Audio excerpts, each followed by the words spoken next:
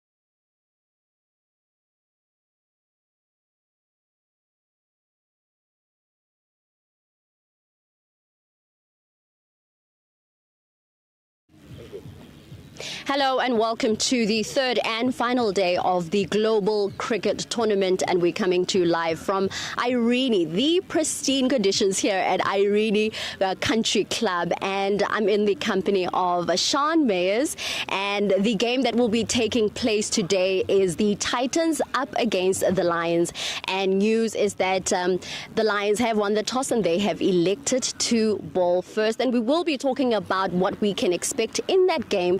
But for now, let's just talk to Sean and get a bit of a summary of what took place in yesterday's game. Sean, it's good to have you. Lesego, it's an absolute pleasure being here, and especially on a day like today. We didn't get this start yesterday, a little bit of a delayed start, but we're here, we're playing cricket, and we're starting on time. Credit goes to the ground staff and to the players for just taking everything in stride. And how would you summarize day two? Day two, I'd say a little bit of a slow start.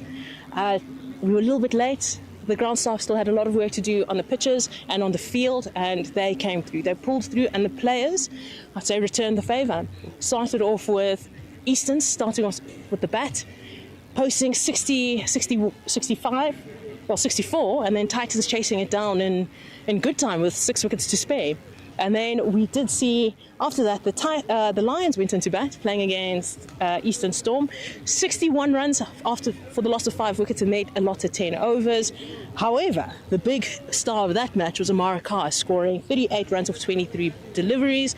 But the Eastern Storm, knowing what was to expect out of the wicket and the conditions, came in and bowled and managed to score 65 in record time in less than 8 overs, with Robin Dormel showing what intent does. Mm-hmm. The highest score of the day, 40 runs not out, and that won her play of the match. And it was good to see Eastern Storm being able to secure their first win in this competition. It was, and if anything, it just, cat amongst the pigeons, because they are a Division 2 team, but as was said earlier, in this format of the game, it's anyone's game. It's all about who pitches up and who performs. And Eastern Storm were backed up. Simone Botha came in. It was her first game in the second match that Eastern Storm was playing. And in her 2 overs, took 2 wickets for 4 runs. It was incredible. It was, certainly was. But let's look at the Lions. They're coming in to play against the Titans. They have not secured a win as yet. What should they be doing going into this next game? Well, the Lions have been hit with a little bit of a setback. One of the international players, Amara Carr, will not be taking part in this tournament anymore. She pulled up with a quad strain. Very experienced player, a wicket keeper as well. So she now will have to take part and, I'd say, mentor from the sidelines. So the Lions, their big thing will be get your length right with the ball and stay calm in the field. I think that is the area that let them down in the last 2 games, and when they're batting, just show some intent.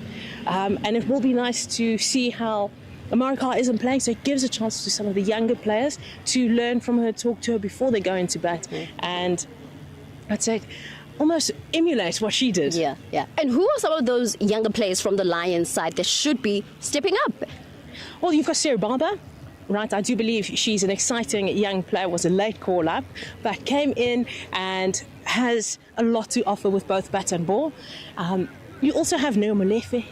She came in, she's an opening batter, wants to hit the ball hard, but I do think just needs to, I'd say, calm down a little bit. But most importantly, for me, is Jenna Libba. She's the captain and a batting all-rounder, in my opinion, stronger with the bat, and in all honesty, these conditions will suit her, both with batting and bowling. So I think this is a chance for her to show that, she does deserve to be here, and just showcase her talent. But Sean, weren't you expecting a little bit more from the Lions, especially knowing that Division 1 team, they've got a pool of talent, and weren't you expecting them to perform a little bit better in this competition? I was expecting them to perform a lot better, in my opinion. I am a former Lions player myself. Yes. So I was expecting them to perform a lot better, and knowing the talent, seeing how these players have grown into themselves and grown into their cricket. However, I also do look at it from, this is T10. It is anyone's game. At the end of the day, you have to come and you've got to pitch up and perform. So I think my advice to them would be, don't think too much about what happened the night before. come back today. It's a new game, fresh day, a little more overs to play with. Yes, let's talk about those overs. Yesterday, T10, today, 15 overs. Does that change how you approach the game? I would say yes, from a T10. And you've got more overs of power play. It's 5 overs in the power play. It gives you an opportunity to get a read of the wicket, I'd say in the first 2 overs, and then cash in where you only have 2 fielders out for the next 3 whilst you still have your eye in. But the most important thing will be stay there. Get through those first 2 overs. Look to play strong shots. Get a good read of the pace of the wicket. And then I'd say express yourself after that. But most importantly, what we did see with the batters that did well was intent. They showed intent with what they wanted to do, and when they did, they got runs. Yeah, and the Titans are a team that's showing a little bit more intent in comparison to the other teams. What are you expecting to see from them in today's game? Well, so speaking to them and seeing how they came today, some of them were in the nets, they're raring to go. They see that the wicket works for them. So it's going to be exciting, especially seeing Katie Pryor. She's going to be opening the batting with Maya Nagida. Maya has made it very clear she wants to see ball fly off the bat. And we see the umpires walking onto the field at the moment, and of course the 2 opening batters for the Titans ready to go onto the field. Quick predictions, who are you going for, Lions or Titans? Well, you know, look, I am a Lions supporter. Oh, wow. Of course, Sean is going to go for the Lions. But make cricket win. Make cricket win. Thank you so much for tuning in. And now we're going straight into today's game as the Lions up against the Titans. Enjoy.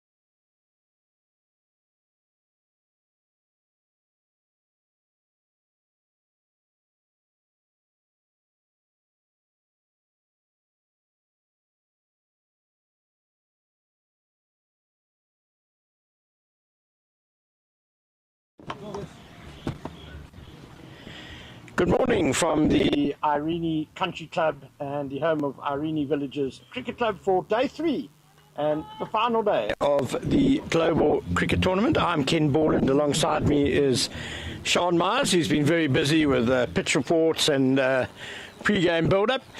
But we're about to see Game 1 of this final day get underway. The DP World Lions playing against the Fidelity Titans. The Lions won the toss and elected to bowl first. And we're about to see that first ball of the day.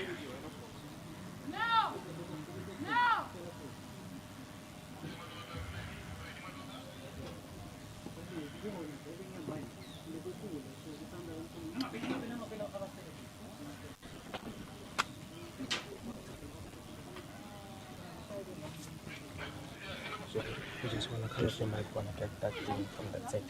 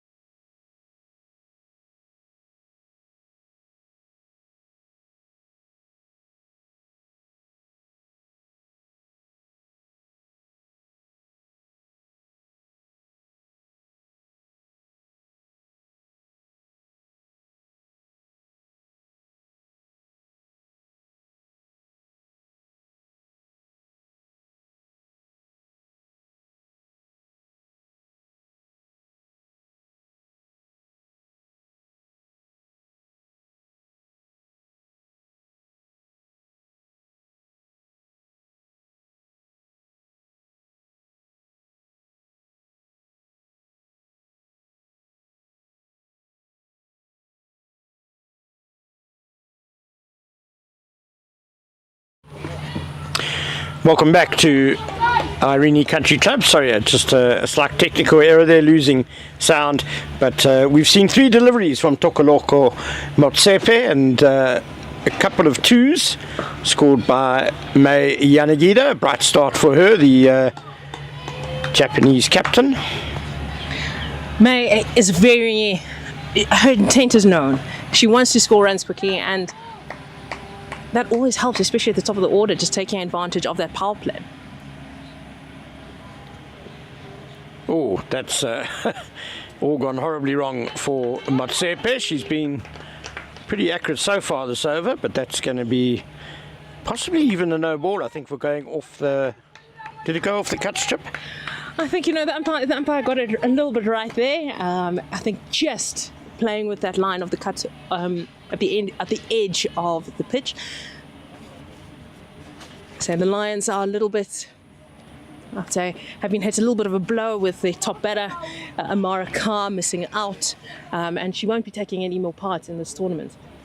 We did suspect that there was a leg injury suffered by her yesterday while batting. Nicely pulled away by Catherine Pryor. Long on, oh, it's gone through the legs. It's not going to go to the boundary though. The outfield's still fairly damp from the dew. And Yanagida's well home. That is some aggressive running, which is exactly what you want. Catherine Pryor seeing that the misfield has happened, and as soon as it happened, just took off. Knew she's running to the danger end, and knowing that, given her international experience and knowing that she needs to get to the other side, got there, I think stole an extra run. Yeah, I think the Fidelity Titans have shown the most intent in this tournament in terms of their running between the wickets. Tokoloko Motsepe bowled very well against the Titans yesterday. 2 overs for just 12 runs. She's gone for 9 with a ball to spare in her first over today. Nicely driven, but mid-off. We'll keep it to a dot to end the over. A bit of untidy wicket keeping, but the umpires have called the over. 9 without loss after the first over. Don't forget, this is a 15 over game, and kind of like a replay of where we ended yesterday. Unfortunately, Lightning forcing the abandonment of the first game between the Titans and the Lions. The Titans had batted first there and posted 71 for 3. Christelle van der Schryf 26 off 23 balls. Robin Searle 24 not out off 15 balls. We mentioned Motsepe's good bowling, and Kwaramba also bowled well, 2 overs for 9. But the star of the show was Letabo Bidley with 2 for 10 in her 2 overs. Letabo Bidley is on a non-travelling reserve for the Under-19 World Cup, so it's good to see her just maintain her form. Especially in tournaments like that, you never know what will happen. And speaking of non-travelling reserves for the World Cup, another one in the DP World Lions team is Kemochatswe Chwene. No, they've changed shirt numbers. I think this is going to be Korombi bowling. Chwene was wearing number 9 yesterday. Now it's Korombi.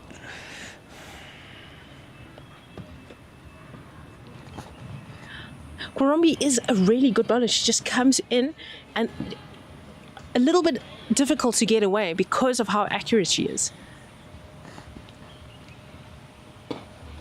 Just a bit full this time and whipped through mid-wicket by Katie Pryor. Bit of a misfield. Oh, Yanagida wasn't expecting the second. Will have to make fast, but she gets there okay. I like the intent with the runs, with the running between the wickets. Katie Pryor is not wasting time. She's like, we're not getting boundaries, but if you're running twos and you're taking a single, you can easily get 10 and over without scoring a boundary. Nicely worked into the offside. Could there have been a single there? They decide against it. I thought Catherine Pryor actually looked pretty good with the bat yesterday against the Lions. Unfortunately, got out just when well set. But I'm sure she'll be eager to really make this opportunity count this morning.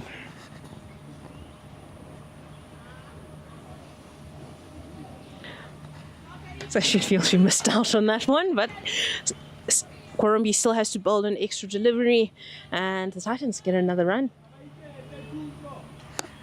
Yeah, accuracy was a feature of Quarumbi's bowling yesterday, not so much so far today.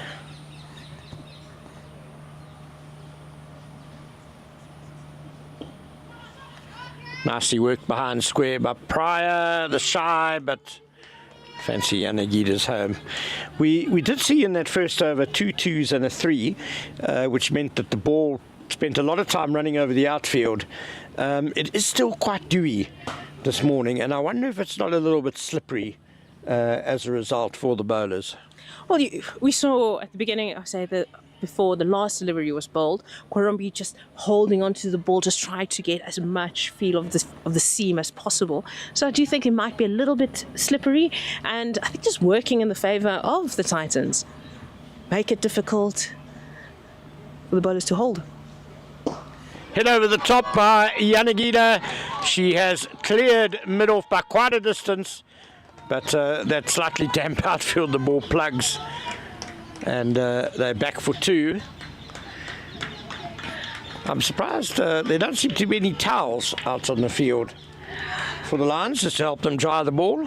I think they're very aware of how hot it is out there. They know that this won't last for too long.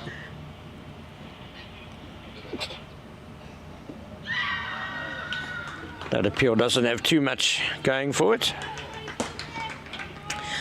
That's a much better line to be bowling for Quarumbi. Not too comfortable. Maya Nagita not comfortable with the ball, the much straighter ball, especially at that length. You can see she wants to free her arms, scoring through the covers, heading over the top, over mid-off.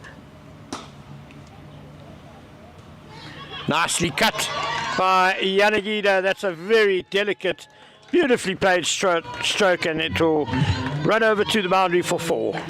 Yes, as you see, she wants to play through the covers. She wants to play on the offside, and that one, that is a classic stroke. Late cut right between short third and backward point. That is placement. So, great start for the Fidelity Titans. 19 without loss after 2 overs. I do suspect we might see a change a lot sooner than expected. The first over going for 9, the second over going for 10. I think the conversation will be around who should we slow it up. Maya Nagita is playing the seamers a lot. Is playing them freely. So is Katie Pryor. So the question will be, let's slow it up. We've seen the other teams not afraid to use a spinner inside the power play.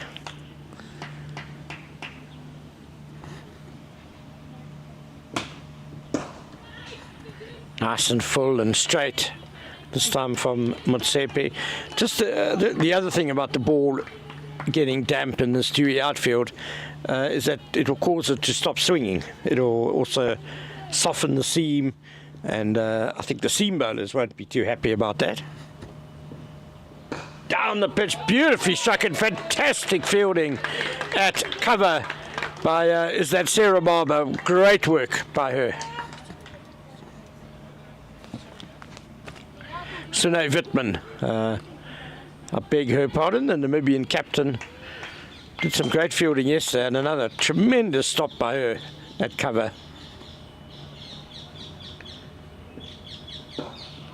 Bit agricultural by Yanagita, bottom hand coming through, but she's got it away through mid-wicket for at least 2. Oh, they're going to risk the third. No, it's a good arm and a very good throw too. Yes, Sarah Barber doing some mileage on the leg side. Strong fielder, strong arm. Managed to just keep it down to 2. Yes, you know, Wittmann is a really good fielder there, and the covers has been, say, instrumental in ensuring that nothing goes past it if it's just 1 or 2 meters left or right. Nicely struck through mid-on by Yanagita, just the one. She's made a good start, has made Yanagita. 12 now of just 9 deliveries. Prior 7 of 6. think that's what you want from your opening batter, even though it might be a little bit agricultural, especially in a format like this. Sometimes it works, and clearly for mine, it's working. She's finding the gaps. It's not as much risk. Ooh, dipping full toss that Catherine Pryor can't get away. I think Catherine Pryor's eyes are lit up. She saw the end result before making contact. Yes, indeed. The ball just kind of died on her at the end there. Nearly yorked her, actually. Oh, beautifully struck over, extra cover by Katie Pryor. It might not reach the boundary though. Oh, excellent fielding. Dragging it back there. Tristan Cronje. I think that's the shot that Katie Pryor wanted to play in the previous delivery, and just making up for it. I think this outfield is just going to get quicker and quicker, and they will start to get value for their shots. But I'd say not a bad start from these two. Yeah, 26 without loss now after 3 overs, so touching 9 runs to the over. We were very impressed with how well the pitch played yesterday. Certainly better than we expected it to be. There was a bit more pace and bounce, and I get the feeling today is going to be a very good day. Even better for batting, just going out there and looking at the pitch. There's very little deterioration out there. That pitch is a dream to play on. The Irene ground staff have been incredible to get games played yesterday, and for it to play so well. I think this is just going to get easier and easier as the day goes. And we see a bowling change, I would say almost as expected after that second over, with Samantha Swanepoel coming in, right arm off spin. I would say she's a lot slower, but does manage to get revs on the ball. And the two fielders out in the deep, covering the boundary, this deep backward square leg and cow corner. Not a bad option, especially to Catherine Pryor. Full P, and she's hit it straight to mid wicket. Oh, Catherine Pryor's done it again, I'm afraid. She's looked so good out there, and then just gets herself out, unfortunately. Oh, batters always, it happens. You have these little runs of very, very frustrating dismissals. She will be extremely disappointed. It's a full toss, and sometimes that's what happens. A slow bowler comes, bad ball, and you hit it down the throat of the fielder. Unfortunately, that brings Catherine Pryor's innings to an end. That is 10 runs off 9 deliveries. She'll be disappointed given how well she's been hitting the ball. And a great start for Samantha Swanepoel, starting with first ball wicket. She'll know she was a bit fortunate. It was a full toss. And as we said, that ball perhaps still a little bit damp from the dew on the outfield. I must say, it's really good to see Sam Swanepoel bowling with the new ball, especially a young off spinner. It can be very difficult to control. You don't get as many revs, and you know, it's always, I would like to say, as an all-rounder myself, or as I attempt to be an all-rounder, that sometimes the ball slips out of your hand, especially when you're bowling off spin with the new ball. So it's good to see her, you know, getting purchase, getting wickets, getting some turn. You know, hopefully she will bowl a little bit later in the middle overs, and be a talisman for the Lions. Yeah, she certainly got some quite sharp turn yesterday, did Sam Swanepoel. But with that wicket, Robin Searle has come to the crease. The captain, she has been dependent in getting the Titans over the line in this tournament. Yeah. Starts with a textbook defensive stroke, yet to be dismissed. Robin Searle, 19 not out or 17 balls against the Eastern Storm. And then 24 not out or 15 balls against the Lions. Really flighted up and nicely hit down the ground by Robin Searle. Long on will come across and keep it to 1. Yes, very dependent, very dependable. Has shown that, you know, let others bat around her. But in the last match against the against the Lions, she went with her guns blazing, wasn't wasting time in showing her intent to score runs quickly. Yeah, she certainly gave the innings the injection it needed. Yanagida has hit that very nicely over mid-wicket. They will come back for 2. Robin Searle very much the kingpin, I think, of this batting lineup. She's the fulcrum. She's the one who holds it all together, and I think plays the situation very well too. Again, Yanagida, but this time her luck has run. Oh no, it's been dropped. Dropped at deep mid-on. And I'd say that was a little bit of a simple catch. Togologo Motsepe will be disappointed in herself, especially not taking my Yanagida out. She has been showing her intent, wanting to play over the top.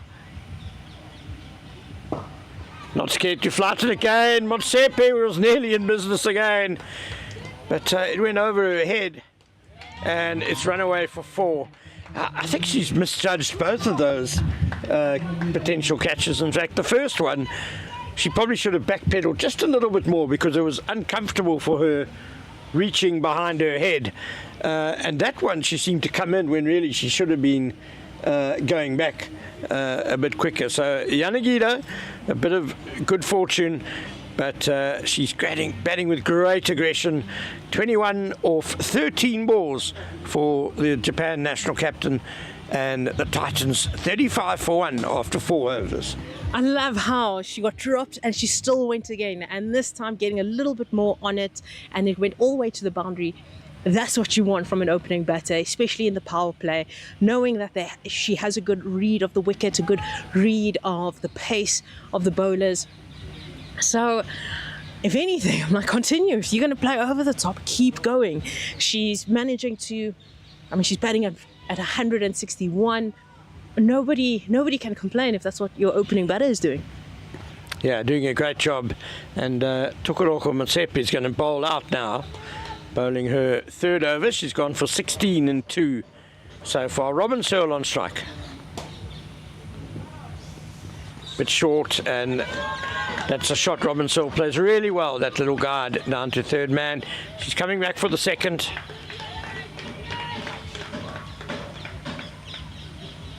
I think this will be key, and it's something you can see that the Titans did talk about, making sure that they don't face as many dot balls in their innings. At the moment, there's only 9 dot balls in the 4 overs that have been bowled so far.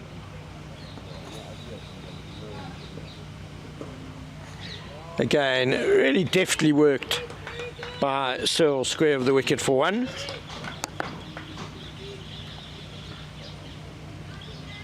The fielders are under a lot of pressure now. Robin Searle just using soft hands, knowing they've been playing very hard. They're standing on the ring. That's great awareness from Robin Searle. And it's all the Titans need, really. They've been going at well over 8 runs to the over. And I think Robin Searle just knows she can take the one and feed May Yanagida the strike, who's going great guns. And no need for Robin Searle to take any unnecessary risks. Short ball, and Yanagida can't time that. I think that just was a lot slower than she expected. She just sat up. She wasn't expecting to be that slow. I do think if there was a little bit more pace, the fielders would be picking it up from the boundary cushions.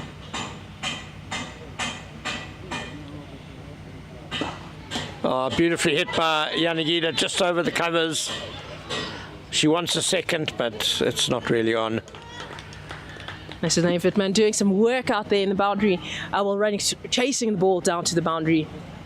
A strong arm. She's also she represented Namibia as a javelin thrower at the Commonwealth Games. She's the Namibian national champion in the javelin twice. Nicely clipped, but straight to Swanepoel at mid-wicket. So there are a few very good cricketers who are Javelin stars. Sunette Viljoen-Low, DP World Lions player. Tasman Brits, current Protea.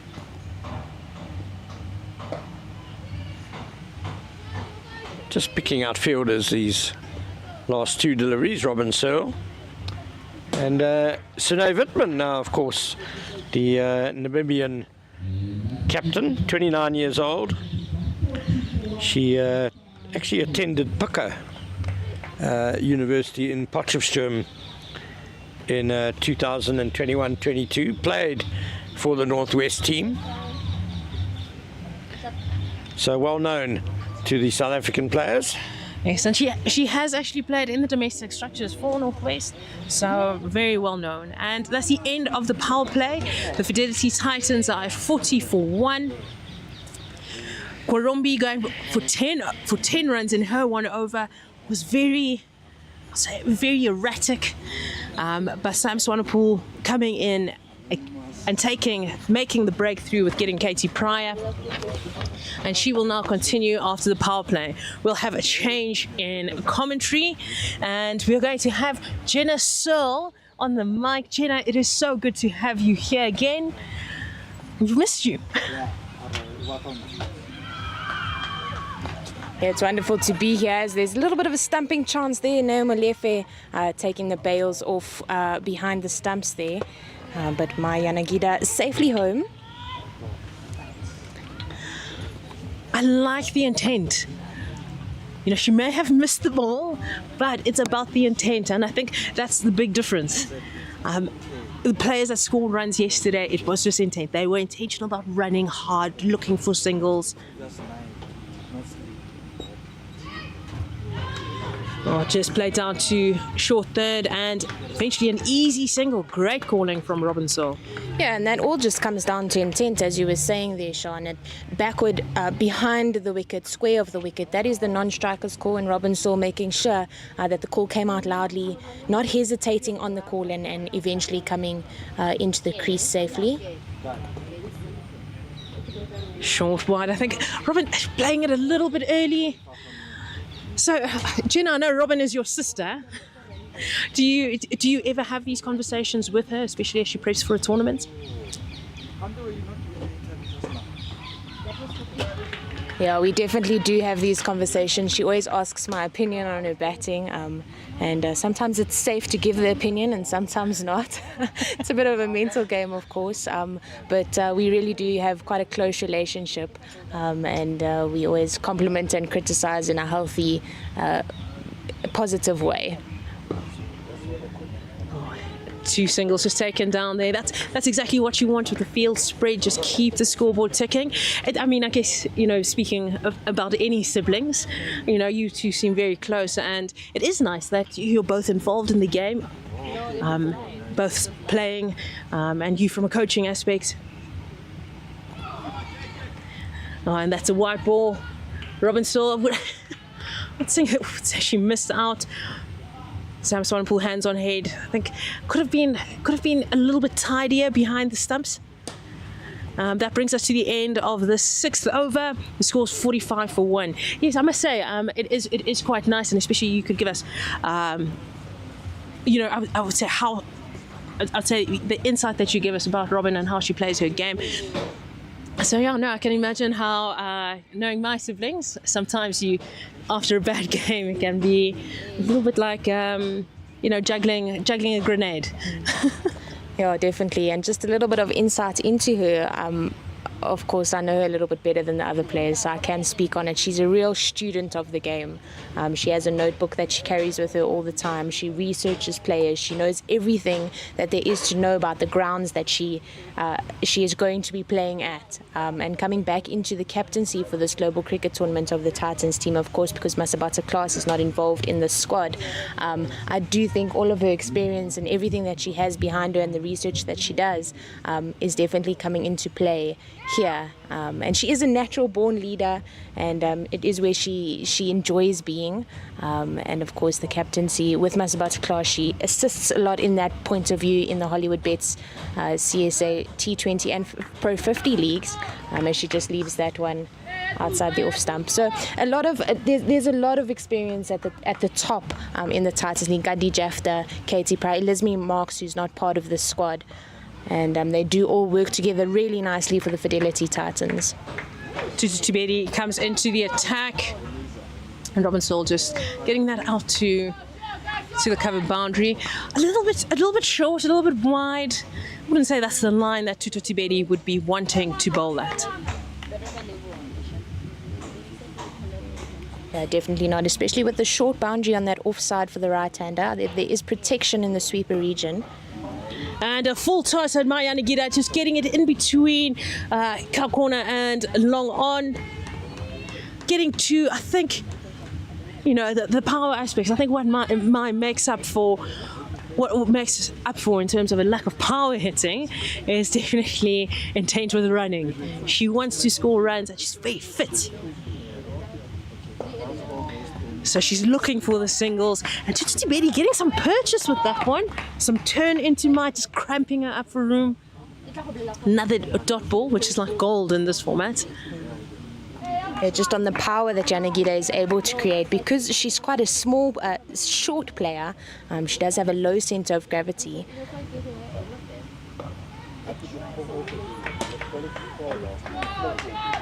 Just love watching the flow of her bats. It's so good. It's so aesthetically pleasing, especially when she's playing through the offside. Players like that you could watch all day. Especially with the way she's timing it in this match. I think I want just a little bit slower. I think the slower pace on this deck will be the key, especially limiting the number of boundaries. It's 7 overs. The run rate has dropped a little bit. The Titans are 48 for 1. About 7 runs and over. I think they would want to continue rotating strike, especially with all 4 fielders on the boundary, given how well that power play started. Yeah, it was an excellent power play for the Fidelity Titans. A lot of boundaries were scored, a lot of intent was being showed, both from Maya Nagida and from Catherine Pryor in the beginning. She played a couple of really wonderful cricket shots over the covers, and that's one of the most difficult shots to play. As it really does open you up and expose quite a lot of the technique of a top order batter. But Robin Saul has come in, and obviously with the 4 fielders out, as you said, Sean, they are hitting the ball into those sweeper regions, making sure that they run the first one hard and turning quickly to go through for the second. So just in my opinion, the running between the wickets has been good. A few fumbles in the outfield has aided that. As Yanagida goes up, there's a chance, and it's dropped again, the third one by Matsepe. They're going back for the second, and Robin Saul comes back safely. Her third life, Yanagida, but Sokoloko Matsepe really not looking comfortable under the high ball at all. Yes, not looking comfortable, and it has prompted a fielding change. I think her confidence is a little bit low, especially dropping the first one, misjudging what would have been what was the second life. And Maya Nagida, I think, just targeting, that's where she wants to hit the ball. Now going to the other side of the field, to long off. I would say Maya Nagida just backs herself, and I guess that's the beauty of the Global Cricket Tournament. Back yourself. You never know what will happen, and don't be afraid. Just the bravery that she's showing in terms of how she's attacking the batters, regardless of being dropped, she's still wanting to attack, to take on fielders.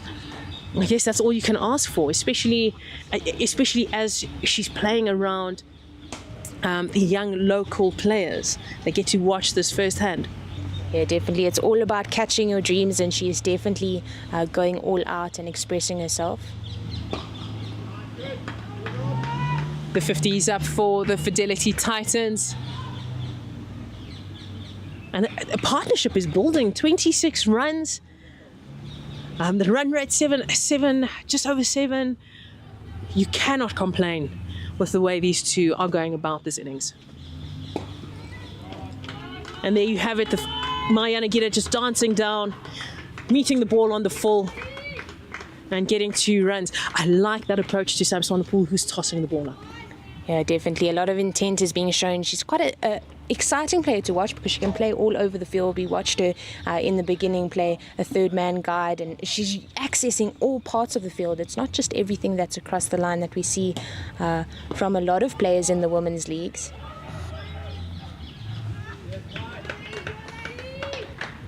Oh, I'd say definitely, you know, when they say the ball follows you in the field, I think Motsepe, you know, being followed a little bit deep in the field, shoulders a little bit dropped.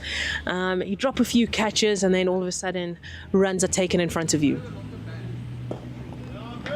Yeah, definitely, and it goes her way again. She's unable to cut it off there, as still just plays it out to Cow Corner for a single.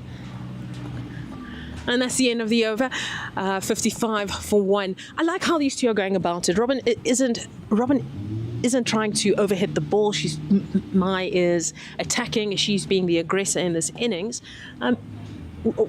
What I would say would be a concern if I was the Lions captain, if I was on the field, would be just the body language.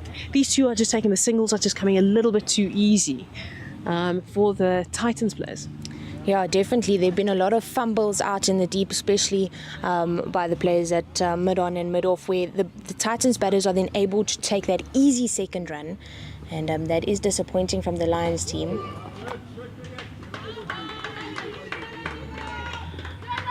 I'd say well managed there by Robin Sill. That one turned a little bit, cutting it from offside. But I guess that's what happens when you're in the form that she's in. She's seeing the ball well, is yet to be dismissed in this tournament. But I think she'll be very aware of the fact that the ball is turning and the pace that it's turning at.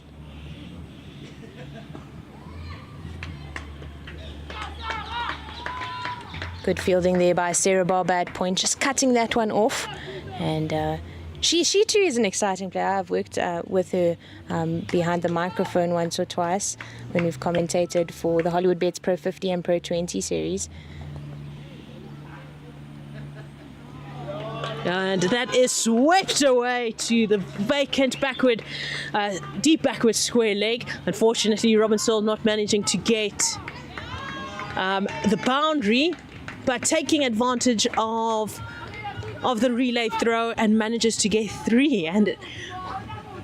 And great running and great calling by Mai Yanagida and Robin Sill.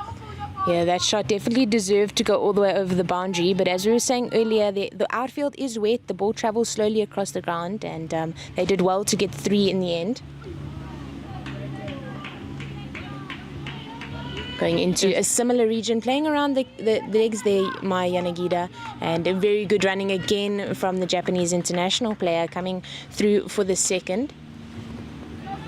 I do think that's going to, the way these two are playing, especially 2 backward square leg and in that fine leg region, will either force the change in field or Tutu Tibedi has to change her line.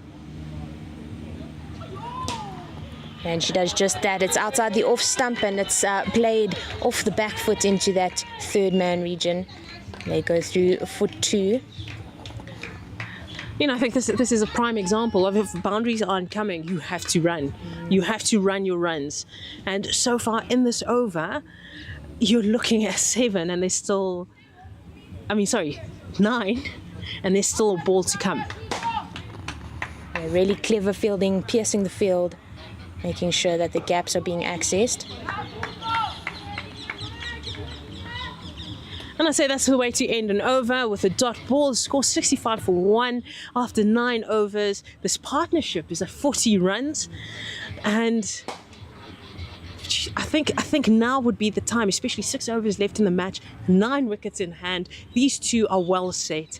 I think if anybody has to be the aggressor, I don't think Mai Yanagida is going to waste time to say, like, I'll take the responsibility. But it also gives Robin Sill the opportunity to express herself, to show she's shown how she allows people to bat, how allows her teammates to bat around her. The last game against the Lions, she was the aggressor. I do think now would be the time for her, especially just to, play take some calculated risks, and let's look for the boundary, because if the boundary is going to come, it is going to come from her. Yeah, definitely. And she plays such risk-free cricket, especially when she is attacking. If her head is in the right space, she hits the ball hard on the ground. She bisects the field. And, she definitely could be in the mindset to start exploding a little bit more. No power needed, as she just plays that with soft hands. Fine of the third man region. She comes through for 2, and it doesn't always have to be this explosive, powerful game when we talk about exploding at the crease and looking for better options, for boundary options. And it just as expected, it has prompted a change in the field. Letabo Bidley is coming into the attack. She does get a lot of turn. And that one's just a knockdown to long off. Yes, being explosive and being the aggressor doesn't always mean you have to find the boundaries. It's that depth touch. It's forcing changes in the field so that you can access other areas so that the scoreboard keeps ticking, so that, it just puts the fielding side under more pressure.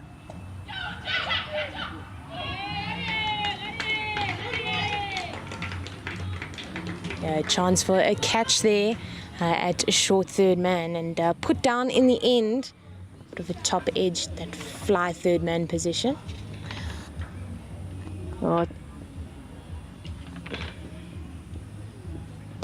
And there you have it. Robin Searle dances down the track and holds it out to deep mid wicket. She did have to go for it, but what a top catch by Sarah Barber on the boundary. So that is exactly what the Lions wanted, but Robin Searle did have to go for it. She knew that this was the time for her to explode. She'll be disappointed. It was a good hit.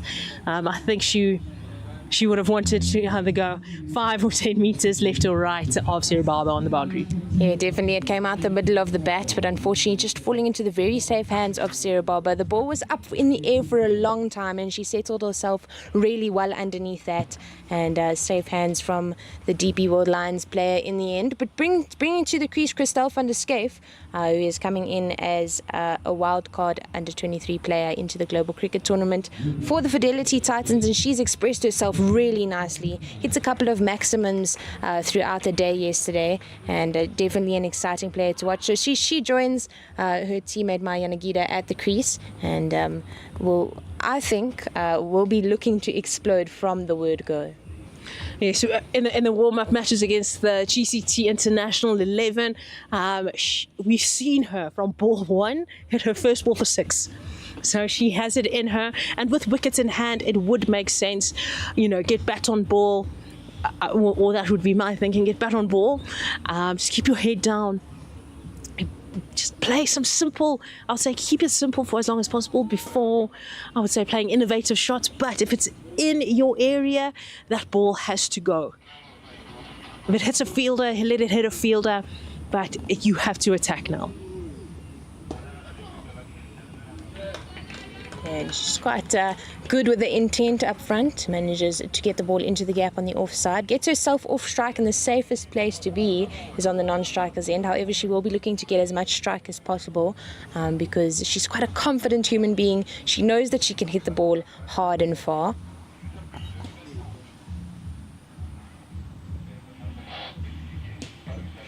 Now Bidley just pulling out of that. Maya Nagida is on 39 of 30 deliveries. And that's a wide delivery. I think just trying not to bowl that ball in Maya Nagida's arc. They know that she will run. They know that she'll take them on. Yeah, just overcompensating slightly. And she's just accessing that vacant space behind extra cover. I think, and that just brings us to the end of Letabo Bidley's over, getting the much needed breakthrough for the DP World Lions, ending the 10th over at 73 for 2.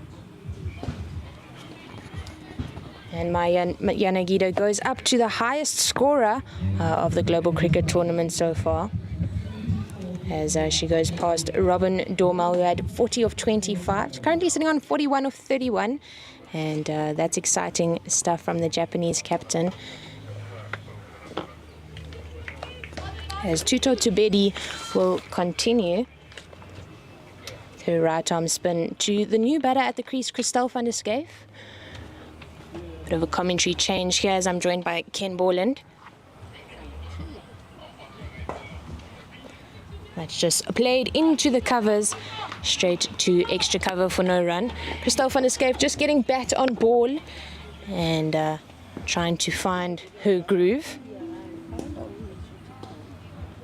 She does just that as she steps back onto the back foot and just lofts that over the head of Square Leg, who is in the ring up next to the umpire, and that'll go for a couple of bounces over the boundary rope, which adds 4 more to the total. 77 for 2.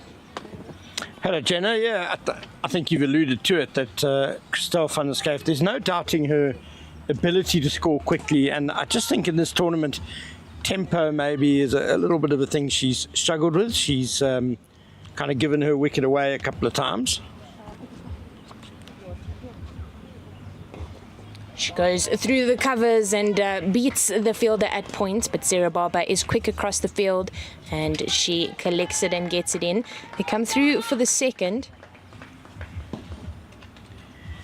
She was opening the batting earlier in the tournament, which I think is a bit of a new role for her. She's usually come down the order as a very potent finisher.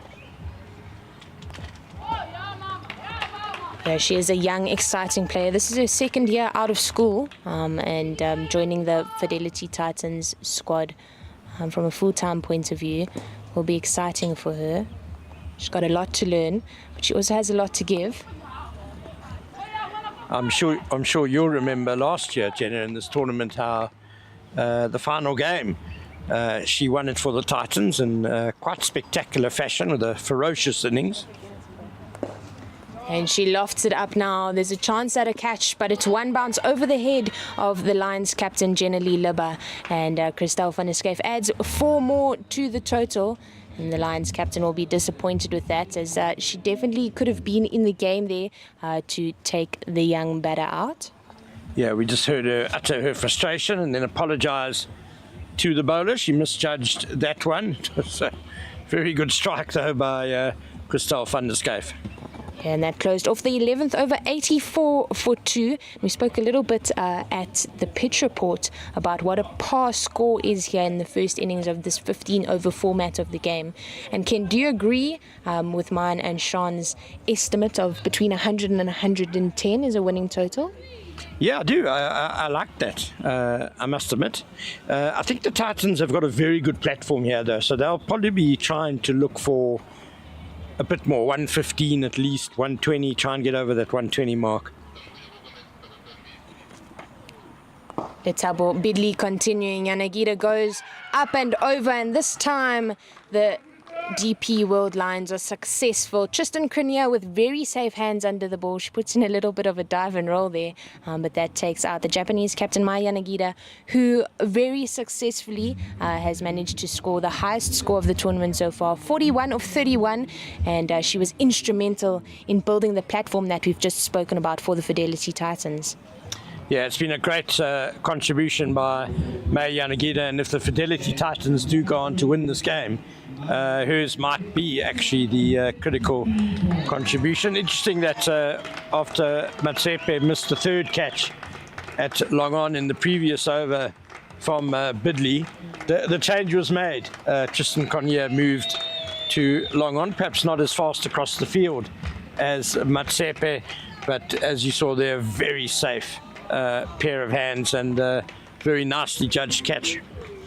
Yeah, Tristan Crinier is a player that values hard work and she values putting time in behind the scenes. I know that she hits a lot of balls at practice and she takes a lot of catches. She's a really hard worker, and that catch is testament to all that hard work that she puts in behind the scenes. But Letabo Beedley as well, coming with the critical wicket there of Yanagida has her figures in her 1 over and 1 ball, 1 wicket for 9 runs, and she's showing why she is the non-travelling reserve for the Proteas under-19 team.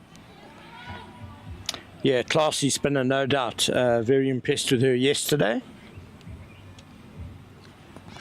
To the crease comes experienced leader in the team, Gandhi Jafta. She's captained this Fidelity Titan. She captained the team last year for 1 game in the Global Cricket Tournament. She's an exciting spin bowler, and she definitely can hold her own. She opens the batting in the Pro 50 League for the Fidelity Titans, and she shows her class here beautifully as she just cuts this through the point region. She'll get off the mark immediately, and Christelle van der Schyff will value the calm energy that Gandhi Jafta brings to the crease. She's a very ebullient character, as Gandhi Jafta, and she brings that energy to her cricket as well. Very busy at the crease. Just swiped into the leg side there by Christelle van der Schyff. They go for the second as Sarah Barber collects that on the mid-wicket boundary and gets it in. A good throw in the end, just 1 bounce into the keeper. Christelle van der Schyff looking good here, getting the double.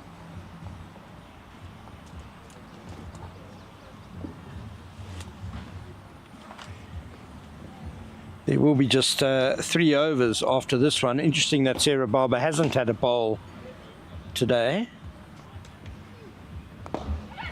Lofted up, there's a chance at a catch, but Tristan Cunha having to sprint in to collect that one off the single bounce, and she gets it in quite well in the end, just restricting the Fidelity Titans to 1 run.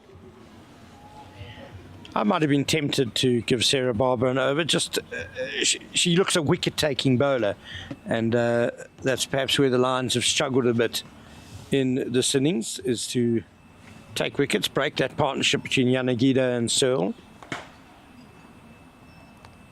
Yeah, they have really just turned to their spinners.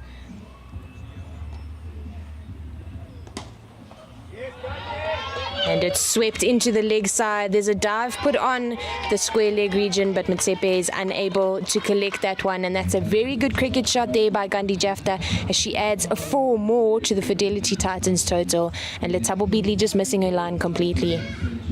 Yeah, but a lovely sweep shot by Gandhi Jafta. Really well struck.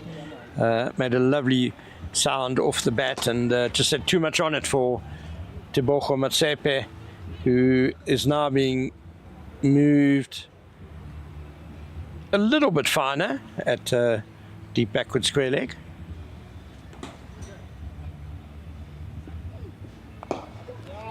Jafta sweeps this time in front of square. Sarah Barber collecting that, and that brings the end of the 12th over, 92 for 3.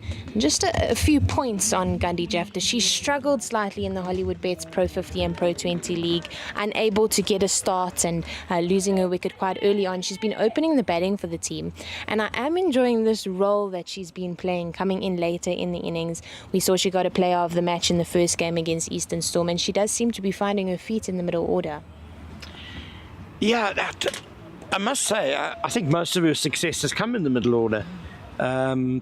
Titans had a new coach this season, and Gordon Matheson, and there have been a few changes in batting order and a few shuffles, and it has to be said that the Titans, I don't think, have played to their potential this season so far. Perhaps a little bit unsettled with the changes, and perhaps going back to what has worked in the past might turn their fortunes around in this new year. Japanese international Nonoha Yasumoto coming into the attack, and she starts off her spell with just 1 into the covers as she bowls left arm over the wicket to the right-hander. Yeah, just 19 years old, Yasumoto, but she has already played 21 T20 internationals for Japan.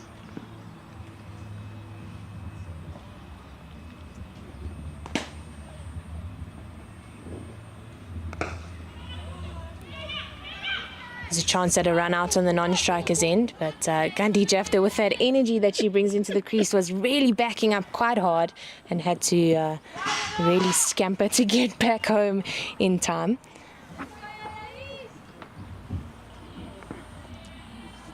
Yasumoto, quite a wristy bowler. There's a lot of wrist movement behind the ball upon release.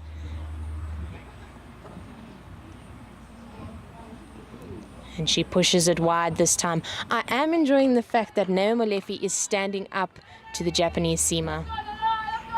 Yeah, she's got no great pace, Yasumoto, but I think if she bowls pretty straight and gets it wicket to wicket, her slowness might actually help her. And she could be quite an effective bowler just in terms of stemming the run rate.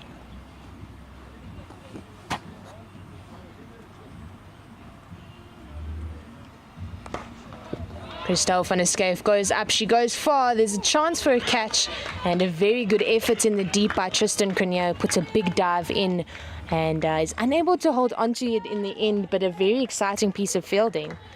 Fantastic effort by Tristan Cronje. Goodness, if she had pulled that off, that would have been the catch of the year so far. Okay, Dewald Brevis took a spectacular one in the SA20, but it would have been up there. Lovely effort by Tristan Cronje, and she wasn't far away from pulling that off. No, she definitely wasn't, but great intent there from Christelle van der Schyff. She does need to make sure that she places those shots correctly. This time she goes straight and it bounces once before it falls into the hands of the captain, Jenny Libba, who gets it in. They managed to get through for 2, and that's very good running from Gandhi Jafta, who was turning and coming back to the danger end. Jenny Libba, obviously one of the more athletic, better fielders in the side, but as captain, you do wonder a little bit about her always fielding on the boundary, whether she's in connection enough with what's going on in the middle. That is a very good point, Ken, and I think, you know, as young players, we always taught that the captain needs to be involved in the inner ring, making sure that they're connecting with the wicket keeper, who is changing the angles, always talking with the bowler. And yeah, I think slightly worrying that she's on the boundary, but she is managing to control the field to a relative extent. I suppose if you have a loud voice, it's okay.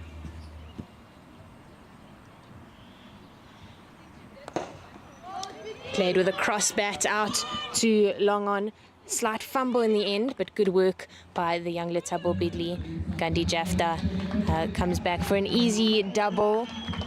And that brings up the 100 for the Fidelity Titans, 101 for 3. And that also brings the end of the 13th over. 2 overs to go, 12 balls. I definitely think that 110 will not be a pass score. Sean and I might have been slightly off. Ken, I think you are close to that 115 mark. Is definitely looking like it's on the cards. Well, it just shows you what a team can do with a good platform, though. You know, Yanagida and Searle up front really laid the platform, and if they can get 20 off these next 12 deliveries, they've got that over 120, which I think will be a very good score. And you know, the DP World Lions will be under pressure. And we know it's going to be a trial by spin. The Titans are going to throw 4 spinners at them and see if they can make the running to chase down what will be a stiff target.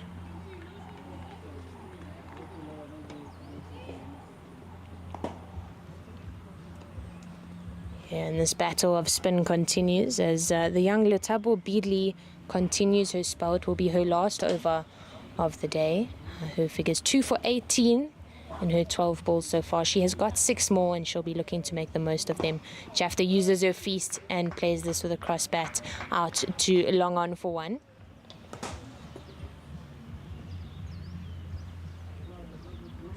Jafta's got 8 off 5 deliveries. Exactly the sort of intensity the coaching staff would have wanted her to bring. And oh my word, we have a potential munkad. And it's given out there. Letabo Bidley taking Gandhi Jafta. And what an exciting turn of events. Exciting is probably not the word I would use. Gandhi Jafta's always chirpy, always happy, always cheerful character. I don't think she's going to be very happy with that one. And I think the Lions have withdrawn the appeal, which I think is probably a good move. We certainly hadn't seen a warning for Gandhi Jafta before that attempted run out, and this is after all a festival of cricket, friendly games allegedly. Yeah, having said that though, stealing runs from the non-strikers end is never really acceptable. I'll tell you my views on this after the ball. Of course. Van der Schyff uses her feet and hits this out to mid-off. Jafta looking for the second. She runs hard. There's a chance at a run out, but she gets home safely, sliding her bat in confidently. Yeah, I also have a few mixed opinions about the Mancat decision in the game of cricket. And of course, Ken, please give us your views. Backing up too quickly is definitely not in the spirit of the game either. It is cheating, if you like.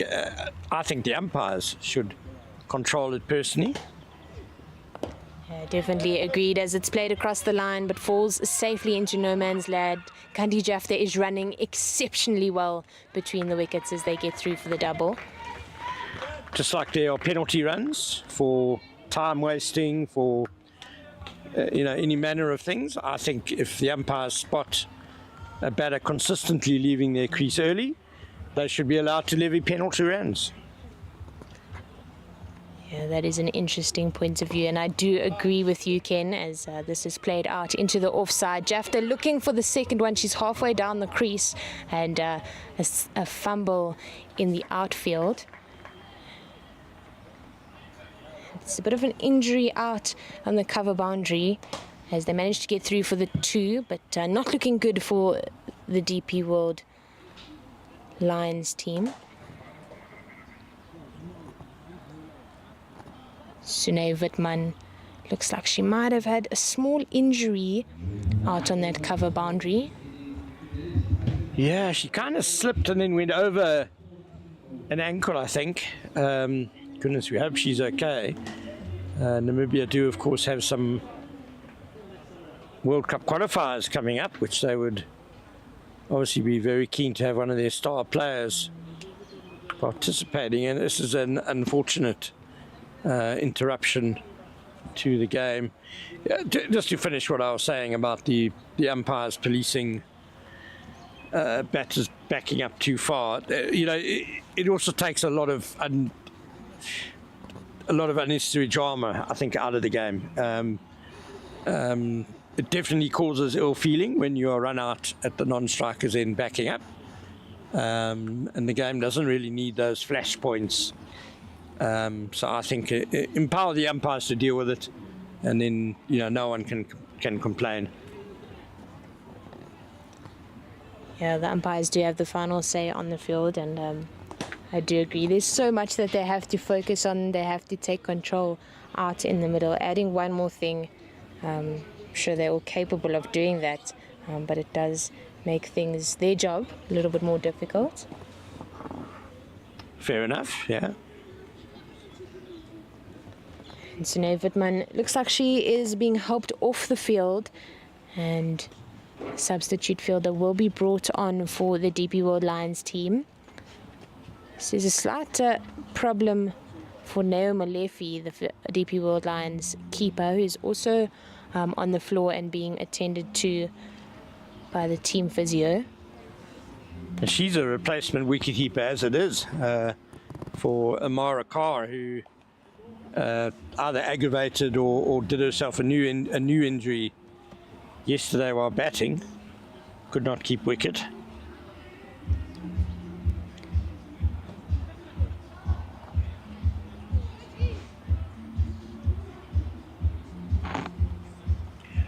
So this partnership worth 24 runs, growing nicely between Van der Schyff and Gandhi Jafta, and just looking for the big finish now of the final 6 deliveries. 108 for 3, the Fidelity Titans, and a good last over by Letaba Bidley. She's ended with 2 for 25 in her 3 overs, which is pretty solid. Another couple of wickets for her in this tournament.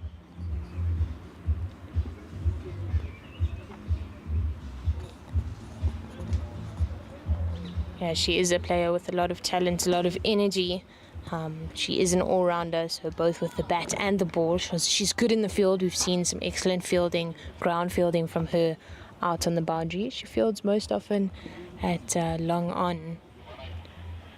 As we are coming back to play.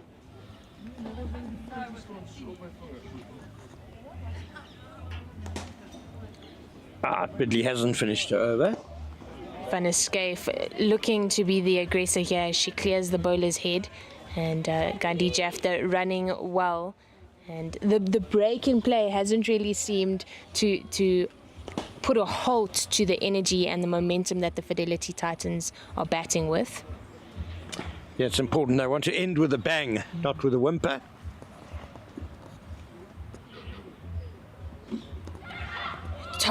Big top edge, but unable to hold on to it. There's a bit of a shy on the non-striker's end, but a good piece of fielding in the end of the spinning ball off the top edge of Christelle van der Schyff's bat. And that ends the over off with a single.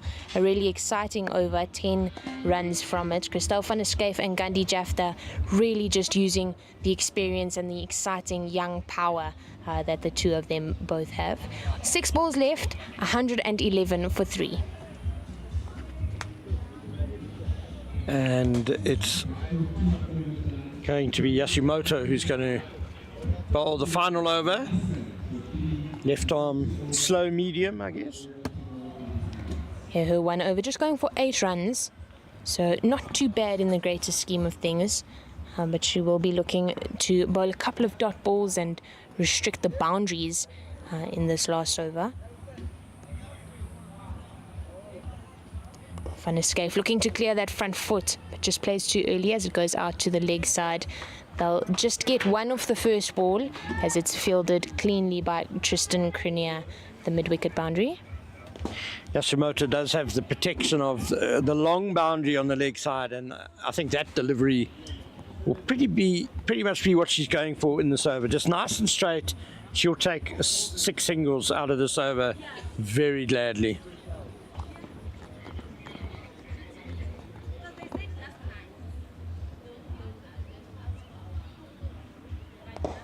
Jafta goes over the head of the bowler and a couple of bounces to Jenny Lebo, who collects it and gets it in. Fidelity Titans go for that second run and a comfortable 2 in the end.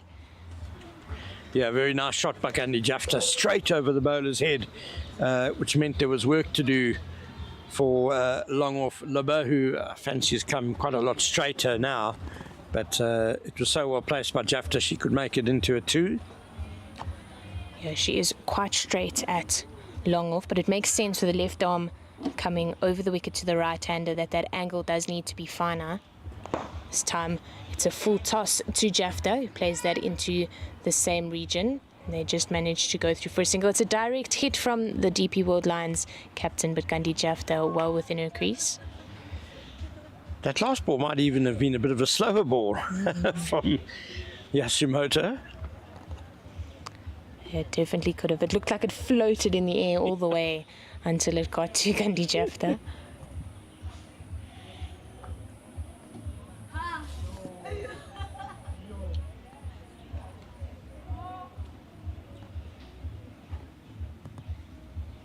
This time into the wicket and a misfield at mid-wicket there. Christelle van der Schyff hits it hard and Jafta comes back very comfortably for 2.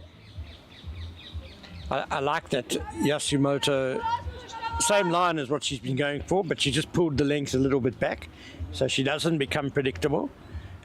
Should have been a dot ball, but the ball just evading Swanepoel, perhaps an awkward bounce. She's right on one of the previous pitches fielding there, so perhaps the bounce was a bit awkward for her.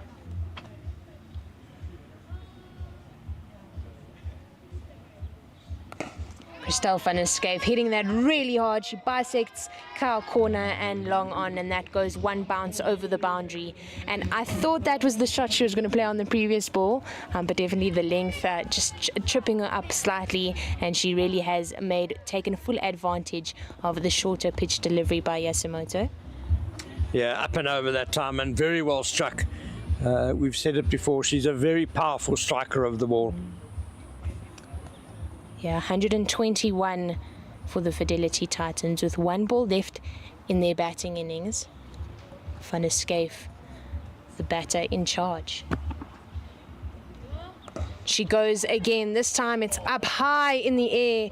Crenier was looking to be under it, but it goes far over her head. And Christel van der Schyff ends the Fidelity Titans batting innings in absolute style. 10 runs coming off the last 2 balls of the innings in the form of a 4 and a 6 over that cow corner boundary, and that's wonderful explosive batting for her, and she now has managed to get the highest individual total of the tournament so far as she beats her teammate Maya Nagida, who managed to score 41 as she opened the batting, but Christel van der Schyff closing off the innings with a very well constructed 42 of 23. Yeah, she batted really well, and plenty of power in that innings. And I like her in this finishing role, you know, rather than putting her up the order, trying to get her to lay the platform for the others. I think she's the type of batter who can actually finish off, who can, if you like, put the cherry on top, the hard work of the batters before her. So an excellent innings from Van der Schyff. And Gandhi Jafta, a very good foil as well, 11 off just 7 deliveries for her. Yeah, she brought a lot of energy, a lot of intent into the crease when she came in, and maybe that 11 off 7 doesn't seem that impressive. Yeah, even though it's over 100 strike rate, she ran exceptionally well between the wickets, a lot of energy, confident calling, and she definitely added a lot of confidence and positivity out at the crease. So just to take you through the scorecard, as Maya Nagida and Catherine Pryor opened the batting with a very good partnership up in the power play, and the loss of the wicket of Katie Pryor brought the captain Robin Searle into the crease, and so Maya Nagida and Searle managed to get a partnership in the 40s, as Searle was then dismissed for 16 as she was trying to clear the boundary over Cow Corner's head.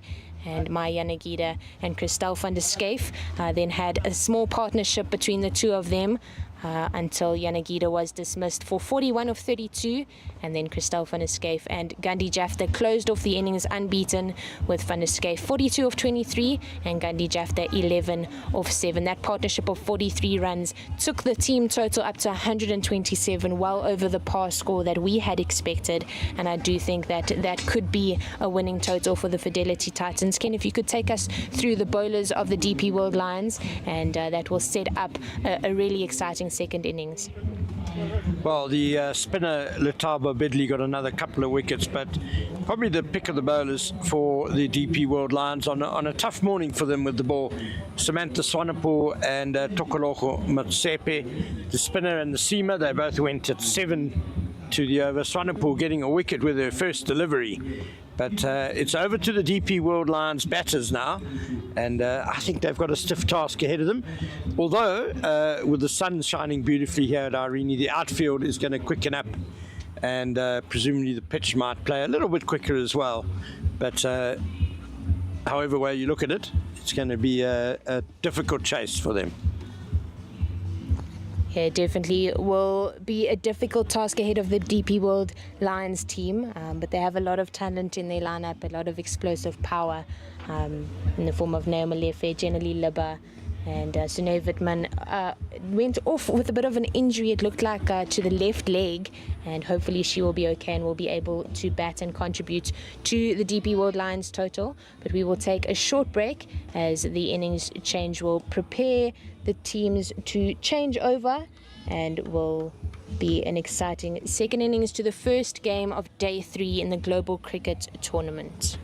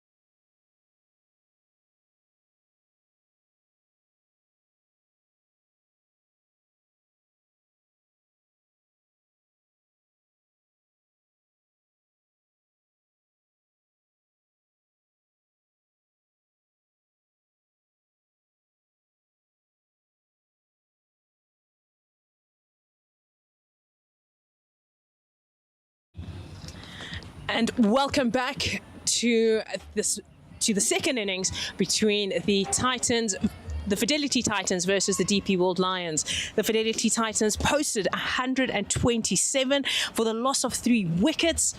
And now we have the DP World Lions getting ready to start their response. Opening the batting, we've got Tristan Cronje, who's taking the first ball, and Danielle Weber, who is on the non-strikers end, and Gandhi Jafta will be bowling the first ball. It's a good length, good line, good start from Gandhi Jafta. My name is Sean Mez, and I am joined by Ken Borland. The trial by spin starts straight away for the DP World Lions. There are going to be 4 spinners, no doubt, coming at them in these 15 overs. And with that, gets the... I think I came off the back of the bat, but that gets the Lions tally opened. Account started, first run for them. The scorebook won't show how that single was made. Not even the wagon wheel. The wagon wheel might make it look like a reverse sweep. A strong shot. Danielle Weber has come in, shown that I want to hit the ball hard. I think she'll be delighted to have the opportunity to have a decent bat here, opening the batting.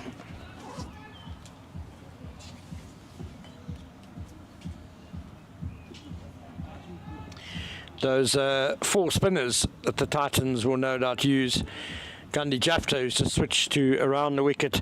Sophia Smale, Elisha Rudolph, and Paulina Mashishi. And diving to her right, Danielle Weber manages to survive. Gandhi Jafta only managing to get a hand to it. Probably stops at least a second run from being taken. But Danielle Weber just showing her intent, and great effort from Gandhi Jafta.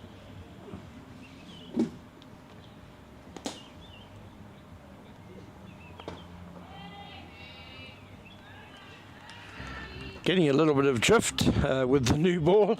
Gandhi Jafta, swing, drift, same thing. It's not a bad option, especially coming around the wicket to these two that want to free their arms. And Tristan Cronje just chips that over the top. The outfield has dried out, so it travels a little bit further, but only 2 runs are added. Gandhi Jafta goes a bit against conventional thinking when it comes to a spinner. They say you should settle into your spell. Don't keep changing around the wicket, over the wicket. But she seems to do it with aplomb. She does, but I guess that's the beauty of this tournament. You get to try out a few things, and in her defence, it's worked.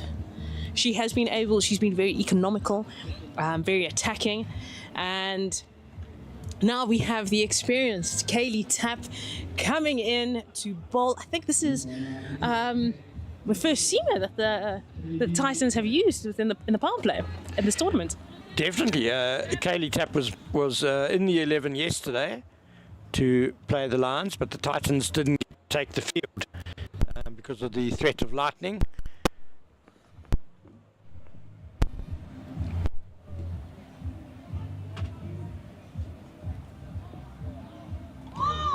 A little bit of shape away from Danielle Weber.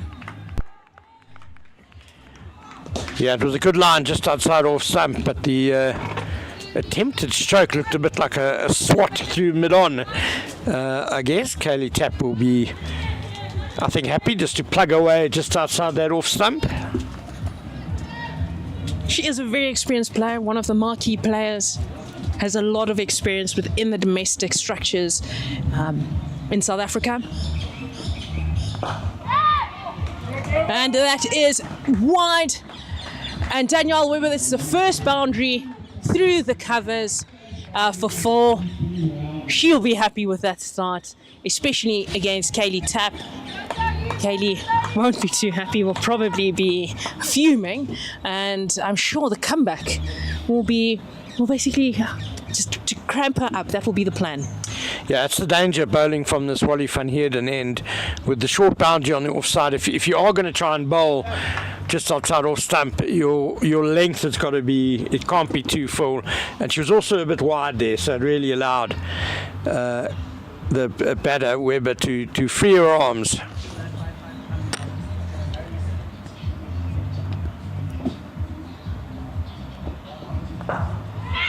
And there you have it, another wide one. But this one, Danielle Webber has hit straight to Sophia Smale at point, and Kaylee Tapp has the breakthrough. Danielle Webber falling for 5 runs off 5 deliveries. What do I know, Kaylee? Just keep bowling full and wide.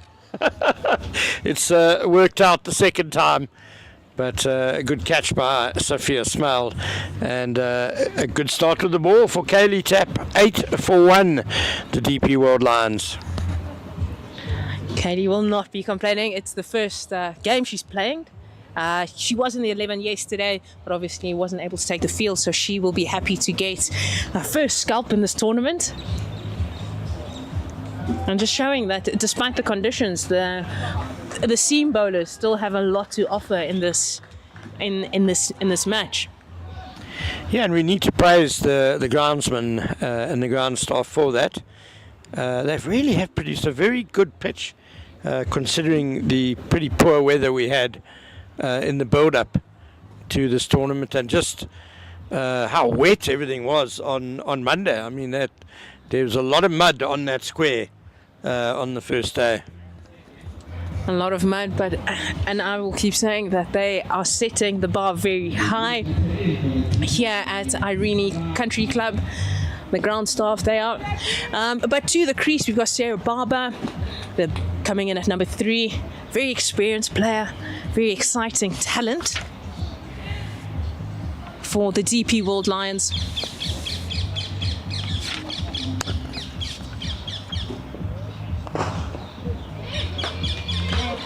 She hits that hard, a little bit of a fumble, but calls early and is off the mark. Also showing, I know she can hit a hard ball, so with the conditions getting easier and easier to bat, she will enjoy, if she stays there long enough, she will enjoy I'll say her time out there to get a good knock, but also hopefully take the DP World Lions closer to victory. Yeah, she came in quite late against the Eastern Storm yesterday. But actually hit the ball really nicely, I thought. She looked in good nick, and that first ball there was right up the middle as well. Just change the shape number. So that's 5, not 8. Sarah Barber. Yeah, but it should be 5, not 8. At least we have this on good times.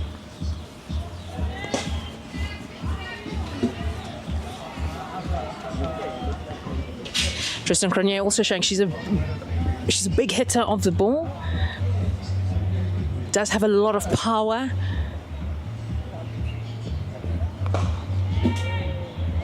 Very aesthetically pleasing is that shot. I was just going to say, what a beautiful square drive that was. Nice high elbow, right out the middle of the bat. Unfortunately for her, straight to the field, but that was good looking.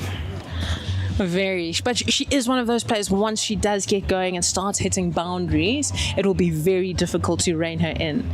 And I think that's what the Titans are doing. She's strong through the offside, pack the offside, force her to go over the top, because finding that gap will be quite difficult. And that's the end of the second over. The third over, Gandhi Jafta will continue from the golf course end, scores 9 for 1. The run rate is a little bit below what they expected, but it's only 2 overs into the power play. And Gandhi Jafta only has deep mid-wicket and a long on. So I think the plan will be to bowl as straight as possible, because any room, and Sarah Barber will take full advantage of it.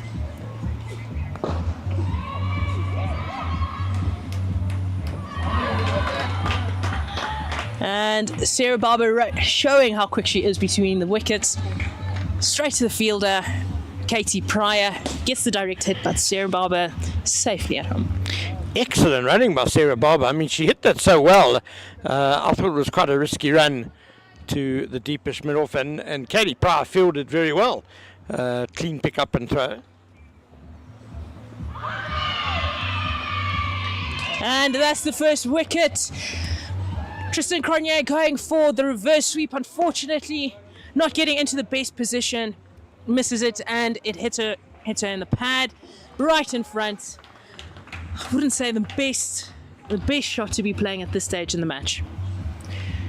It live, it looked pretty good, looked a good shout. I thought I saw umpire Nom Saddam shake her head though first, and then stick the finger up.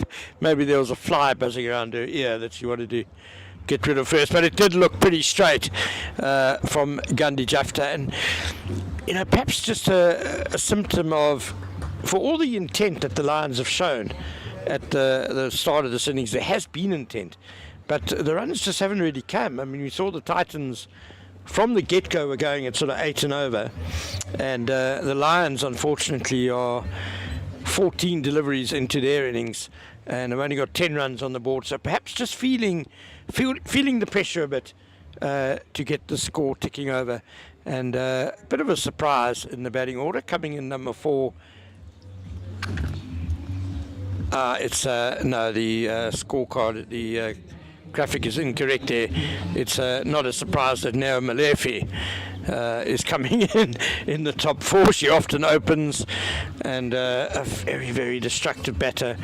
In the 2023 under-16 week, she scored an unbeaten 175 against Southwestern Districts, and also made a century, unbeaten 100 against Western Province. And she top edges that, and Gandhi Jafta calls for it, unfortunately getting under it and so dropping a sitter. She'll be disappointed with that, and as you can see from the reaction, she is not happy with how that has gone. I think she almost overran it a bit, that in the final stages she was trying to catch it kind of by her chin.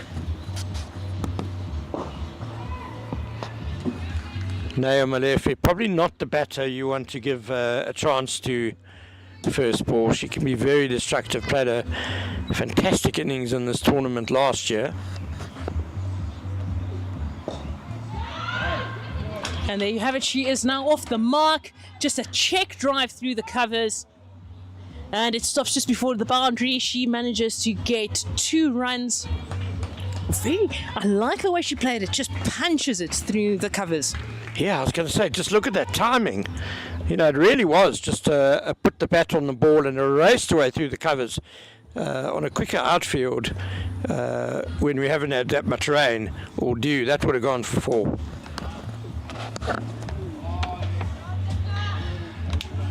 And so that's the end of the over. Gandhi Jafta finishing with the dot ball. She will be disappointed that she didn't get a second wicket in that over, but it is 12 for 2. Sarah Barber's on 2 of 2 deliveries, and Neo Malefi is on 2 of 4. Yeah, she should have had back-to-back wickets, Gandhi Jafta, really. And Neo Malefi, that first ball, just a loose shot, really. Give yourself at least one sighter, but she just swung like a rusty gate. First ball, sent it straight up in the air. Very lucky to get away with it, and hopefully that'll be the wake-up call that maybe she needs, just to focus a bit more at the start of her innings.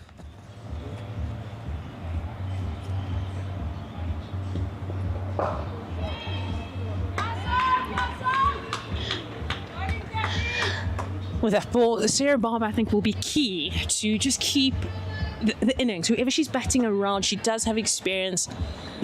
Not too many matches for the DP World Lions, but a very exciting cricketer, just to keep everybody calm.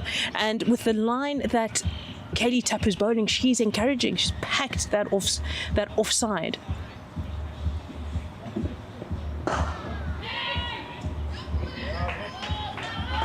But is still managing to keep the scoreboard ticking. Yeah, Sarah Barber missed the vast majority of last season due to injury. So she'll be very hungry to make every playing chance she gets this summer, make it count.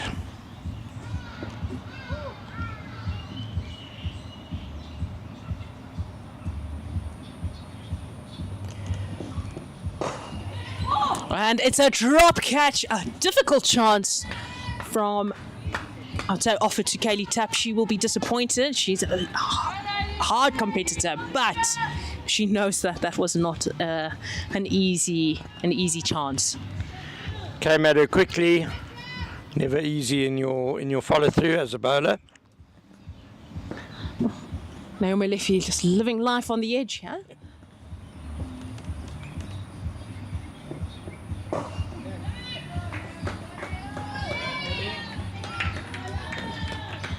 Just a chip over, a chip straight. Like Naomi Lefi just trying to get her timing, but just forcing it a little bit. But I like the plan that Kaylee Tapp, with the field set that she has, she's got a backward point, cover, an extra cover, and a mid-off. So it's very difficult to pierce that offside. You either have to go over or try and hit as straight as possible.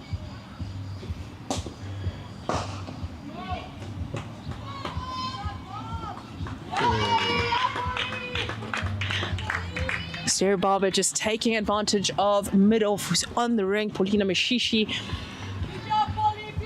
But I think she's also very aware that if that ball goes past her and she's standing too close, that is a definite fall past her. Well, she's hitting it very hard, Sarah Barber, but she, I think just about all 4 of her runs, she's backed herself, hitting it straight to mid-off and setting off straight away, and obviously very quick between the wickets. And there you have it. It goes past the slip. Naomi Lefi will be looking for 2. Sarah Barber wants the 3rd. And they decide against it, which is a good decision. You want to keep wickets in hand, especially in the power play. After having already lost 2, that brings the end to the over. It's 17 for 2. Another tidy over by Kaylee Tapp. Jafta will, I wonder if she'll bowl out. Each bowler only allowed 3 overs in this 15-over-a-side game. It's going to be the ace spinner, if you like, Paulina Mashishi, who's coming on to bowl.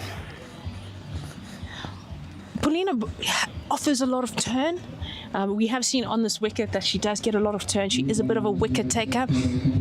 I'd say the only thing, if you want to, as a batter, if you want to go against her, you have to move your feet, force her, disrupt her line and length, disrupt her rhythm.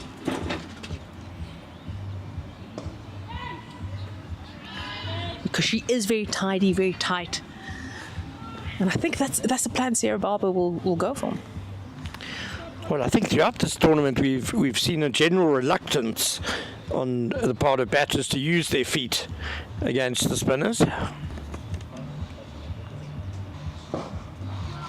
Again, just as you say it, Sarah Barber dances down the track and cracks that between extra cover and mid-off for a 4. And what a stunning shot that was.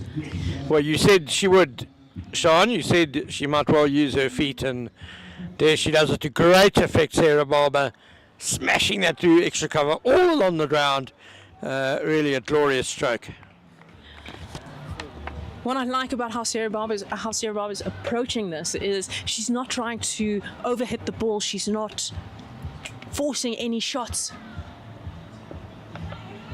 And there you have it. She's just getting off strike, score a boundary, rotate the strike, get onto the other side, bat in 5s and 7s, which is exactly what you want. She hasn't played any risky shots yet. It's still in the power play. You don't have to go over the top to score your boundaries.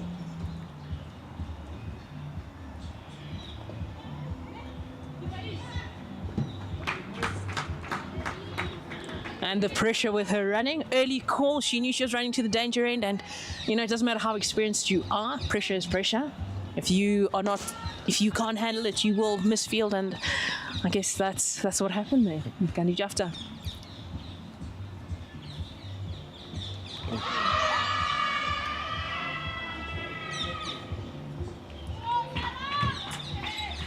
She's fallen over, Sarah Barber, yorked herself, but managed to keep something behind the line in the crease. But that's the danger of Paulina Mashishi. She's a very crafty, deceptive bowler. And Sarah Barber nearly got herself in trouble there. I think Sarah just didn't get as close to the ball as she would have hoped to, but I guess it helps when you are quick on your feet, you're able to get back. But I think that would have been a very close shot. But you have to give the benefit of the doubt to the batter.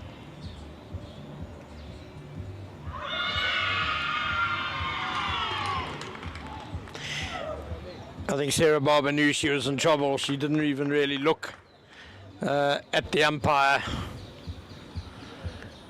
Off she went. You don't have to give the benefit of the doubt to the batter, Sean. It's nowhere in the laws of cricket. It's just another anti-bowling convention that has snuck into the game. You know, I say that with bat in hand.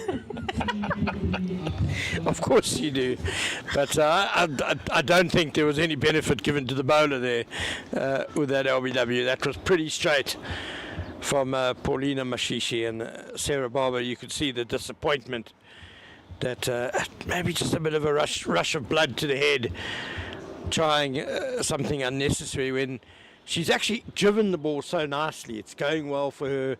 She's hit the ball nicely through the covers, down the ground. Just stay a little bit patient and keep doing what's going well. Yes, I do think with that misstumping, or well, she managed to get back. I think she was just trying to force another boundary, take advantage of the power play, given it was the last over. But sometimes you almost want to say your best bowlers are going to bowl in the power play.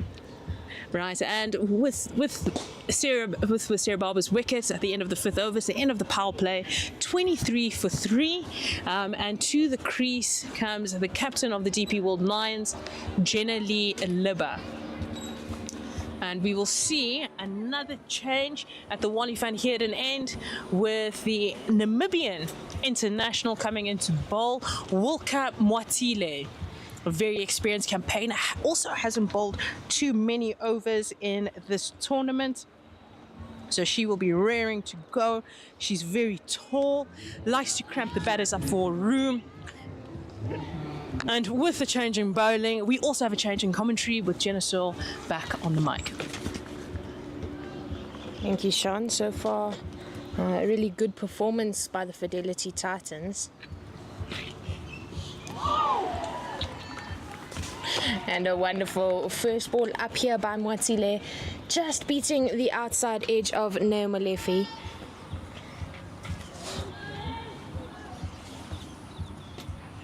That's a good start. A very good start from Wilka Mwatile.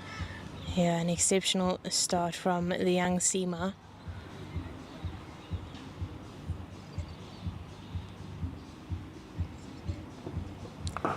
She's got a very nice rhythm to her bowling. Very calm, very collected in her run-up, and her action is very smooth. She's not lightning fast. She isn't, but she also is somebody who's not afraid to bang it in short. I do think that with the conditions, she's had to adjust a little bit because everything's short. Either sails through the boundary or over it. Yeah, we've definitely seen that as she goes full on the offside. But it's hit straight to Captain Robin Searle at extra cover for no run. A very, very good start to her first over. Mwatile going for 3 dot balls. I think that's what you want, especially with how the spinners have been so effective on this wicket. You just want your seamers to come and just back it up. But also I like how Robin Searle has gone about it, just allowing the seamers, give them time and take advantage of the little moisture in this first match. Thick outside edge there as hands are thrown at that one and it crashes into the boundary rope for 4, and that's unfortunate because third man was quite wide and up in the ring there, and just a really unfortunate turn of events, but it adds 4 to the team total. 27 for 3, 2 balls left in the 6th over.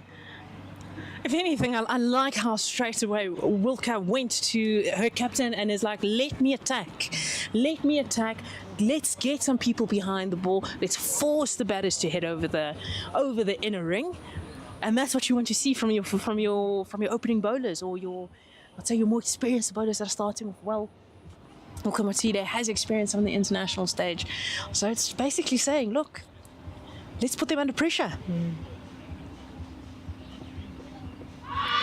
crashes into the pads. There's a shake of the head by the umpire. Shy at the stumps, and there's a misfield backing up. Christelle van der Schuyf unable to collect that one cleanly. And they get through for the single in the end after an exciting delivery. There was a chance at an LBW decision. It's given as leg buys. I think that's just hitting. Impact was outside off.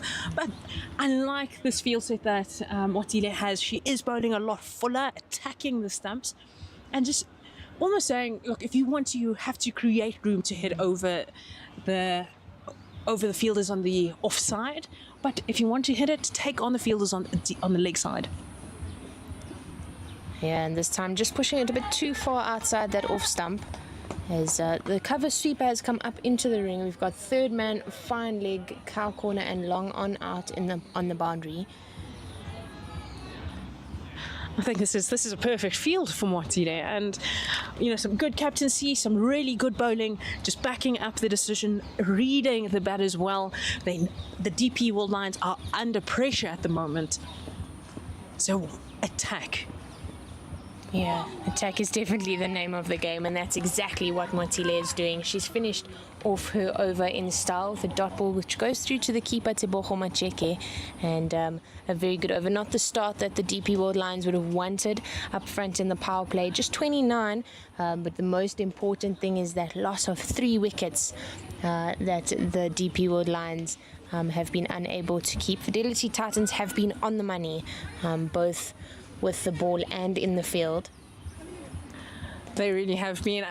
I think with the DP World Lions, the 3 wickets that have fallen, it's almost been trying too much, right? Just, I would say, under pressure, just seeing a total of 128. It's a little bit of a big one, especially in 15 overs, but the conditions work. Just play a natural game, play yourself in, right? Break the game down into chunks. Don't get too far ahead of yourself. And now we see a bowling change with Sophia Smale, the Essex player, coming in to the attack. Very exciting young player. So taking charge of her field. She has a deep square, cow corner, long on, and cover sweeper. As she goes left arm around the wicket. It's a full toss to start, but she manages to keep it under control as it's played straight back to her. I think it always helps as a spinner if you get away with deliveries like that. We saw Sam Swanepoel. It's lofted up, and Alicia Rudolph is under it, but just drops short of her in no man's land. And Naoma Lefe once again taking a chance and it paying off. Yeah, we were just saying about deliveries, full tosses. So Sam Swanepoel get a wicket off a full toss. But I think Naoma Lefe would be happy she didn't get all of it, or else I would have been down the throat of Alicia Rudolph at the long on boundary. And it's a full toss again, and this time it just goes out to cow corner. They managed to get through for one. That's the DP World Lions captain, Jenna Libba, at the crease. I think Sophia Smale's struggling a little bit with her rhythm. She's bowling a little bit fuller than what she normally bowls. And she pulls her length back nicely. They go for the quick single as Searle is on the charge there with the fielding at extra cover. Gets it in, but Libba is home safely. I think that's what they need. The DP World Lions just need to look at a runner ball for the next 2 or 3 overs. They can play themselves in because the bad ball will come. Definitely. And that's middle stump out the ground. She's found her rhythm in the last 2 deliveries, has Sophia Smale, and that time just crashes into the middle stump, and that'll send Jenna Lee Libba, who only managed to score 1 run off the 2 balls that she faced, and she will walk back to the gazebo. It's the DP World Lions. A new batter into the crease, Letabo Bidley, but an excellent delivery, finding her feet here. Sophia Smale with the breakthrough. And what a ball that is. Speaking to a lot of the players that have played against her and have been against her in the net. So they are just saying that she has a mean Yorker, and it's always handy to have somebody like that in your side, especially a spinner with the control that she has. You can never complain about somebody who can bowl that delivery. And a good start for her. I think the Titans are almost running away with this tournament. Yeah, on paper they definitely are the most experienced team here at the Global Cricket Tournament, and they really have shown that. They've used a mix of experience and young raw talent to the best of their advantage, and they really have done so well. They've still got one game after this against Eastern Storm, but we just see Gandhi Jafta with all the excitement in the world, as she has so much energy. She's cheering her teammates on.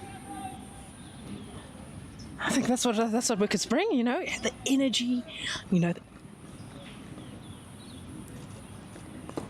enthusiasm to get the ball in, hunting in packs.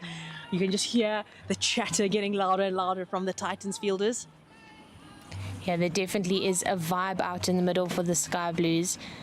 And they know that they are the team to beat after winning last year's edition of this tournament. They came out in full force this year and are making sure that they came out with a bang, and they've done just that.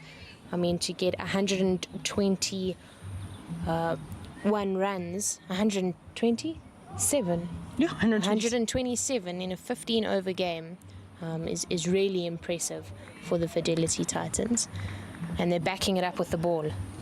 Yes, they have restricted the DP World Lions, who are in a little bit of trouble at 32 for 4. Wilco Matile will continue from the Wally van Heerden end. I think that's all you want, you just want a team to grow in confidence as the tournament goes on.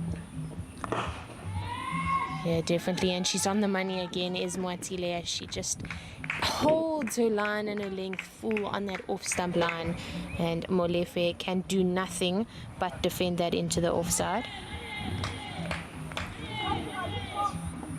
And that's the beauty of the Global Cricket Tournament. It's an opportunity to put your best foot forward. Hits the deck hard this time. There's a catch, and it's Sophia Small with her second catch of the morning, as she takes that one with safe hands. And Wilco Matile will be ecstatic with that breakthrough. This was the batter who was starting to look like she was in control. Now Molefe is dismissed now. 12 runs of 17 balls, and the DP World Lions really struggling. 32 for the loss of 4 wickets.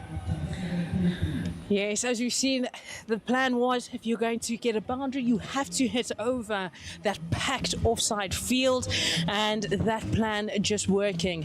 Unfortunately for Molefe, has headed down the throat of one of the better fielders in this tournament.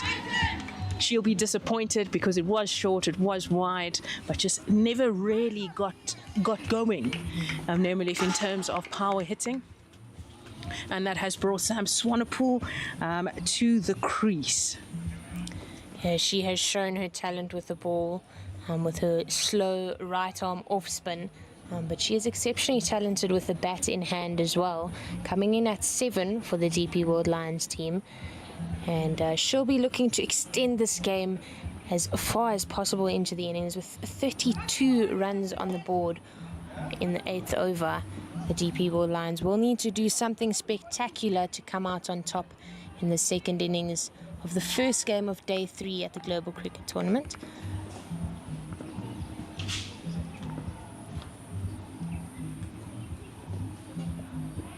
Matile returns, and she's just playing with that wide offside line, and she just tucks it in nicely and earns herself a dot ball. I think what we have seen, especially in this match, is there aren't too many batters, and I think this is part of the plan, who are able to hit it over the covers. I mean, Maya Nagina showed us in the first innings that she's not afraid to. She has the power, she has the technique to get over the covers. Yeah, and to do it consistently is the name of the game, and that's exactly what Sam Swanepoel was unable to do there. She was looking for the big shot through the covers, but unable to connect on that, and Moatile just crashing into the wickets there. That's an excellent start of her second over. 4 balls, no runs, 2 wickets. That is an exceptional display of cricket from the Namibian international player. The Namibian internationals probably saying, you should have let me bowl earlier. But that ball, wide, bring it in straight, let the batter think that it's going to go away from her. And she gets the read on it wrong, and it's another wicket down for the DP World Lions. They are in some big trouble now. Yeah, they definitely are in trouble. 6 wickets down in the 8th over. The Fidelity Titans are showing who they are and are really stamping a serious display of authority out here at Irene Country Club. I think and that's what you want, you know. You can see all the players are hyped up. You can see, I think even Tebogo Macheke is saying, I want a ball. Yeah, they definitely do look like a unit out on the field. They're working together, they're supporting each other really nicely. And even though the vibe on the field is energetic, it's also calm at the same time. They sort of know their plans, they know what they are looking to do. And with that wicket comes to the crease Tuto Tibedi in at number 8 for the DP World Lions. And Moatile has 2 balls left in the 8th over. Bringing it back into the right-hander beautifully, and this is an exceptional show of seam bowling. Wilka Motile is showing her experience. I would say she's revved up. She's hyped up. She wants to bowl good rhythm. I'd be tempted, if I was Robin Searle, I'd be tempted to bowl out, please.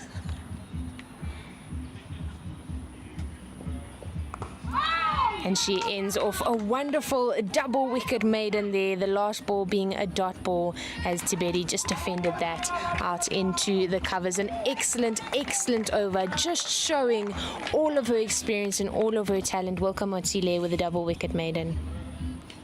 I think that's the first maiden in this tournament, and I mean, what a stage to do it on. This is the best day that we've had here at Irene Country Club, and I'd say the definition of bowling and partnerships, where on the other end Sophia Smale was bowling very tight, also putting the batters under pressure with her trickery, her left arm round, and then Wilka Motile just ripping through on the other side.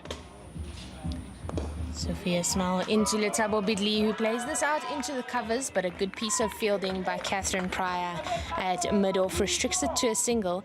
And I do think something that is standing out for the Fidelity Titans is the use of their international players and how they are excelling. I mean, we saw the 41 at the top of the order by Yanagida.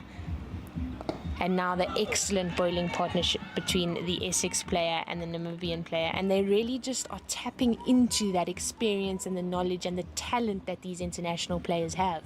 And that's why the Global Cricket Tournament was thought up. It was all about letting players not only see experience.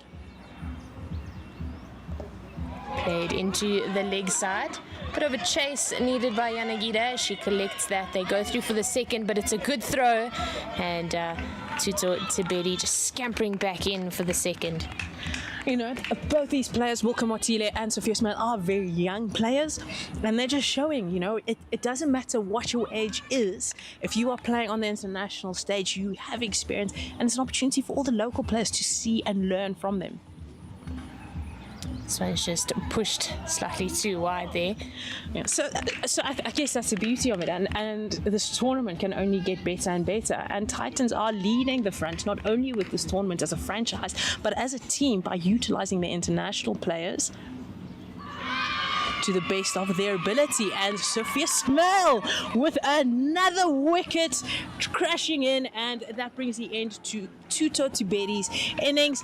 2 runs after 5 deliveries. Yeah, and that's excellent. Just changing it up. We saw the previous ball going too wide outside the off stump. It's called a wide, and then she brings it back in expertly, crashing into the pads of Tuto Tubedi, and it's given out immediately by the umpire. And this is excellent here from the Essex player, Sophia Smell. I guess, that's what it is. A little bit slower coming in. Everything looked exactly the same, but if I was a young spinner, I would look at that and be like, I want to try and do that, because the way she does it, you don't see it from her run-up, that it is coming a little bit slower. And that is top bowling from the Essex International. It's very good stuff out on display here at Irene Country Club. And if you are watching and you're in the area, it definitely is worth coming down to Irene Country Club. There's a really wonderful vibe out here. The sky is blue. There's no real clouds out in the sky that look too ominous. A wonderful day of cricket on display. And just to see all of the players out here catching their dreams and making the best of the experience. 2 more balls left in this over. Tsokologo Matsepe just pulls this across the line, and a very good piece of fielding by Mai Yanagida, who collects that and gets it in. She had a big dive to her left there. She did excellent work on the boundary. If that's what you want, Matsepe's come in, hasn't wasted time.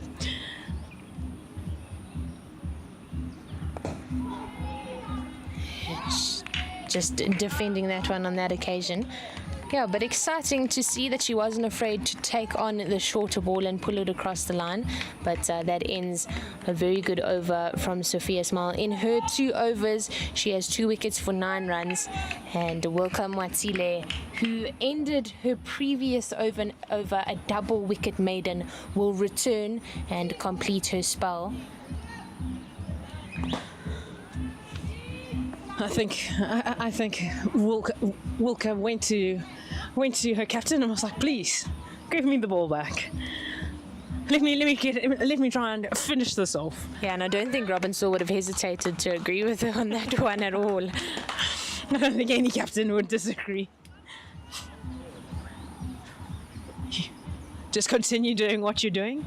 Lead from the front. That's all we can ask for. Yeah, full faith and trust in the player. She yorks Letabo Beatley nicely, but well taken care of by the young Lions batter.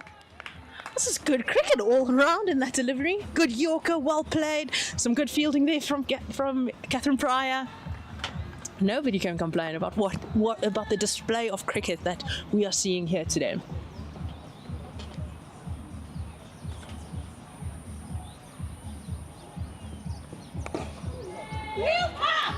Yeah, it is definitely high quality, entertaining stuff here as Welcome Watsile continues the momentum that she has built up over her first 2 overs into her third.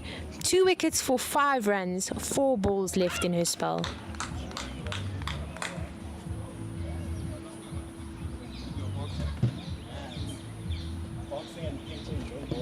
Crashes into the pads, but that one looks like it was going slightly down the leg side. A shake of the head by umpire Macheke. Going down the leg side, but always worth a shout, showing the batter that I'm hunting, I'm on the hunt. I want your wicket. If you miss, I hit. And what a ball there from Wilka Matile is not allowing Letabo Bidley to settle.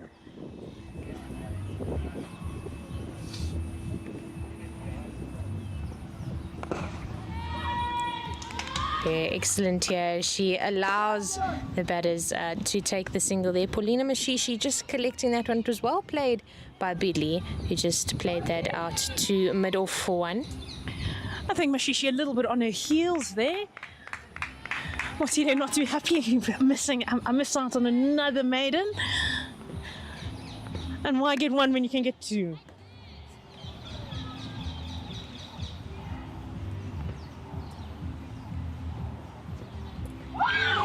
What a wonderful delivery here from Matile. Just shaped back in to the right-hander, and Tebogo Macheke with the gloves behind the stumps needed to put a slight dive into her left, as that is how much the ball was moving.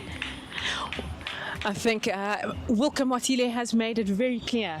You can't drop me now. I want to play every game.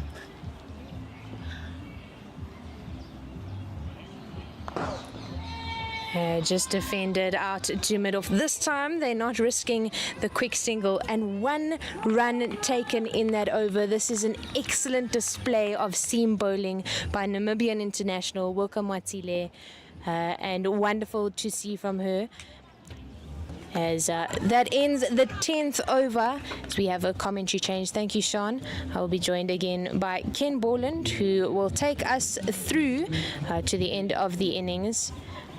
The DP World Lions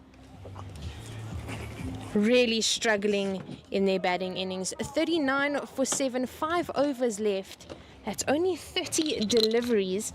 They'll need to make the most of the time that they have out in the middle. Change of bowling here for the Fidelity Titans.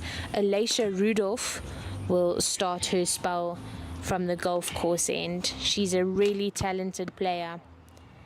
She bowls her right arm off spin, very consistent, but not afraid to change things up. She bowls a very good line and length. She darts it in sometimes, tosses it up on other occasions, as she goes to Bidley, who plays this to mid-on for no run. Hello, Jenna. Apologies for bashing you in the head with my power pack. But as you said, it really has been an excellent display of bowling by the Titans. Rudolph in again. Hit lofted. A good effort at mid-off, diving forward. But just couldn't hang on to the catch. Yeah, I'm enjoying the intent that Letabo Bidley is showing at the moment. Just finding the fielders. Rudolph firing that in towards the block hole. Bidley got it out well there. Alicia Rudolph speeds through her overs, and before you know it, we're already halfway through the over. That one's slower, and moral victory for the bowler, I guess. Inside half of the bat to square leg, gets the run. Yeah, Alicia Rudolph so skilled with the ball. Lots of variation deliveries. Lofted again towards mid-off, over mid-off, and that'll run away for 4. Very well struck by Tokoloho Matsepe.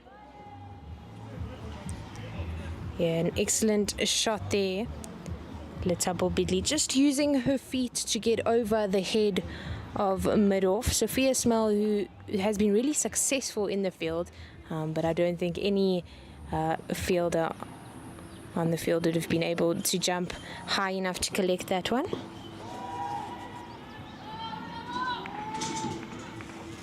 And Rudolph will end her first over with a dot ball. The over goes for 6.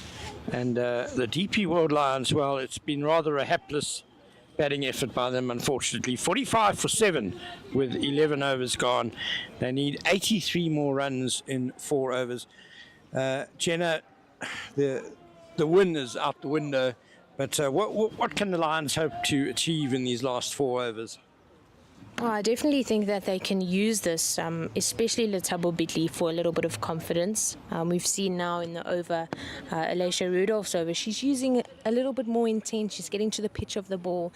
And if she can bat that way for the next 4 overs, build herself up, find her feet, and that will hopefully take her into the next game with a little bit more confidence. Grudge match. Gandhi Jafta bowl her last over. It is Matsepe on strike at the moment, but at the non-striker's end, the Letabo Bidley, who tried to run her out, backing up too far at the non-striker's end.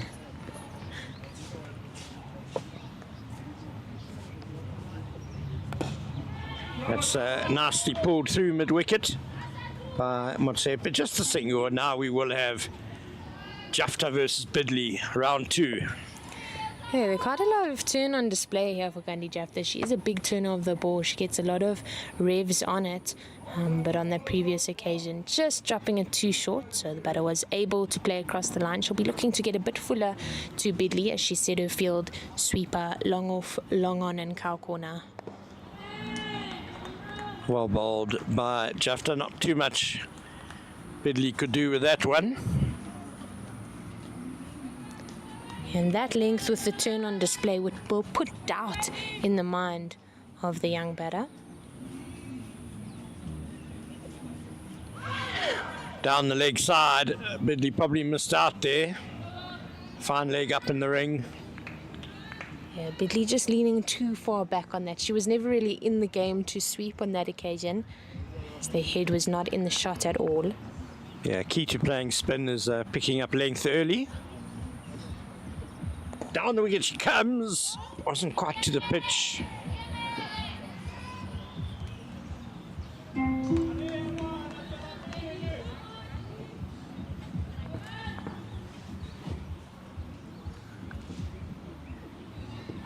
Oh, that's close. Pretty straight and given out. Gandhi Jafta has the last laugh. She has trapped Letabo Bidley, LBW, for 7 as the Lions lose their 8th wicket. Yeah, and Gandhi Jafta, with all the experience in the world, knowing that she was in the game with the turn that she's been getting, and Letabo Bidley did not look confident at all against the off-spinner Gandhi Jafta, who has come out on top. She only has 1 ball left in her 3rd over, but those 2 wickets are for 9 runs, and she has definitely shown who is the boss here at the Global Cricket Tournament. Yeah, she really varied her length and her pace really nicely in that over, and that last delivery that trapped Bidley really fired in quicker, a bit fuller and straighter, and Bidley really was playing all around it, and I don't think there's much doubt that umpire Kotatso Macheke spot on with the decision there. Gandhi Jafta will certainly agree. It's her 2nd wicket. Yeah, wicket-taking ability that we know she has. She sometimes goes for a couple of runs, but today she's managed to be economical as well. Just 9 runs in her 3 overs.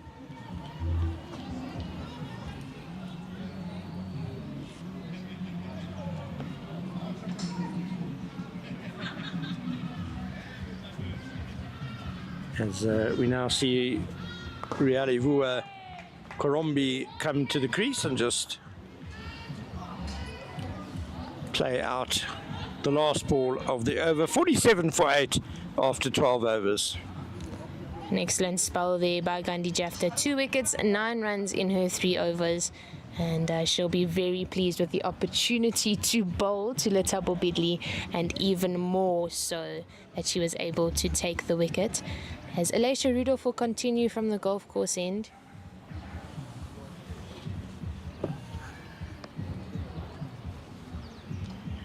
Fielders just going out to their positions. There's a cow corner heading for the boundary, a deep square leg, deep cover. Oh, 1 bounce to Masishi at backward point.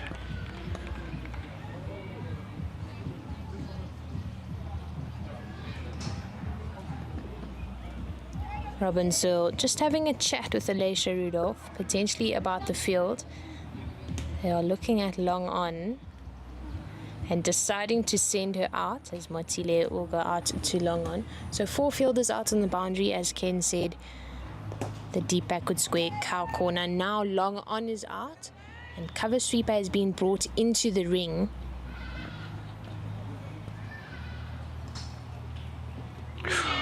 Yeah, I think if number 10 hits you through or over the covers for 4, that has to be a very good shot.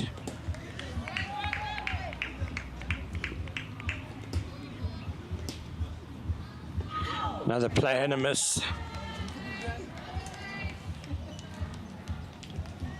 Alicia Rudolph really showing the class that she is. Very economical bowler.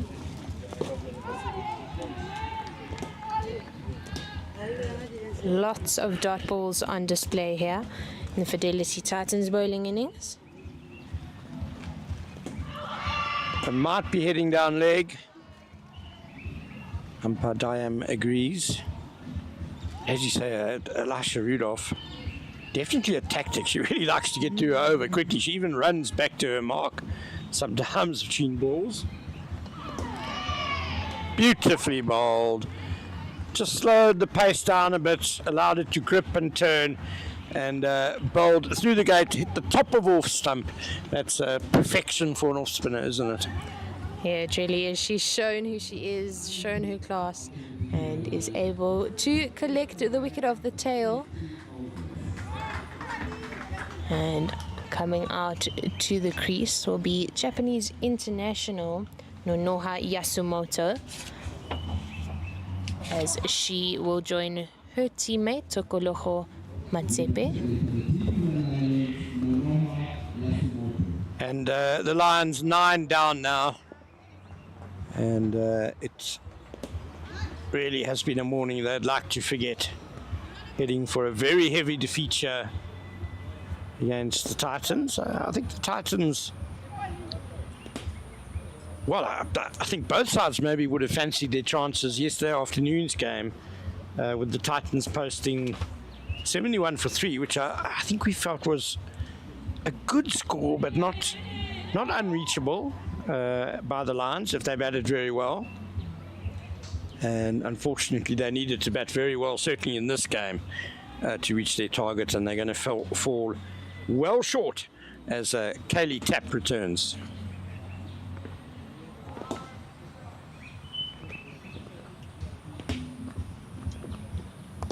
Oh, pops back.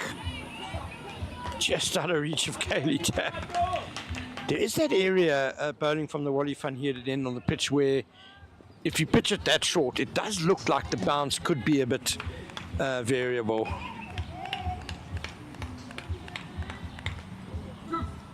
Yeah, definitely, and I think that Welcome Watile took full advantage of that varied bounce. I mean, she was so successful in her spell.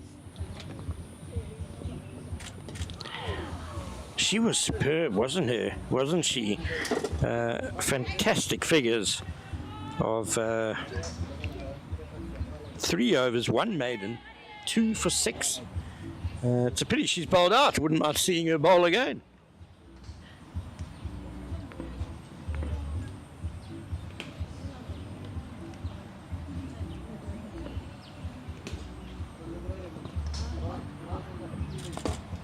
Hoiked away and a dolly. Absolute dolly for the straight mid-wicket. And that's the end of the game with the Fidelity Titans bundling the DP World Lions out to win by 76 runs. Jenna Searle, that was a very convincing, excellent performance by the Titans. Yeah, very convincing indeed, Ken. With the last wicket, Kaylee Tapp bowled that one and caught Elisha Rudolph at mid-wicket. Just an excellent economical performance, wonderful from the Fidelity Titans, who we have said are the team to beat, and so far they have done so well in defending their title of the Global Cricket Tournament of 2024 champions of last year's event, as they just congratulate each other and shake hands with the opposition. They will play straight away after this game against the Eastern Storm team. But before that game happens, there will be a post-match interview. Yeah, so the Titans have played 3, 1, 2 and 1 no result.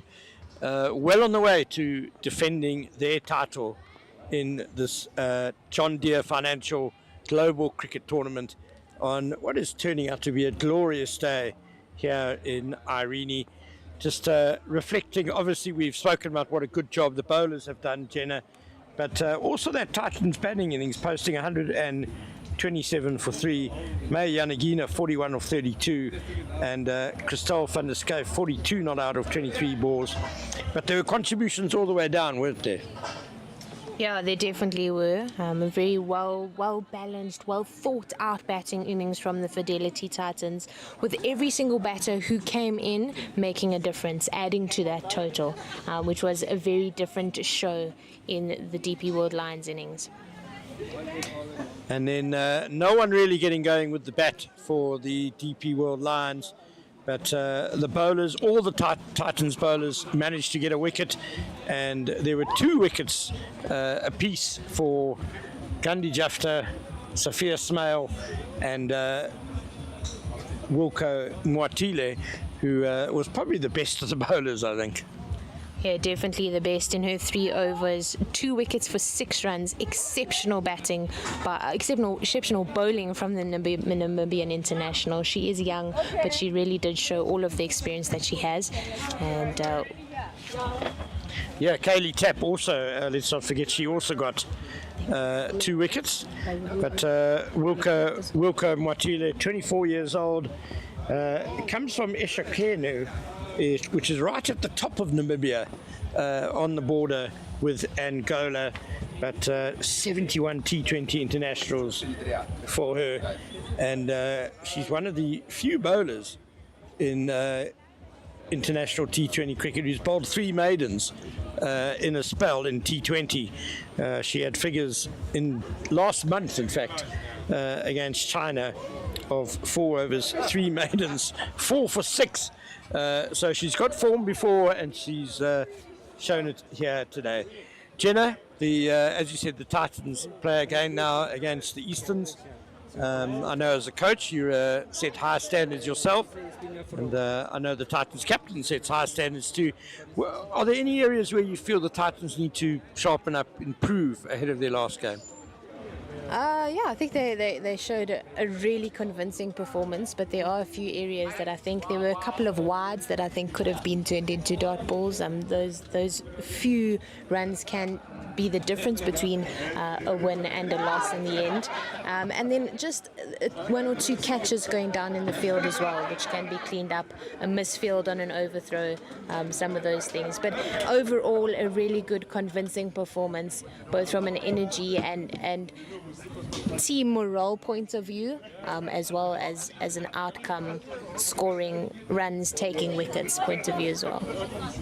Wonderful. So that game between the Titans and the Eastern Storm will get underway at 12 o'clock midday. Do join us a few minutes before that for that game. We'll see you all later.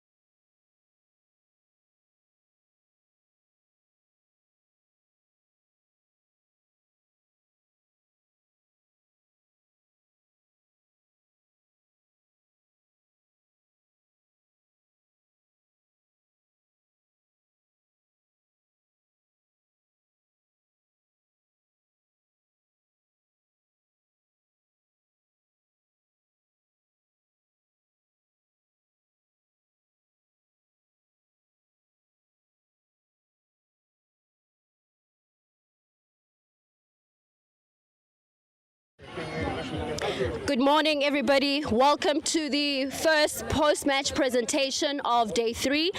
I would like to firstly congratulate the Titans for walking away with a win against the Lions. And to start off the post-match presentation, I would like to call over captain of the losing side from the Lions, Jenna Libber.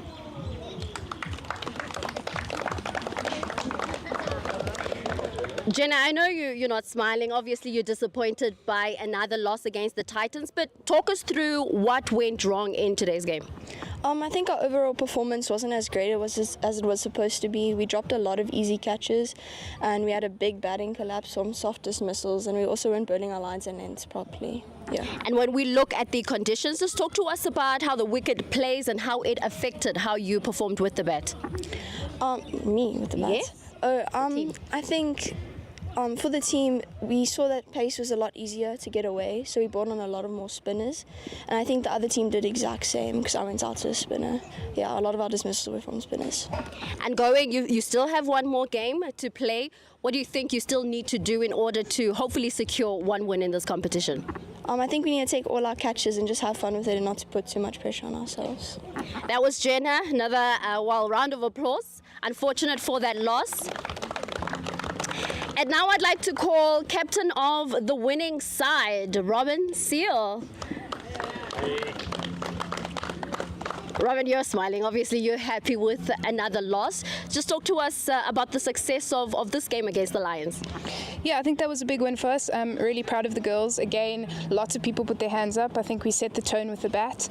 We had 2 big scores from Mai and Christelle, which was really great to see, which set us up nicely for our bowling innings. Let's talk about the international player, Maya, coming in. How great is it to have such a player to come into your side? Yeah, she's a great kid. She's super positive. She's kind of taken all the information we've given her in and used it and executed it out there. So, yeah, I'm really proud of her. And, she really did a good job today. Let's talk about that wicket. Did it look like a 120 plus score? And of course, I'm sure you were happy with the amount of runs that the team was able to get. Yeah, we were happy with that score. I think we had to work for it. The outfield was quite slow, so we had to run really hard in the middle. So yeah, it wasn't easy to get, but I was proud of that. The pitch is playing really nicely. It's just hopefully now the sun will dry the outfield a little bit going forward. Going into the next game, just talk to us about your plans. We're going to take a few moments to just enjoy this victory and then strategize again. But I think just in terms of our mindset, we have that growing mindset, wanting to get better with each game. So yeah, we'll look to do that and then finalize a few things in our break now. Well, congratulations on your win and celebrate with your team. And now before I call over the man of the match, player of the match, I'd like the Titans cricket president, Damien Vialaman, to come through and present the John Doe sunglasses and a voucher for 150 Rand from Baron Hemper as well as from Mitcham. So I would like to call player of today's match, Crystal van der Skey, for her amazing performance with the bat. Getting 42 runs of 23 deliveries will allow you to take a picture and smile for the camera as you come through as I chat to you. First and foremost, 42 runs. Talk to us about how that wicket played. It wasn't too bad. At first it was quite difficult to play on. When I got used to it, it got easier as it got on. And credits to Ganya as well, pushing me for those twos. Otherwise I don't think it would have been as big total. And talk to us about the overall performance from the Titans. It seems like there's a good team camaraderie on your side. Yeah, I think we're building on the team now. It's been getting back to how it was. Just the bowlers backing up what the batters did. I think all over we did really well. Well, another congratulations and go celebrate. Thank you. And that's it from us from the post-match presentation.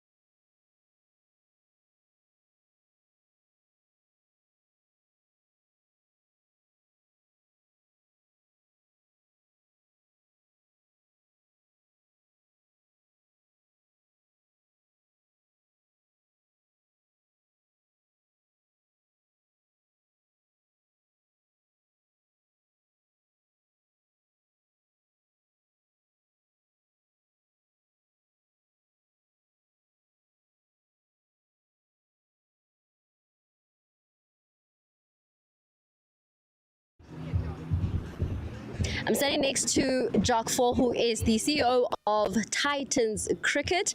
And Dr. Jock Fall, let's talk about this grand idea of the Global Cricket Tournament and how this idea came about. The initial idea came about because we wanted women's cricket content during the break in the domestic season. So that was important for us. But you know, these things don't happen if you don't have any sponsors and don't have staff to roll it out. So it's one thing coming up with the idea, another thing, you know, to execute it and get it funded. So yeah, last year with the first edition, we're very happy about it. We wanted to give it a international flavor, and of course we needed international partners. First year we only had Japan and Namibia, and this year we've got Essex as well, so, and kept our other international partners. So we wanted to create more women's content. It's important for us to get the Titans brand out globally, so it ticked a lot of boxes for us. You speak about the sponsors. Let's hop on to John Deere and all the other sponsors that are part of this amazing tournament. Yeah, look, you need pioneering sponsors to get tournaments off the ground. I think women's sport needs pioneering sponsors, and John Deere has come to the party with it as a title sponsor. There's a lot of other sponsors that makes this special. It's so great to see a player of the match and they actually get you know, prizes. Also the team winning it. It makes it special. You know, it's good to call a tournament a professional tournament, but it's not professional if it's not well organized and well resourced. So it's not possible without this. John Deere has been tremendous. I mean, what an organization. I want to mention Antwerp van der Westhuizen, because we took the product to him and from the word go he just said we in. Let's talk about the cricket and the quality of cricket that is being displayed. Are you happy with what you're seeing in the middle? Well, look, the Titans are doing well, so I'm happy for various reasons. But the hope would be that you know, Namibia would benefit from this. Their players have been both editions very, very competitive. And then I thought that our relationship with Japan forever growing, so hopefully they will benefit and add to it. And then Essex been brilliant. Their coaching staff's been next level for us, and yeah, I think English cricket's probably ahead of most countries when it comes to T20. So that's the whole idea, that we provide an opportunity, you know, for players abroad to come and play, and I can see this going abroad as well. So how great would that be? Big dreams. It's been a big success. Also want to mention my staff.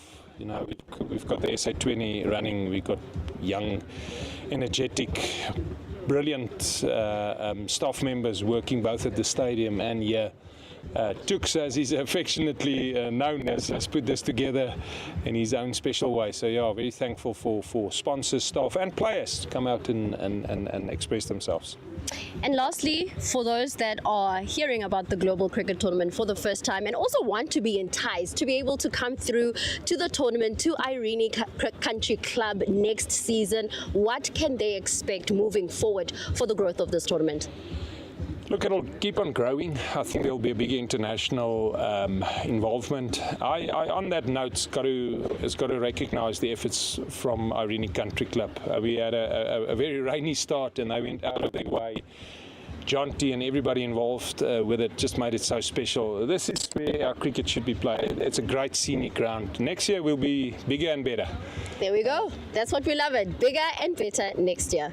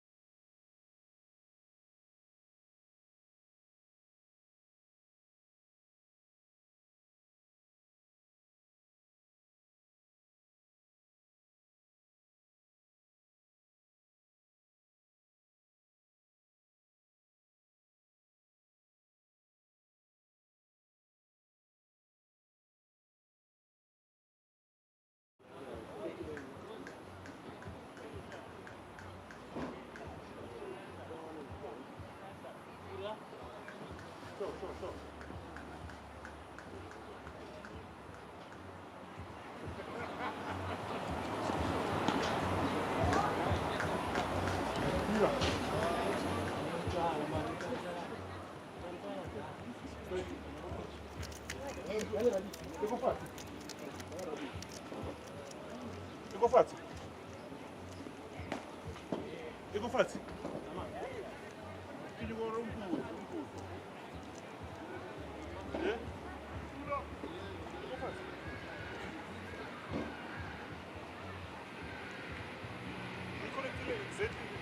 Connectile exactly am go connectang.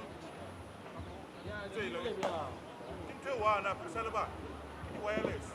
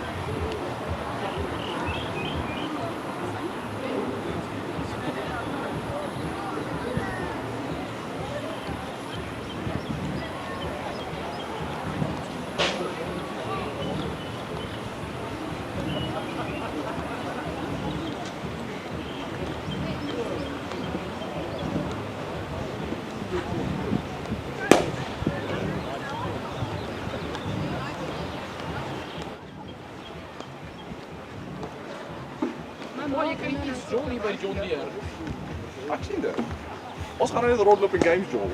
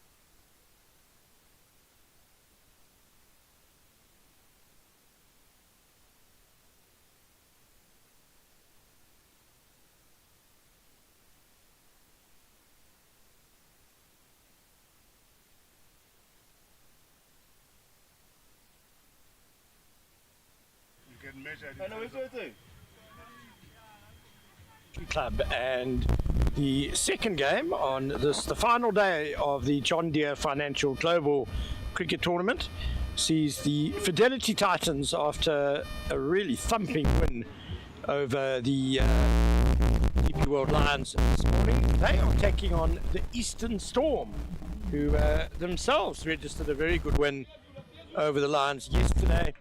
So the Titans sitting with 2 wins and no result in this tournament so far. Easterns have 1 win and a loss, but still in the competition. If they win this game and then they beat the Lions after that, they can claim the title. And Sean Myers, that would be a great achievement for a Division 2 side. It's what anybody would dream of. Coming back, getting some confidence going into the rest of the domestic season. So my Yanagida on strike, struck on the body, it's going down the leg though. First ball, she batted really well this morning, laid the foundation for that excellent Titans total of 127 for 3. She scored 41 off 32 deliveries. Tando Zulu, the bowler.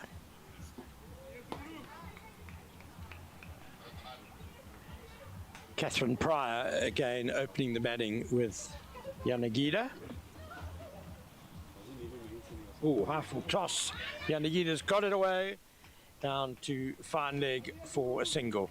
And it's a no ball, that means it's a free hit, and that's the first, I'd say it's always, as an opener, if your first ball you face is a free hit, you know, your eyes light up and you're like, I can essentially go for this, and it can set your innings up, because you kind of have just a free look at what's happening.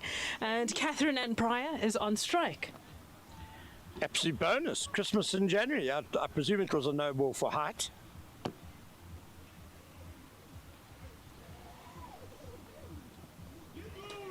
She can't take advantage of the free hit. I fancy Tando Zulu just took a bit of pace off that delivery. Well bowled. Very well bowled. And I think it's an opportunity to let Pryor just see what kind of movement Tando Zulu's getting. It's coming in, I think, from the wrist. She's forcing one to attack this time to not give Katie Pryor any room to free her arms. Full nasty driven. Oh, quick single. That could have been dangerous if the ball had stayed in hand there. Some excellent fielding very quickly across there was Arasta Diergaard, the Namibian, but she just couldn't quite hang on with that one hand.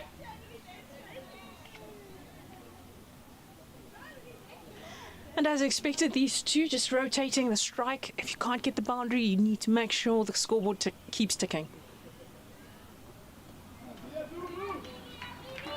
Yeah, there was an excellent intensity between these two in the previous game. It's not all about hitting boundaries, going for the big shots. It's just making sure you can get something off every ball, I think. That's the key.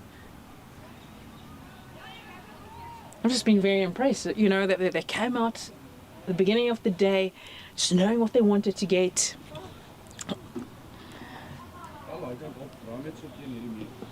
It's a nice delivery that cuts back sharply from Tando Zulu. It's been a good over by her. And it's very encouraging signs if you're a fast bowler, because if you're bowling from the golf course end, you know, with that extra bounce, you just add you just bend your back a little bit, put a little bit of effort into it, you can get bounce like that. However, Maya Nagita, being a little bit of a shorter player, it does cramp up a little bit more than a taller batters. It's well bowled again by Tando Zulu, swinging it right into the block hole there. Yanagita keeps it out. That's a very good first over by Tando Zulu. 3 without loss. I love the aggression from Tando Zulu, running right up to Maya Nagita. Just having a little bit of a stare down, saying, "Look, I'm here." The aggression. She is coming back from a wonderful bowling performance against the DP World Lions in yesterday's match. So, she would be raring to go, excited to bowl again, especially from an end where she was so economical. And now coming from the Wally van Heerden end is Simone Botha, who, impressive figures for a T10 match. 2 wickets for just 4 runs. I have not seen bowling like that, Kane, in ages. Yeah, she is to Catherine Pryor. Nicely walloped, but on the mark. Oh, Yanagita's gone too far. Oh, Botha can't gather. Oh, man, Yanagita was just off without really waiting for the call from her partner. Crazy stuff there. Bit of excess nervous energy at the start of the innings. I would say, just one needing to be on strike. Bottom of the bat, but it's beaten the bowler, and it will be 1. Yeah, there we go. I think it's been a lovely sunny day today in Irene, and I think that certainly has caused the pitch to speed up a little bit. So the pace bowlers will enjoy that, Simone Botha being one of them. I don't think the batters are going to complain too much as well. Especially with pace on the ball, means that you don't have to try and muscle the ball to try and get, your runs. You can just play your strokes. Yanagita really had to reach for that. Probably would have been a wide if she'd left it. She does get a single though. Simone Botha, 22 years old, from Huguenota High School. Played in the 2019 Under-19 week in Nelspruit. Made her debut for the Eastern Storm that same season. Nicely bowled. Well, Catherine Pryor, expecting it to go more offside, didn't expect it to be right in front of her. But this is some really good areas that Simone Botha is hitting. Still a young player, very exciting. We do hope with, as she grows into the cricketer she could be, picks up a yard of pace as well. Advancing down the pitch and slapped straight to cover. The slight misfield by Mashiliwane. Recovers well, but they get the quick single. Good response there by the 2 batters. Good response, but I don't believe there was a run there. I think if Simone Botha was in a better position, I think Catherine Pryor would have been found wanting. Yanagita crossed the line. Good meaty blow, but straight to mid-wicket, who shies at the stumps. And that's the end of the second over. 6 runs for no loss. 3 overs left in this power play. I do think they have a good read of the wicket. I think they can start looking to attack a little bit more. They know that both bowlers want to cramp them up for room, and I think Tando Zulu hitting the length that she's hitting will be wanting to put both these batters under pressure, get the breakthrough that Eastern Storm will need and want if they want to take this tournament.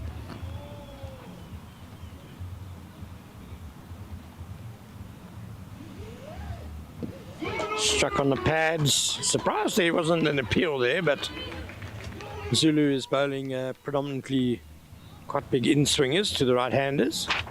Credit to the 2 opening bowlers for Easterns, Tando Zulu and Simone Botha. 2 very good overs to start with, just 6 runs off the first 2 overs against the Lions. The Titans were going at 8 and over right from the get-go.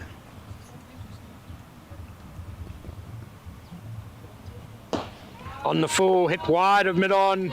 Kaylee Craig is giving chase. I think she's going to pull it back. And it's 2 more runs to Pryor. It'll take her to 5 not out. I think Pryor wanted to hit that a lot harder, but given her dismissal in the previous game, where a full toss went straight to mid-wicket, I think she's looking more for placement and just get her timing right. Yeah, it was a bit off the bottom of the bat, but importantly in the gap. Oh, was there an edge there? Again, there was a sound, and that ball was mighty close to the bat. Bowler and fielders were excited. And the wicketkeeper, Tamsin Hartman. It was a bit of a low chance, just couldn't quite gather it in. I think she was standing up a little bit too soon. Her hands were well below. She was just bending to get the ball. I think I'd say a little bit excited. The ball hasn't been coming through all too often. Yeah, have we had a caught behind? Yeah, there was one off the spinner. Yeah, there was a good catch standing up in this wonderful tournament that we're now in the penultimate game of the John Deere Financial Global Cricket Tournament. And a vital game. If the Titans win this, then they have defended their title successfully. Nicely worked by Pryor. Watermaker. Good quick release. Shy at the stumps by Thelma Makubela. Ken, I've been really impressed by this Eastern Storm ladies team. They have, especially with their bowling and how they are executing their game plans. They are trying hard. They know what they're trying to do. Oh, bit of confusion in the running again. Oh, Pryor, I think, would have been out with a direct hit there. And just with the fielding, like the field sets, everybody's putting their body on the line. They want to do well. They want to do better. This is the epitome of a team that wants to develop. Well, I was very impressed with them last year as well. They were a young side compared to the Titans last season, still are. Nicely cut into the gap by Yanagida, cover sweeper in business. And I think it just shows that there's a huge amount of talent in the Easterns region. And I actually think it's a pity they're in Division 2. You and I have both seen quite a lot of Division 1 cricket domestically, and I think they wouldn't be out of place. I mean, it's you're not sure who they would replace. But in a way, for the growth of the game and to develop this talent, it would be great if they could get a go at Division 1. Perhaps the Women's League can expand a bit. I think you're very correct. Let the women's game, let the women's, I'll say the women's Division 1 expand, get more teams playing at that top level to see the growth. Dragged Wideman on, and good quick running between the wickets for another single. Yeah, let it grow. These players are going to only benefit from the talent and the talent development by playing against, I would say, better or more seasoned opposition. Hit on the full, but straight to square leg. Good fielding by Mokotso Seseng. Looking forward to seeing her bowl again today. I think, again, it will just come down to consistency. Can the Eastern Storm, as players and as a team, perform like this consistently? I think that will be the big question. Struck outside the... No, given. Yeah, we're not quite 100% down, straight down the track here. And Catherine Pryor walked across her stumps and then tried to paddle it around the corner and missed. And Simone Buerta has the first wicket for the Eastern Storm. Catherine Pryor will be disappointed given how well she has been striking the ball. Another start, but as they say, when you're hitting the ball as well as she is, you can't really say that's a player out of form. I'm a firm believer she's getting into some really good positions, except for that one. And obviously trying to look for runs, will play a little bit outside herself. But I just think it's coming. The big score is coming from Pryor, but, that is a big wicket for the Eastern Storm, and it does bring the captain, Robin Searle, to the crease. Yeah, I guess you could forgive Pryor for trying to innovate. The Titans set the bar in their first game this morning. They were going at 8 and over in the power play, and no reason why they can't try and match that. Although, to be fair, the Eastern Storm bowling has been better at the front here. So Pryor just trying to break the shackles a bit. just the execution letting her down.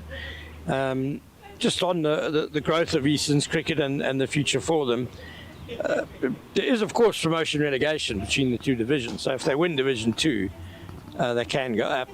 There are just 6 teams in the Women's Division 1 compared to 8 for the men.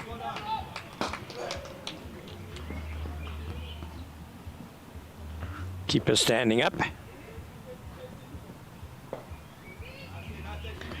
I think, it will only get better, especially with Hollywood Bets coming on board and sponsoring the tournament and the professionalization of the women's domestic game here in South Africa. It will only get better. It will take time. That has been evident world over, especially in women's cricket.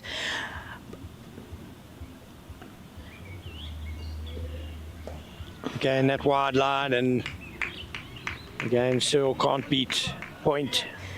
But I do think, tournaments like this, especially with the professionalization, you are now exposed to players that are playing at a professional level and have been doing so for a lot longer.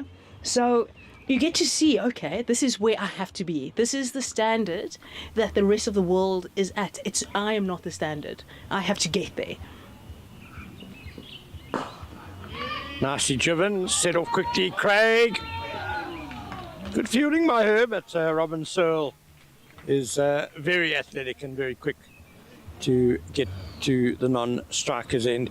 Yeah, and the level of play has certainly been lifted this season by the introduction of Essex cricketers, some of England's brightest young talent players who've played in the 100 and those sort of major tournaments. So that can only benefit, sharing a field with that sort of talent. And one of them, Florence Miller, playing for the Eastern Storm in this match. We've already seen her field very well at mid-wicket, and she batted beautifully in the first match, lashed 25 not out off 11 balls against the Titans on the second day, yesterday.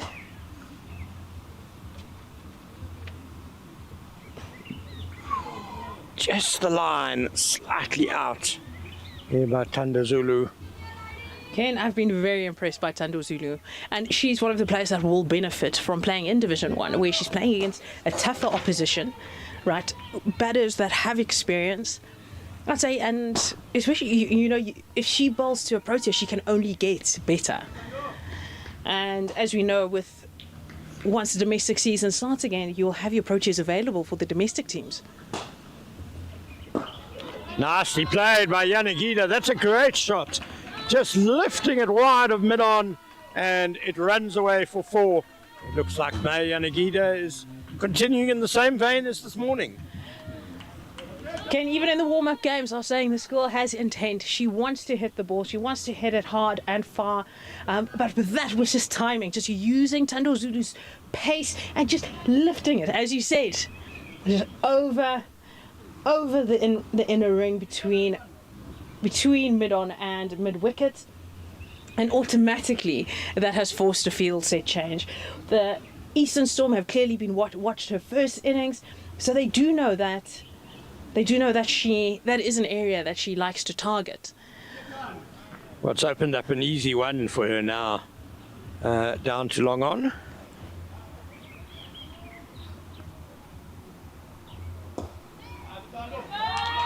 Push and run into the covers. Nicely done. Thando Zulu's been around for a while, made her debut for Easterns in 2021-22, but hasn't played much. She's only played 2 T20s and 10 one-day games for Easterns, but I like the look of her as well. Nice high action, pretty classical action, and really well. Good lines and lengths, as we see there. Arista Dekha just showing, I would say, just showing her experience. Like, the ball's going to come to me, doesn't matter how hard you hit it, if it comes to me, it's not going through me. She's fielded very well all throughout this tournament.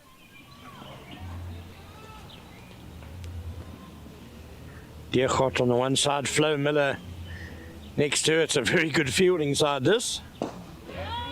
And there it is, struck down to Long on by Robin Searle for the single. Again, I've just loved her execution. You can see the plan is to bowl wicket to wicket, which has been executed really well. What the Titans have done well, even though they're under a little bit of, when I say a little bit of pressure, they're not getting the boundaries and all the runs that they would want, but they haven't lost too many wickets. Not sure there's a run there. Searle in trouble, but directed. Very well done. I was going to say there's no bowler at the stumps, but it wasn't required, as Robin Dormail has hit the stumps directly to run out Robin Searle. It was, I think Searle has just patted Yanagida on the back there to say, sorry, my fault, because she did rather come charging down the wicket for a single that really wasn't there. No, that single wasn't there. And But I do understand wanting to steal runs, but, both batters have to be on the same page with that. I can sympathise with Robin Searle because previously in this innings, Yanagida has hit it into the covers and run. So she was probably thinking along the same lines there, but not this time. Excellent fielding by Robin Dormail as you have the new batter coming to the crease, and it's the player of the match from the previous game, Christelle van der Schyff, who was in excellent form against the Lions this morning, lashing 42 not out of just 23 balls, and she'll be looking much like Yanagida to continue in that form. And it's 5 overs gone. A very good job by the Eastern Storm in the power play. Titans 20 for 2 as I hand over to Jenna Searle.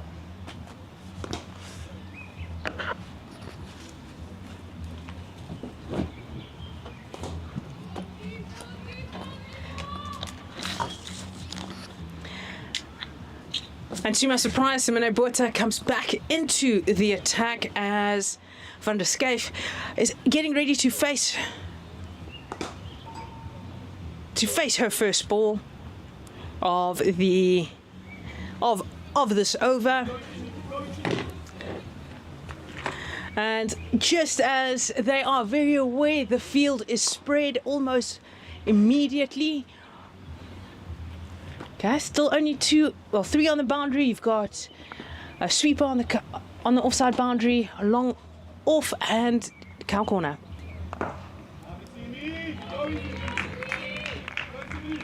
Yeah, Simone Botha has been bowling really well. She did well yesterday in their game against the Lions. They took home a victory there, and so far in her 2 overs, 1 wicket for 5 runs, so really economical and with the early breakthrough. I can understand why you let Simone continue. You want to get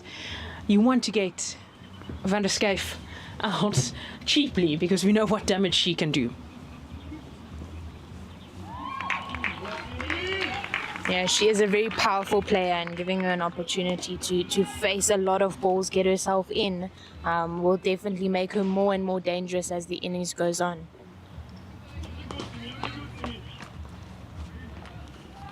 Now this Eastern side has been just really impressive in the field. They want to learn as individuals and they're just coming together as a team. Just to execute that, and just comes off the pad for Van der Schyff. So she finds herself on the non-striker's end, but still has not come off the mark. Simone Botha, I really do just like the plan. Just bowl wicket to wicket, tail it in, make sure that there's no room to free arms.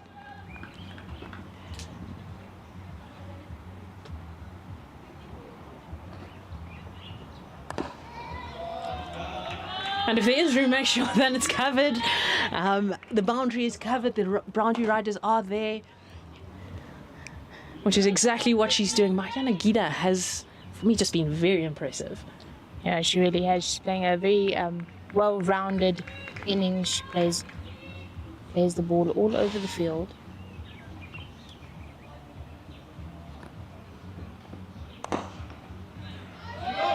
And that just hits straight back down the ground past the bowler.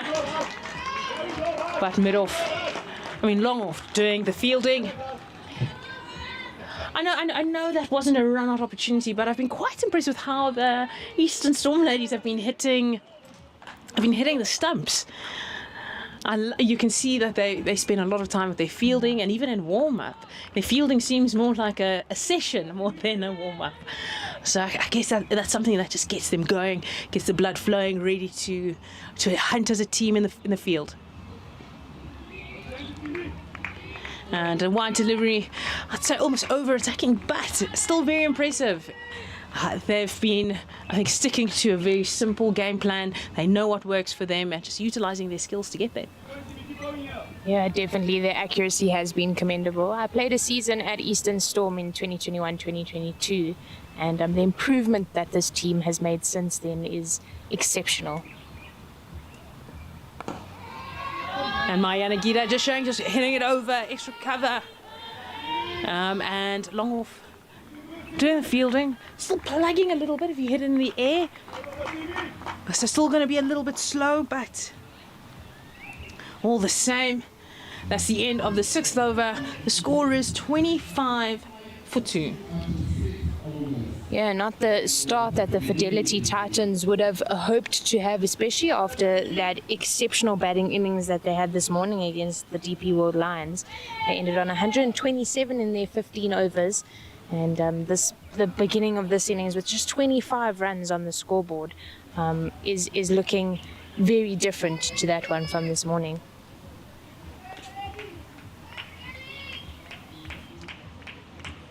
And we are seeing a change in the bowling attack coming from the golf course end. I'll say after Tando Zuda and Simone Bota have finished their allotted overs is Makotso Sessing. She's also been very economical in this tournament. Just a simple game plan, very accurate. With the conditions changing and the pitch getting harder, a little bit flatter, it'll be interesting to see how she adjusts to this.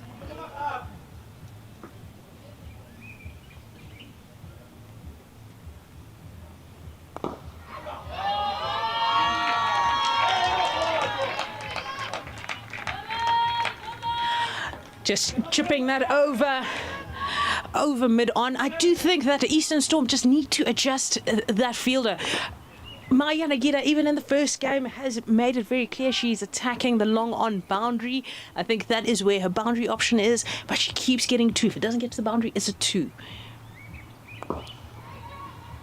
So I do think that they need to make an adjustment in the field there, but managing to get off strike, so that's 3 runs off the first 2 balls. I do think that for Maya Nagita, just keep long on out there as you would do for Van der Schaaf. Yeah, both long on and long off out for Christelle van der Schaaf. So her being very successful, especially on the leg side in the game this morning. She's got all the power in the world. So having those 2 fielders out will put a slight amount of doubt in her mind.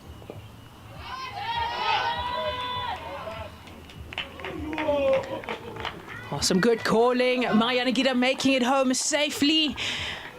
Van der Schaaf had to scamper a little bit at the end, but also making it home safely.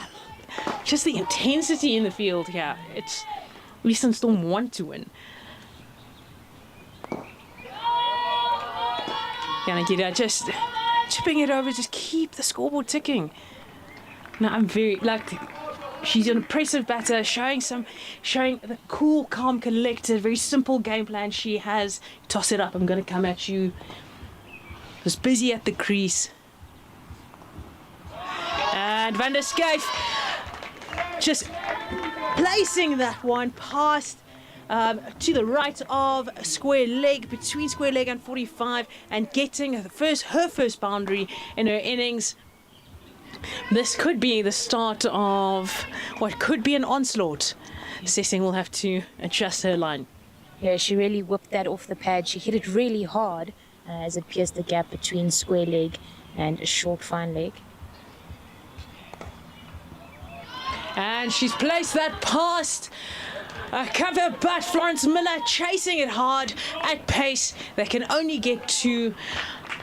And great fielding from her. That is why she's one of the best in her team for Essex. But that's the end of the 7th over. The score is 36-2 with Maya Nagita on 15 runs and Christelle van der Schuyf on 8. So after 7 deliveries. A really exceptional fielding there by the Essex player. She chased that hard down all the way to the boundary and really quick across the ground. Then the throw was just as good. It was flat and hard and made it in to the keeper really quickly. Right, and we see a change in bowling from the Wally van Heerden end with Robin Dormel coming into the attack. She's had a wonderful tournament, Robin Dormel, both with bat, both ball and in the field. She's just enjoying herself out there. Yeah, I played a lot of junior cricket with Robin Dormel and she hasn't changed at all. She plays hard, intense cricket. And she's really nice to have on your team because she takes the pressure off her teammates. She takes up a lot of responsibility. She has in fact played for all 3 of the teams at this GCT tournament. She grew up playing for Gauteng, and then last year she played in this tournament for Gauteng as well. And there you have it, Maya Nagita hitting it straight but just plugging in the field, but still manages to get 2 runs. I have a feeling Maya Nagita is gonna target the straight boundary. I think if a 6 is going to come, it's going to be straight over the bowler's head where there can't be a fielder. And where there isn't a boundary, it's been a pleasure to watch.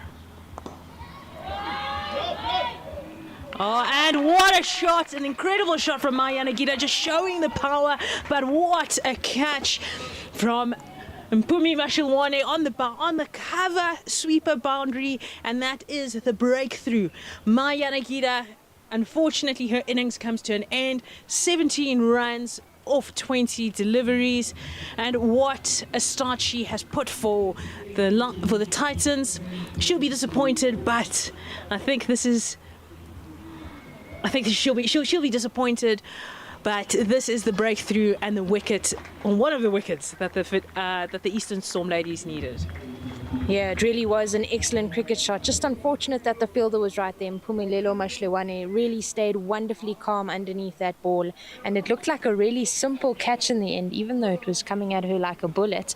But my Yanigida really just opening up the blade, but falling short in the end. So that brings to the crease Tebogo Macheke, and she's been super successful for the Fidelity Titans team in the past, both with the gloves and with the bat in hand, and she'll be looking to go from ball 1. And in this tournament, she's made it clear from ball 1, she's looking for the big one. She's got all the strokes, has the power, has the timing. I think it just all needs to come together, and she has shown that it's all there. And in this tournament, she's obviously watching players play with a lot of freedom. She has been one of them. Loves to free her arms. If it's in her area, she will go for it. And the white down leg side. Some good glove work from Hartman. Yeah, very speedy glove work there from her, as she needed to collect the ball on the leg side, which is a blind spot for a wicketkeeper. So excellent to gather it and then to take the stumps or the bails off. Yeah, some good awareness from Macheke, just realizing that it hasn't gone past the keeper. But I guess that's what happens when you're a keeper yourself.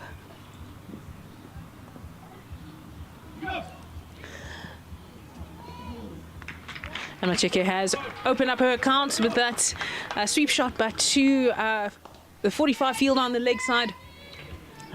She's off the mark. And I like that, sweeping against the spinner. The line not the greatest from Robin Dormel.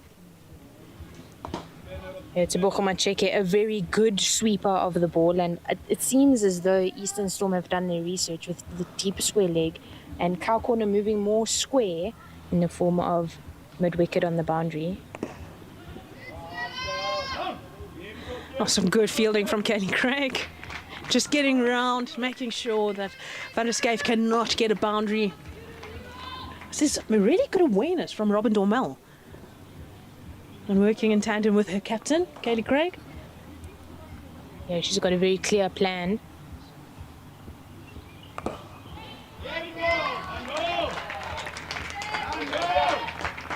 Geez, some fantastic work in the field here. All the players backing each other from Eastern Storm. This is what you want to see from a team. This is how you should be in the field. Regardless of what's happening, everybody just backs each other up.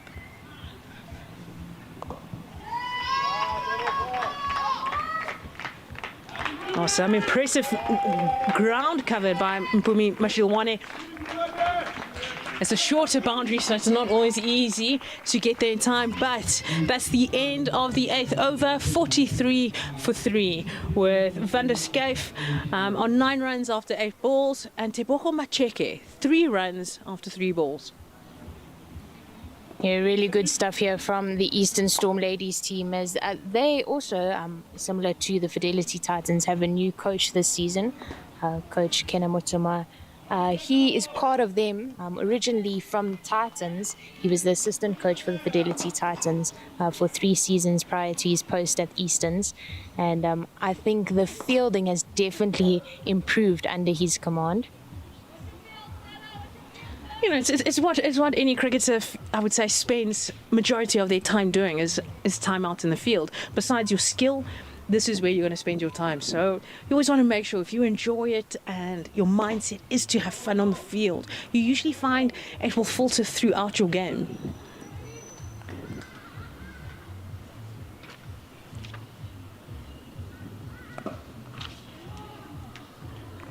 And usually, you know, when you back up your bowlers with some good fielding, you know, that's where you create that half chance into a wicket.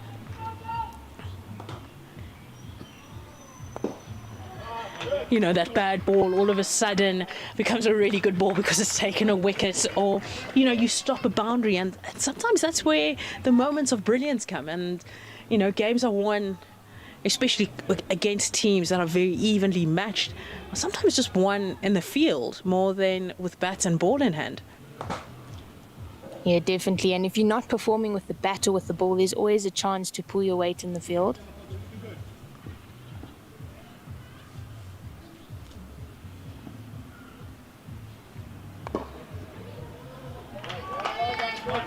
An easy single there for Macheke. She calling straight away. These 2 young players just looking to rotate the strike, which is what you need. They aren't, say, finding the gap, getting the boundary. So this is what they need. I do hope they stay in for a little bit longer, an over or 2, so they can take advantage. They both can hit a long ball. Both offer so much with power hitting as well as with stroke play. So I do hope that, you know, one of them don't give it away too soon. You know, keep the wickets, early wickets fell, so stay there for as long as possible and take advantage of, I'll say, of the conditions getting easier and easier. Yeah, for sure. 6.1 overs left in this batting innings for the Fidelity Titans. And the 2 out in the middle want to make the most.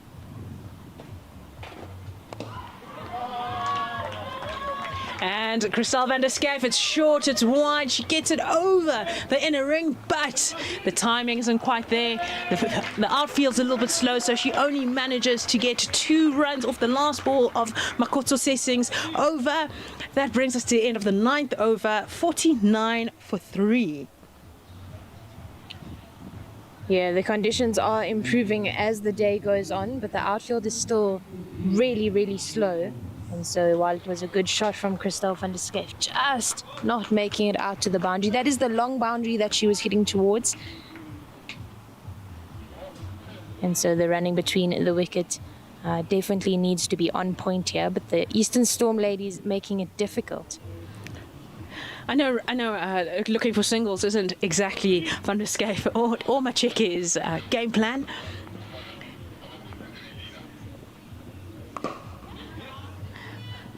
So you can see that the plan is try and get them to take on the fielders. All right, the frustration will come, and we can see it is coming there. Lots of forcing it, but you've got 3 of the Eastern Storm's best fielders on the leg side boundary.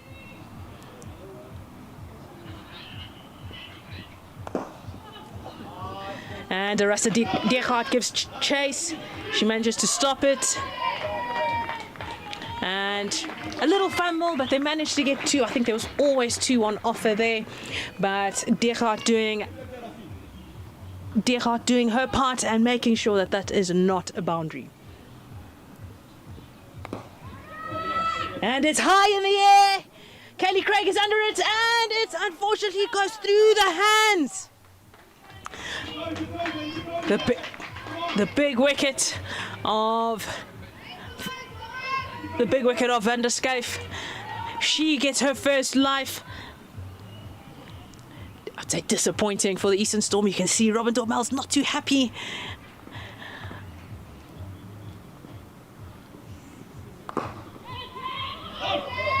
And I say, sometimes in the field, the ball just follows you, and it goes back to Kaylee Craig. Robin Dormel, wily with the ball. That was the opportunity, that was the wicket that Eastern Storm needed. Yeah, it definitely was. They worked hard to get that breakthrough, to force, with the pressure, a mistake from the batters. Robin Dormel just bowling to her field. She's been really, I'll say, the all-rounder for the Eastern Storm, just offering something with everything she does.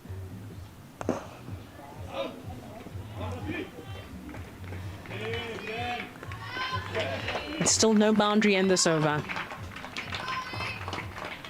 That brings the end of 10 overs, 55 for 3, 5 overs left in the game. And that par total that we spoke about this morning of 110, which was well made by the Fidelity Titans this morning in their game against the DP World Lions team, is looking further and further away for the Sky Blues. However, the 2 at the crease, Tebogo Macheke and Christelle van der Schyf, have all of the potential to make something happen and to increase the run rate slightly. At just 5.5 at the moment, so that does need to increase. But with a solid partnership of 17 runs, both Christelle van der Schyf and Tebogo Macheke will be comfortable at the crease.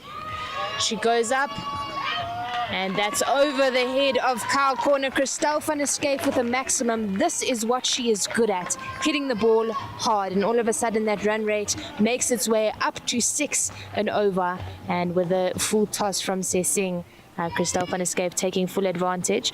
At the end of that over, we had a commentary change, as I'm joined once again by Ken Borland in the commentary box. Hi, Jenna. Yeah, it just shows you that what tight bowling and really good fielding can do. It's like an anesthetic, that it's really restricted the Titans batting. Van der Schyf goes across the line again. This time it's on the ground and rolls into the boundary cushions. That's 10 runs from 2 balls, and Van der Schyf is really switching it on. Yeah, Fidelity Titans are going to have to go some to even get to 100, which is a lot less than they got in the first game. So credit to Easterns for that. But you just sense that Christelle van der Schyf has been there for a while now, and she's ready now to change gears, and a few warning lights for Eastern's 6 out of 4 to start this 11th over.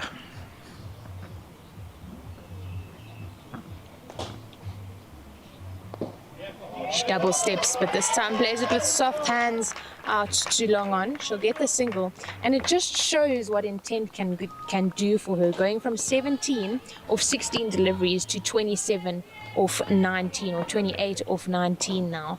And that increase in intensity really has upped the intensity for the Sky Blues.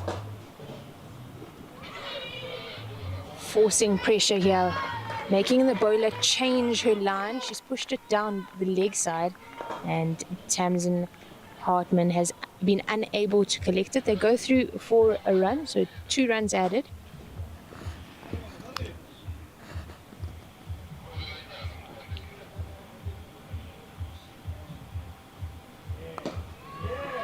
She goes up this time Safe hands under the ball, and that is the end of Christelle van der Schyff. A very good catch in the end by Florence Miller. It was up in the air for a long time, Ken. That was an absolute steepler, and I had money on the ball personally until I saw who was coming underneath it, Florence Miller. That's a pity for Christelle van der Schyff, because I thought she actually paced her innings really well there. She'd done the hard work, she'd got herself in, going at around one a ball, and was really set for a blitz here at the end, which she started to do in that over, and just unfortunately Sessing beating her in the flight a bit. She got underneath that one. Too much height rather than distance, and a promising innings cut short. Vital wicket by Sessing. I've been impressed with how she's responded to this aggression from Van der Schyff, taken the pace off. She's kept her cool very well. Yeah, she really has kept her cool indeed, and it paid off. As to the crease comes Tiani van den Heevel, and she hasn't played too much. And had a lot of time with bat in hand, so she'll be looking to show and prove what she can do with the bat. She scored a lot of runs at club cricket. We play in the same club cricket team for Tucks, and she scores 50s and 100s every other weekend, so she definitely has the potential to score runs, and whether that can be translated to this level of the game is yet to be seen, but I'm sure she's capable of it. Where does she bat for Tucks? She'll bat in the top 4. Off an opening.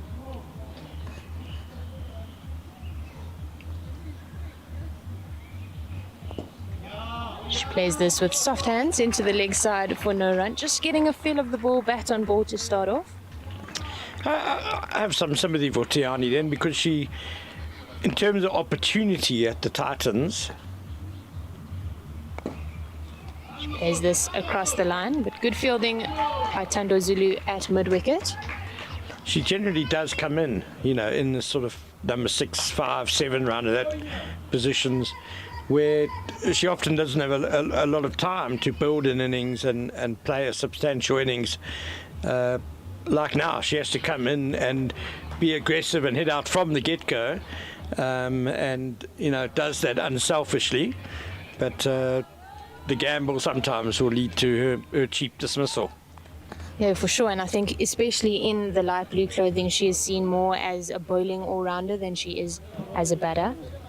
And she struggles slightly with the ball, a lot of change in her action. She's gone from a front on to a side on action this season.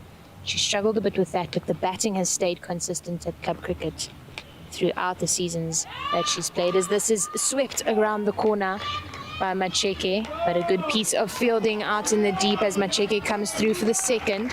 A lightning fast throw from deep backward square. Yeah, very good arm from out there. The long boundary.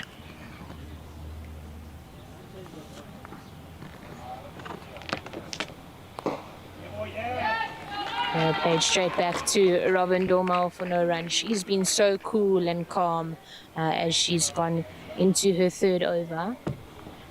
4 balls left in her spell. It's a full toss and it's played hard into the leg side. 1 bounce over the boundary cushions, and Robin Dormal just claps her hands in frustrations there as Tebogo Macheke takes full advantage of the full toss. 74 for 4, 3 balls left in the 12th over. I can understand why Kaylee Craig bowled her seamers out up front, but perhaps just beginning to regret that a bit now, because the Eastern spinners are being attacked quite ruthlessly at the death, and Titans are surging forward.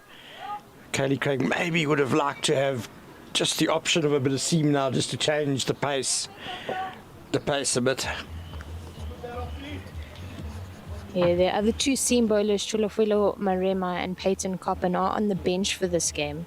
So there isn't another option for a seam bowler to come into the attack. So Dormal goes down that leg stump line, crashes into the pads and goes out for no run.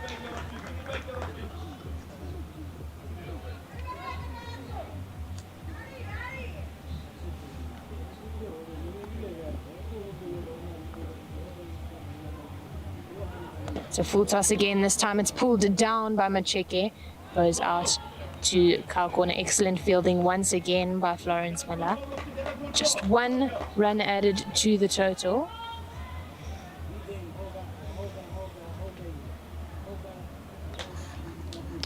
So 20 balls remaining in this innings. So run a ball definitely minimum. It's a full toss, and Tiani van den Heuvel unable to get any real bat on that as it just falls into the leg side. And that ends the over. Eastern Storm close it with that single. And a much better intensity here from the Fidelity Titans batters. Yeah, so we make the score 77 for 4.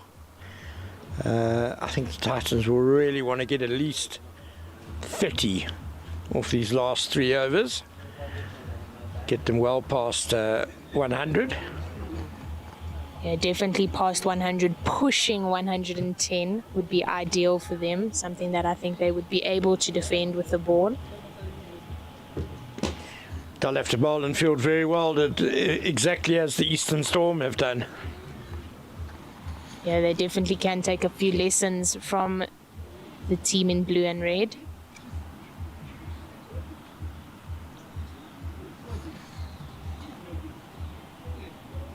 Thelma Makubela coming on to bowl.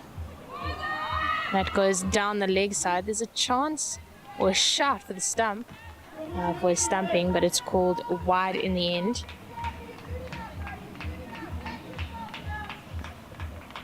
Van den Heuvel not looking super confident out in the middle, and just a little bit of encouragement from her teammate Gandhi Jafta, telling her that she is good enough to be batting at this level. She certainly is. She just needs to trust herself. As she hits this one hard through the covers, there's no protection on the sweeper boundary, but it's chased by Simone Buerta, who collects it, and they come through for 2 runs. Yeah, it's not the easiest situation for Van den Heuvel to come in, as we said earlier. Just a handful of overs remaining.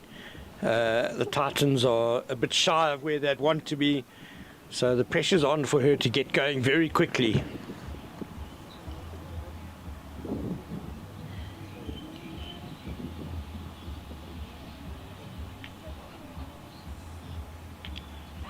Makubela throws it out wide, and there's an edge from Van den Heuvel. It's collected really well by Tamsin Hartman, and that is the end of Tiani van den Heuvel. Slightly anticlimactic, as I think she was starting to find a little bit of a groove, but unfortunate for her.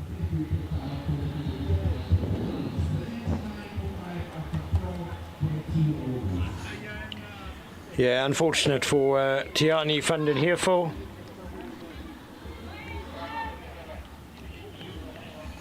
To the crease comes Sophia Small, as she was so good with the ball in the first game this morning with her left arm off spin. She's definitely got something as a bowler. I like her. She's tall. Asked a lot of questions. Certainly one to watch for the future, Sophia Smale. Just 20 years old.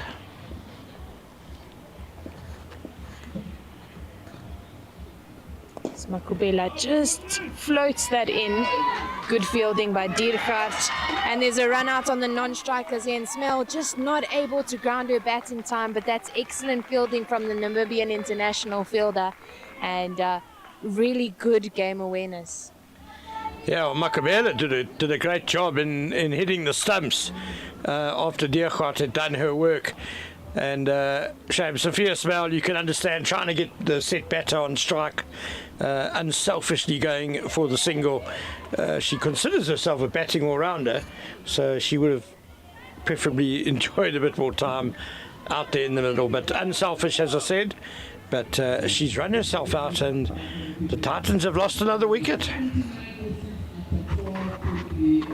79 for 6 with 3 balls left in the 13th, and to the crease walks Namibian international Volka Matile. Tebogo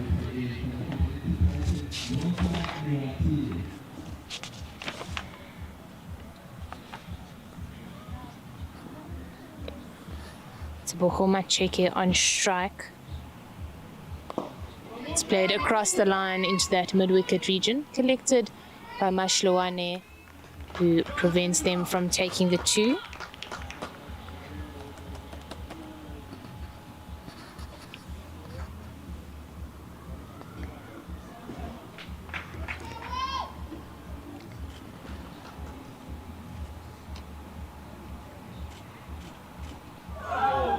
Big heave of the arms by Mwatile as she misses that one completely, aiming for the clouds or the top of the trees.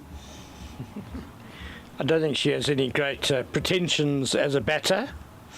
Definitely a very good bowler.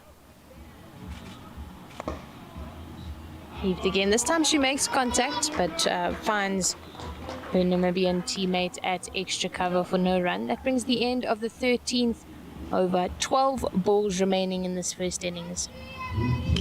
And well bowled, Thelma Makabela. We spoke about how hard it is to come in and bat towards the end of the innings, and also to come in and bowl your first over at this stage of the innings. And Thelma Makabela has done well. Got a important wicket and has certainly kept the runs down as well. Into the attack, Namibian international, the player with the breakthrough, the run out of the Essex player. Arasta Dirgat into the attack. She's got a field of cover sweeper, long off, long on, and cow corner.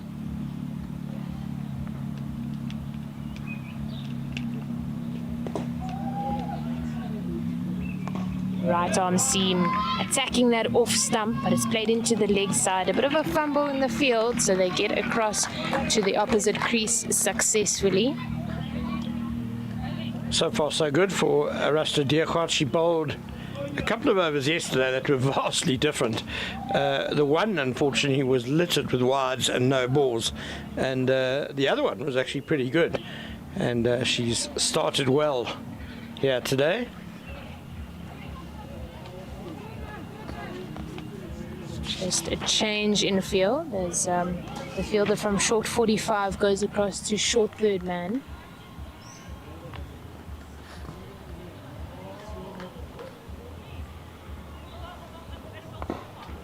And it's a full toss played across the line by Mwatile, but she only gets one. Arasta Dirgat played in the under-19 World Cup qualifiers last year, so definitely a young talent for Namibia, all-rounder, very good fielder as we've seen. It's a low full toss, and this time it's put away by Tebogo Macheke, collected by Robin Dormal at long on, and they managed to come through for a double there, adding 2 to the scorecard. Not a bad place to bowl by Dirgat, but well played by Macheke, getting it into the gap between long on and cow corner. She's searching for that Yorker length delivery. She looks for it again. This time it's airborne by Macheke, but a couple of bounces before it's collected by Dormal at long on. Came off the bottom of the bat. Again, you know, those low full tosses aren't the easiest to put away, so if you are going to err, that's the side to err on.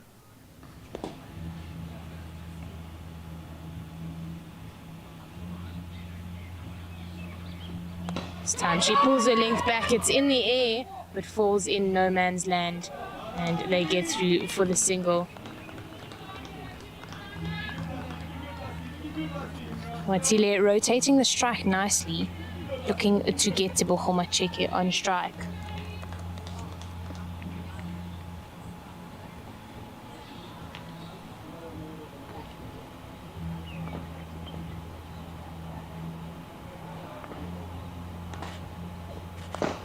That low full toss again, almost identical out to Dormal. There's a fumble. They look for the second but decide against it.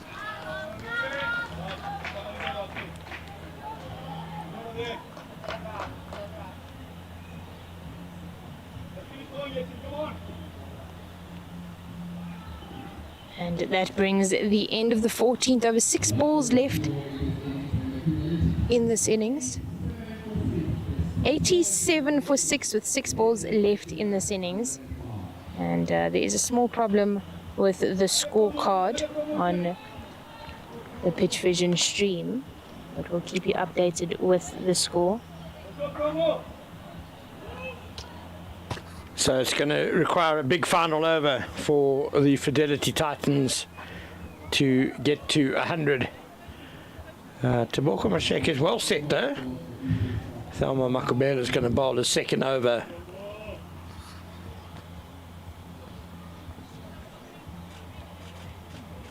It's outside the off stump. There's a big swing, and Tamsin Hartman manages to get the stumping. It's given out, and Taboko Macheke will be really disappointed with this, as she was the batter that was in at the crease.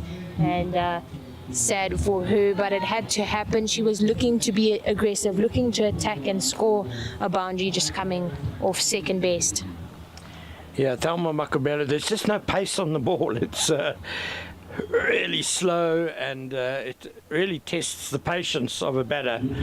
And Macheke trying to sweep that away just early on the shot, and overbalancing, and Hartman does the rest behind the stumps as Elisha Rudolph comes to the crease. Yeah, I've been quite impressed with Tamsin Hartman. Lightning fast gloves. She rises with the ball. Made a few mistakes so far in this game.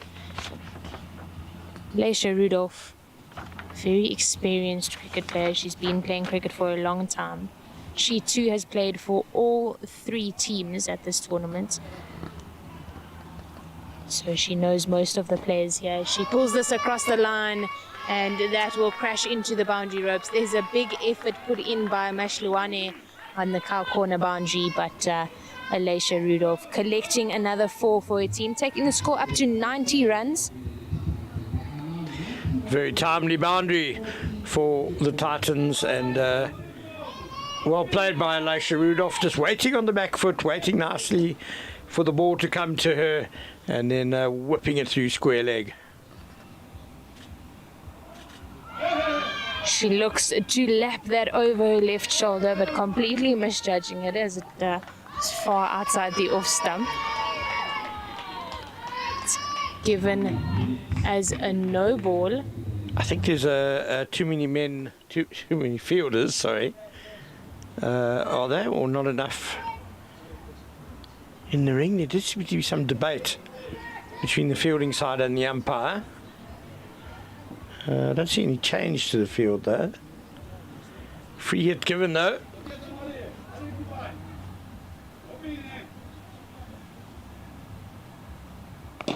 Rudolph looks to go across the line, and she will bisect the field at long on and cow corner. Elisha Rudolph with another 4 on the scorecard. That takes the score up to 95 runs. And this is the finish that the Fidelity Titans were looking for.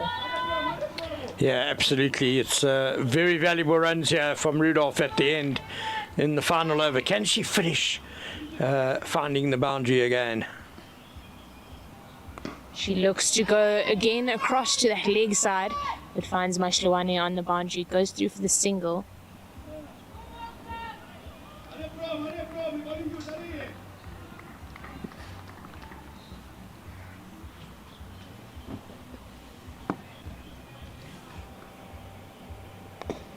Mwatile looks to go over the cover region. There's a fielder out at sweeper, but the ball just plugs in just outside the inner ring. And with that single, Mwatile gets Elisha Rudolph back on strike for the last ball of the over. Yeah, important that Rudolph is there.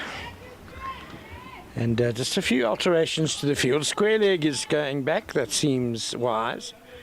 There's a deep mid-wicket in place and a long off and a long on. Rudolph is looking to go straight. She double steps but doesn't make full contact with it. She ends off with a single, which takes the total to 97 runs. 99 runs for 7 for the Fidelity Titans, and that's not where they would have wanted to be, but a decent finish in that last over by Rudolph and Mwatile, which got them from that 70-yard mark over to just under 100, so 100 runs to win for the Eastern Storm ladies, and the Fidelity Titans will need to work really hard in the field in order to defend this total. Yeah, around about 6.5 runs to the over required by Eastern, so it's a competitive total by the Titans. They would have wanted more, certainly, but I think they can take a leaf out of Eastern's book. They know if they bowl very well and field as well as Eastern's did, then they certainly have a chance of defending that score. And especially with that 4-prong spin attack of theirs, that's proven a handful for everyone in this tournament. But quite rightly, the Eastern's bench is up off on their feet, on the edge of the boundary, clapping their team in for what has been a really impressive effort in the field. It has been really exceptional from them, and they'll look to follow that effort and the intensity and the togetherness that they had in the field and transfer that into their batting innings.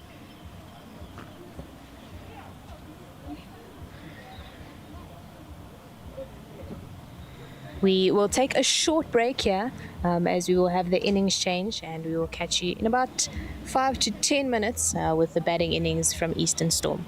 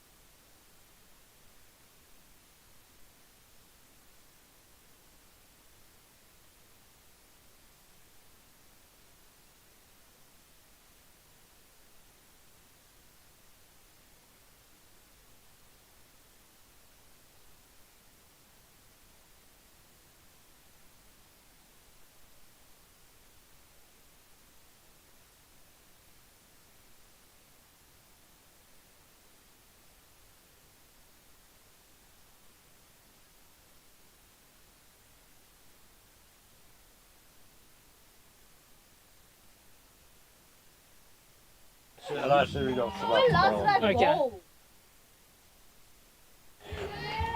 We don't know yet.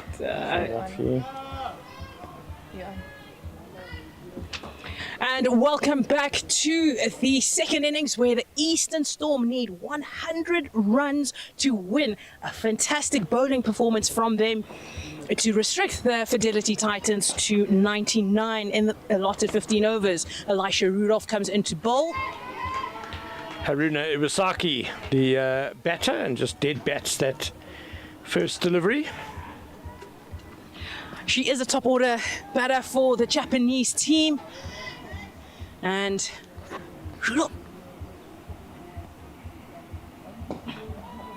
And the Titans realizing that, you know, the slower pace is how they're going to, I would say, restrict the Eastern Storm ladies, and just bringing Elisha Rudolph into the attack. And Eastern Storm are off the mark. Haruna Iwasaki is also off the mark with just, I would say, a simple knockdown to long on. A little bit more than a knockdown, but well played. And the Titans have been opening the bowling with Gandhi Jafta, the spinner, so just changing things up a little bit. Still opening with spin, but a different personnel, Elisha Rudolph. Thelma Makubela faces her first ball and slaps that one past point to the sweeper boundary for 2 runs, and Katie Tapp just doing the field and getting it back in. That was very flamboyant by Makubela. First ball she faces, and it had sort of Caribbean flavour to it. A la Gordon Greenwich, Desmond Haynes, just the big drive straight away, and now the loft over mid-on. You know, she did make the SA Schools Philly side, so I guess, you know, that's what comes with, you know, a little bit of form. You know, she played well, she's a top order batter. She hasn't got off to the best starts in this tournament. Haruna Iwasaki, that's a full toss, and just lofts it down too long on, very high in the air. I think that's what saved her. That's why she's still there. But that's the end of the first over. 5 runs for no loss. Not a bad start. Lots of intent shown by Iwasaki and Makubela. Yeah, bright start. They've got things going nicely. And 5 off the first, so 95 more runs needed off 14 overs for the Eastern Storm in what is really a final for them. If they win this match, then they keep things alive going to the last match of the tournament, which is them playing the DP World Lions. So if Easterns win both their matches this afternoon, they'll take the title. And what a celebration it will be. A Division 2 team coming into this tournament. And so shocking everyone. Kaylee Tapp. A good start, not a bad length, a little bit wide. Haruna Iwasaki, just very little foot movement there. Yeah, we've seen Kaylee Tapp, her modus operandi is to hang it outside off stump. She's pretty well disciplined in bowling that good line, packing the offside with fielders.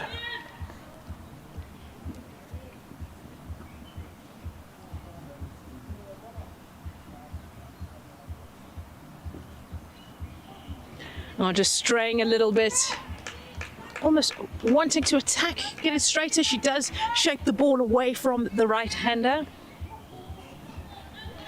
Maybe just going a bit too hard for the glory ball there. Always happens, doesn't it? You might be shaping it away beautifully, but beating the outside edge so you bowl a bit straighter, and somehow it becomes an in-swinger.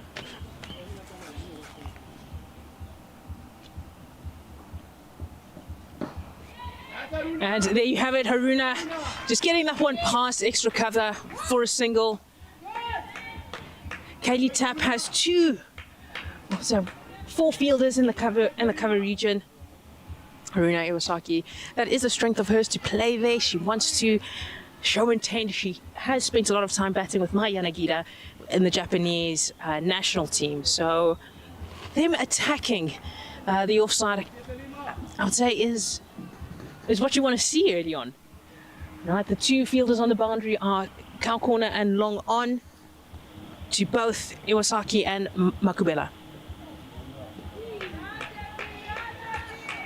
Bit of zip in that delivery from Kaylee Tapp. She's tall, she got a bit of bounce.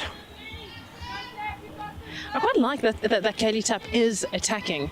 100 is not a big total, and they know that early wickets here will be extremely important. So Captain Pryor at slip is probably seeing the extra zip and bounce and is hoping for an outside edge. And it's the first wicket. Makubela swings and nicks it. And you have Teboko Macheke taking the catch. That is the breakthrough that the Titans needed. The exciting young player Makubela has to make her way back to the dugout. 7 runs for the loss of 1 wicket. Yeah, Kaylee Tapp striking early, just sticking to that line outside off stump and saying to the batters, you come and get me. And it being a 15-over game, they almost feel compelled to have a go outside that off stump. And Makubela has found the edge, and she's gone for just 3 off 4 deliveries. As Mpumelelo Mashiliwane comes to the crease, really talented youngster. Just 17 years old, turns 18 in March, but was part of the broader under-19 squad for the under-19 World Cup that has just got underway in Malaysia. And she batted really nicely against the Titans yesterday when they first played Eastern, scored 25 off 23 deliveries, and looked good for more. She did. I do think that the conditions yesterday didn't suit her style of play. She would have got a lot more value from her shots had the outfield, well, in my opinion, had the outfield just, I'll say, played like it is currently, where it's travelling a lot faster. I think she would have scored a lot more, been able to get more singles. She's a busy player. And just the intent. So it's the veteran, Kaylee Tapp, against the youngster, Mashiliwane. The rising star against someone who's been around the block.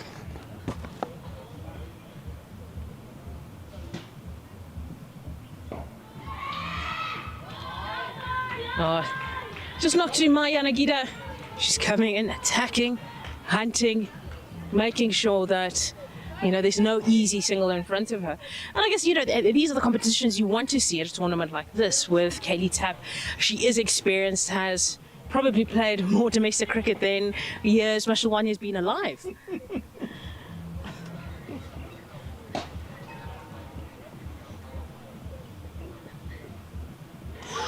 Oh, and that is a very, very close, which is what you want to see from the experienced Tapp, and Mashilwani just getting away with that. Well, the shot she should have played was the one she played afterwards, the practice shot, which was a much better high elbow, looking to go through extra cover. When the ball actually came, you could see the bat was facing towards us over mid-on, playing across that delivery from Kaylee Tapp, and very nearly finding the edge. That's the end of the second over. 7 for 1. Great start from the 2 openers. And Alicia Rudolph comes back into the attack. Iwasaki Long On is on the boundary, and corner.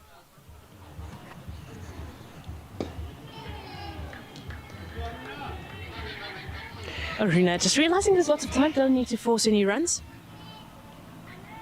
Force any shots.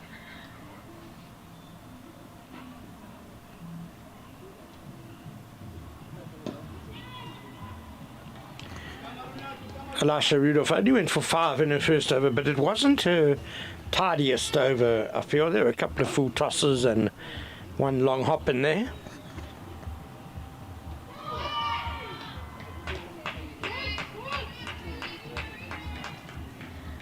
Some good awareness there from Teboko Macheke. It wasn't the tidiest, but Yeah, the spinner sometimes. You know, I like to give the benefit of the doubt to the spinner, especially with spinner with a new ball. Good over so far by Alicia Rudolph. And just knocked over the bowler, Wilka Matile, doing the fielding on the long on boundary. Just keeping that down to 1 run. Very good straight hit by Iwasaki.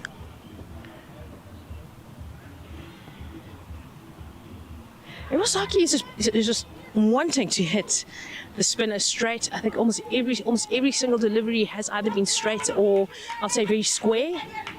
It's definitely her game plan. If it's not in that area in the first few overs, she's just defending it.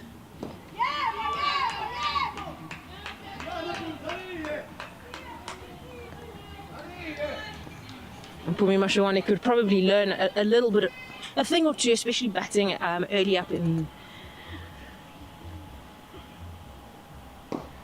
the innings. She tries to go over mid-off and it just hangs in the air. Unfortunately, Casey Pride not able to hold on to that one, making the ground, but it just, unfortunately, as she lands the balls, doesn't manage to take the catch, and that's the end of the 3rd over. 9 for 1. Valiant effort by Katie Pryor there. Had a long way to go. Bit loose by Mashiliwane, just heading out, trying to get it over extra cover, but the length not quite there for that.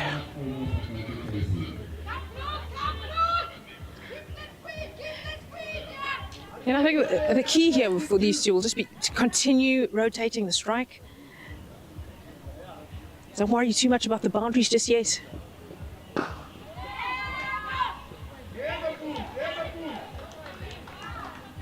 Especially because this track is getting flatter and flatter. So it will become easier and easier the longer they stay there. It's almost a dream to bat on. But both teams are bowling very tight. Eastern Storm have shown if you keep to a simple game plan, it does become very difficult to score runs.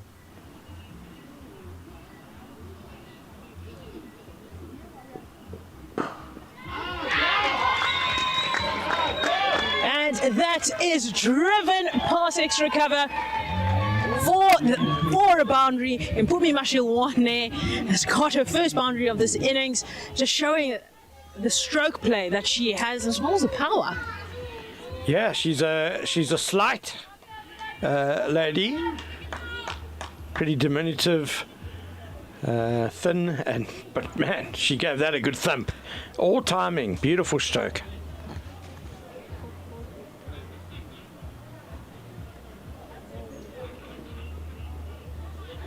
And a little bit of an overcorrection from Kaylee Tapp, and that just sees the ball going past the batter on the leg side for a wide. I'll tell you, you can get hit for a boundary, and these things happen, especially in the power play. I mean, it was a good shot, so that overcorrection. I know you want to get wickets, but sometimes, adjust your length a little bit, get Katie Pryor back get her into the game, threaten that outside edge.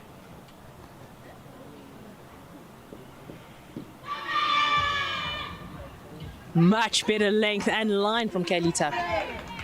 Yeah, the boundary came more because of length than line. It was over pitched and Mashiliwane was very quickly onto it.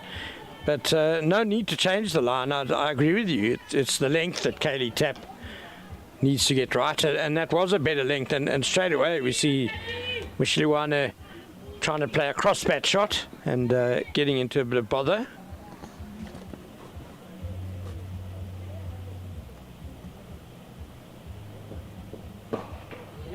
And not a bad delivery from Kaylee Tapp, just well managed by Mashilwane. Down for the single, which is what you want. Especially in the power play, you want to minimize boundaries and say, look, it's okay, get the one. Hit to my fielders, it's perfectly fine. You want to minimize as many boundaries as possible because there is only 2 fielders on the boundary. Yeah, it was a slower ball from Tapp, and Mashiliwane adjusted well in the end.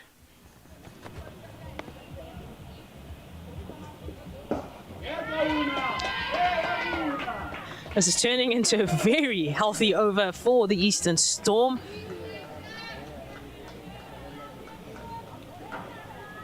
Seven runs off it already with one ball left. I don't think Kelly Tab needs to change much at all. Just keep bowling the length that she's been bowling. It does put them in a spot of bother.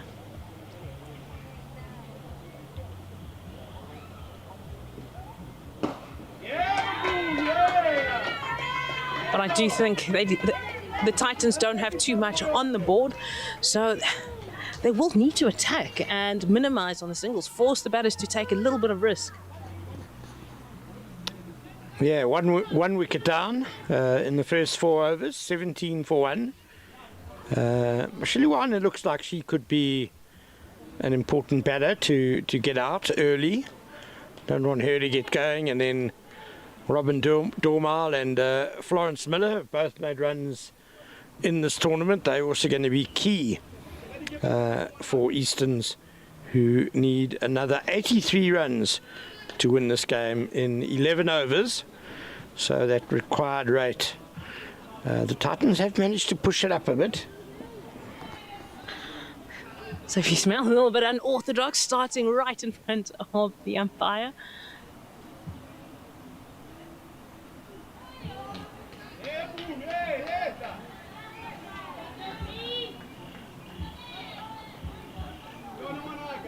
That one just going wide past the leg side. A good take from Teboko Macheke.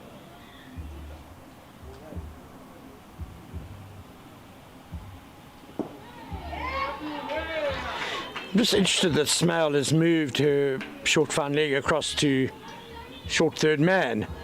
The first ball was bowled down leg. The second one was also angling towards the leg side. I think what that does is she's not going to be bowling as flat or as fast. I think she wants to toss it up, get some turn, get some purchase off the wicket.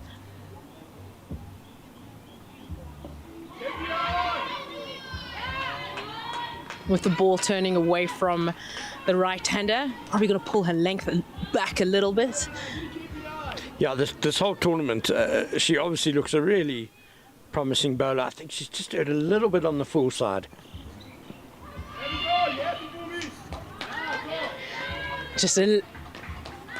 With the angle, the ball hits the pad, goes to that, I'd say, vacant fine leg region, but Maya Yanagida is able to keep it down just to one easy single there, but leg buys all the same.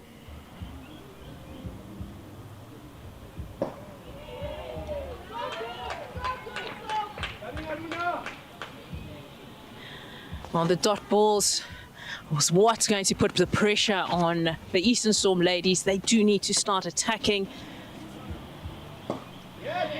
And there you have Aruna Iwasaki just trying to hit that over the top, just lofts it straight, and is able to get 2 runs to her name to add to the total.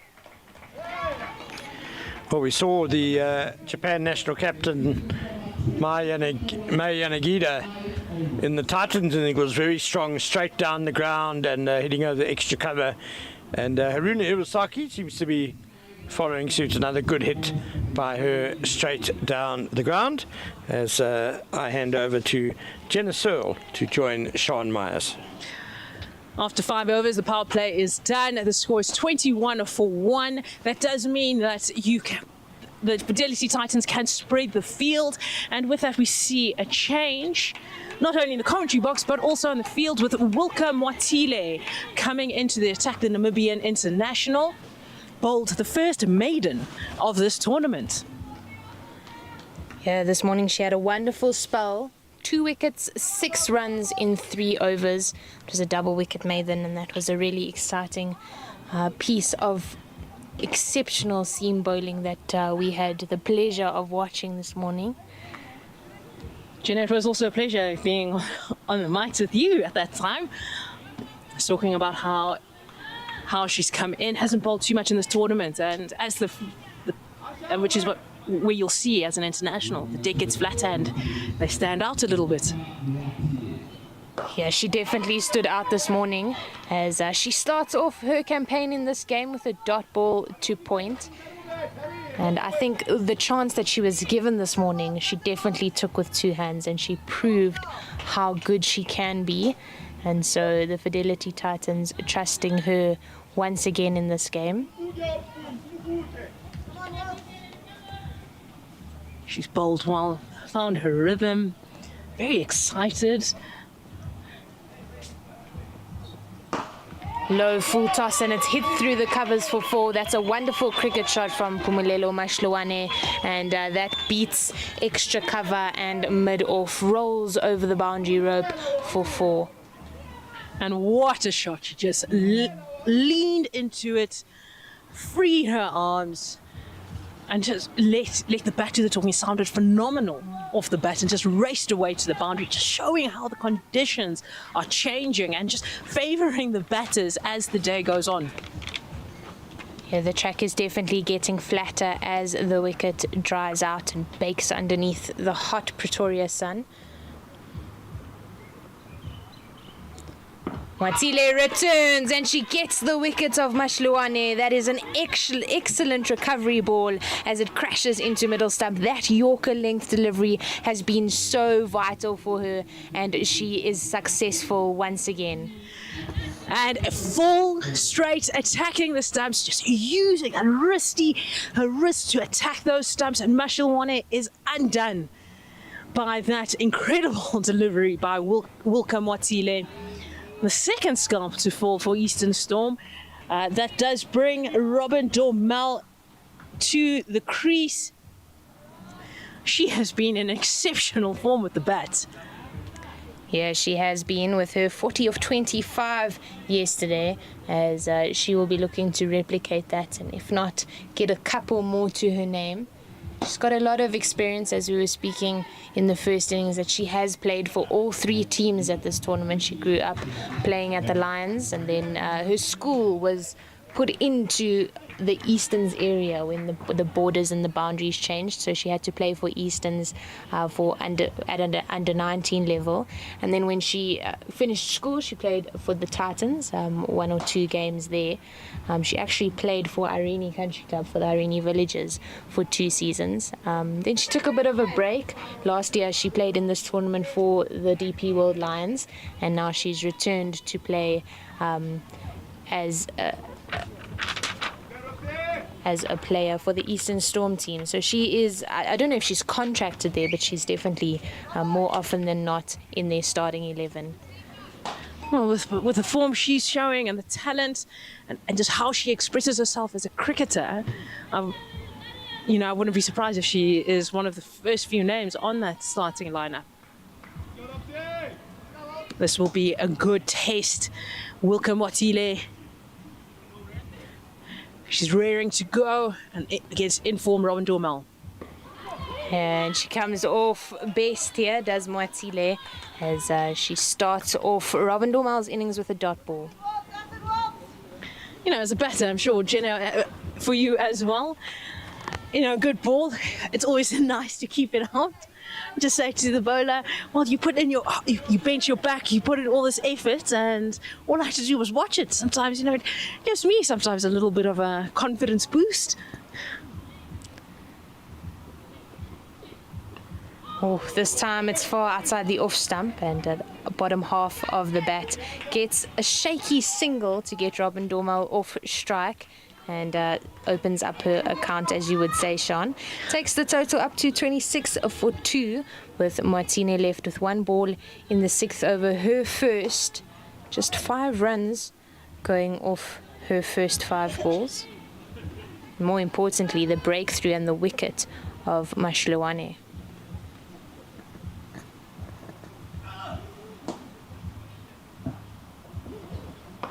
She closes off nicely as there's another thick outside edge for Haruna, as it gets through for a single, and that ends off the over. 6 runs from it, but 1 wicket, the important wicket of the young Phumelelo Mashloane. Matile closes off her over. That's 6 overs done, 27 for 2.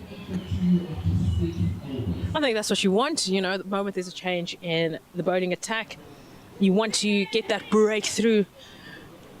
You want the bowlers to continue putting pressure, especially with all the dot balls that have been bowled in this innings already, which is currently at 20. And just to put that in context, it's 20 dot balls and only 36 balls have been bowled in this innings so far. So definitely the Titans are seeing, right, if wickets aren't on offer, you have to bowl as many dot balls as possible. And in the shorter formats of the game, those are gold. Yeah, dot balls build pressure and it forces the batters to do things that could be slightly unhinged, which could create something and force a breakthrough for the Fidelity Titans, as Sophia Smale opens up her over with one of those gold dot balls. It goes up, there's an outside half, a chance for a catch, but it lands in no man's land. Slightly disappointing from Kaylee Tapp there. Do you think that was a chance? I think it hung in the air a little bit. It is going against the wind. So I think maybe just a little bit of a misjudgment. Things are going a little bit faster, so probably more focused on bringing it back than going for the catch. But, you know, would it be nice to see her go for the dive, pull off something spectacular? Smell to Dormel. It's just defended into the offside.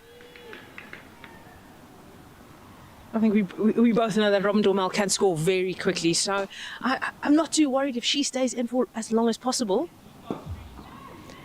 and is able to score boundaries in the back end. We know that she's very capable of doing that.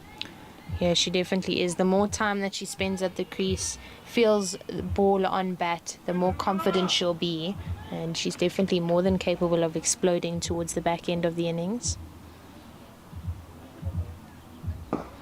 That's hit hard by Iwasaki. Underneath the ball, Welcome Watile. Safe hands. And that'll be the end of the Japanese international player. Haruna Iwasaki was looking for the big shot, was looking for that maximum boundary, and unfortunately is unable to be successful on it. 29 for 3. And that is the end of Haruna Iwasaki. The intent she showed, she wants to win the game for a team or put a team in the best position to win. She'll be disappointed to go out like that. But it was struck so well. I think just trying to take on that fielder a little bit too much. But it has brought in Florence Miller to the crease in game 1 for the Eastern Storm. She scored 38 runs, but almost half the runs for Eastern Storm in their first match against the Titans. She backs up Robin Dormel at the end to get Eastern Storm over the line against the DP World Lions. So this is the partnership that Eastern Storm will want to see grow and take the game as deep as possible for the Eastern Storm. Yeah, if anyone in the Eastern Storm lineup is going to do it, it would definitely be these two who are out in the middle. However, the excellent bowling so far that the Fidelity Titans have been able to showcase could put some pressure on them. I guess this is also a good matchup in terms of batter versus bowler. Teammates. They both play for Essex. They know each other well. Just on that leg stump line. Good fielding in the end by Risha Kutsa.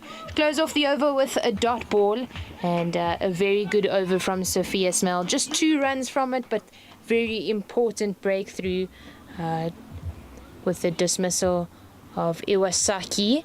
And that is the end of the 7th over, 29 for 3.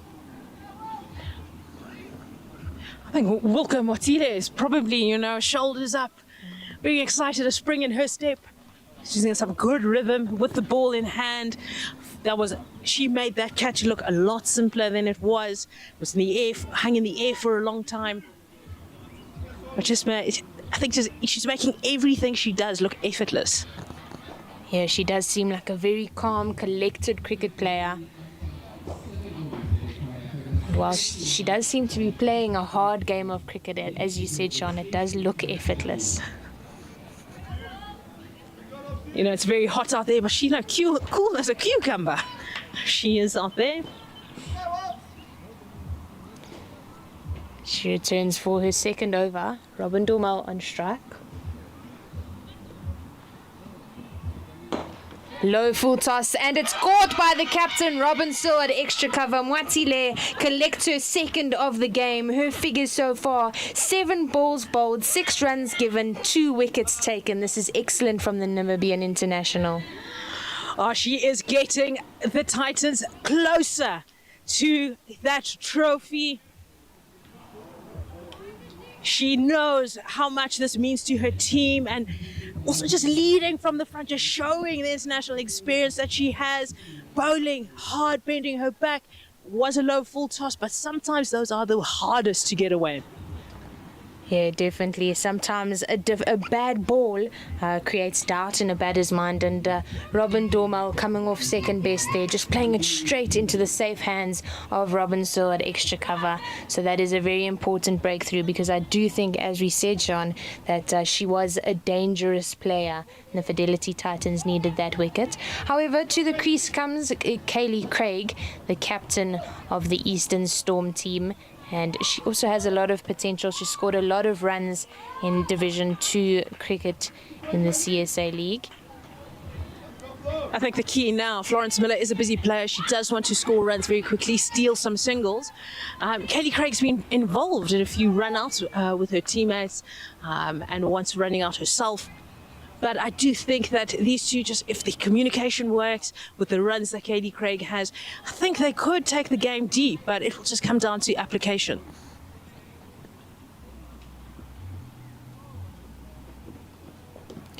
Tile bowls it into the wicket, and Craig gets off the mark in quite a calm fashion. She just hung the bat out, opened up the face of the bat and played that out to third man. I think batting in the middle order could work for Craig, who the field is spread. She's able to get singles. She's able to get Florence Miller on strike, which is what you'd want. Florence Miller has shown that it doesn't matter at what stage in the game. If the ball needs to go to the boundary, if it's in her area, if it's in her zone, she will take it on. And she's also not afraid to take the fielders on. She trusts that she runs well between the wickets. She has a good read of the angles. Assesses the conditions and what the bowler is trying to do very early, and just knows where her gaps are. She's exactly what you want from somebody batting in that middle order to get you over the line.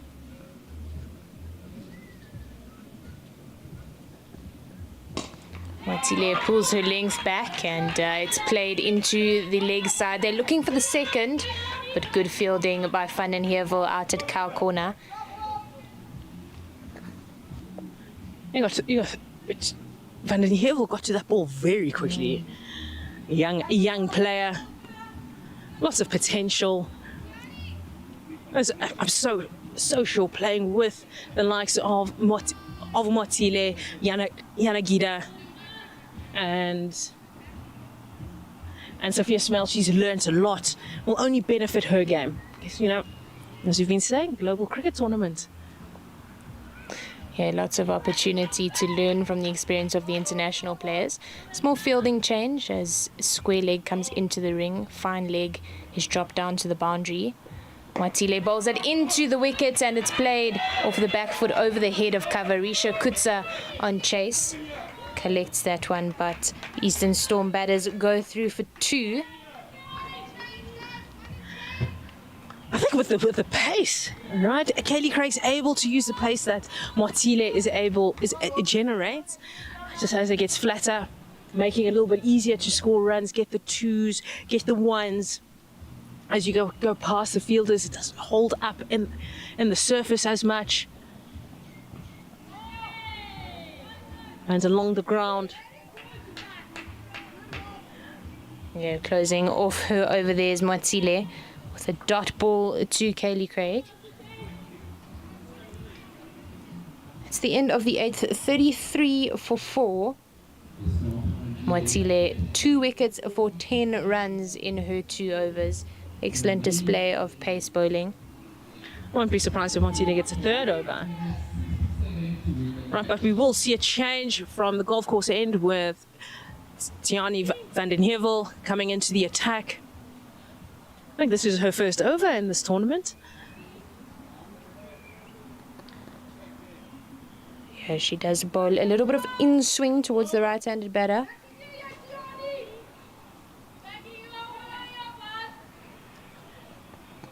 She is seen in this team as more of a bowling all-rounder and a batting all-rounder.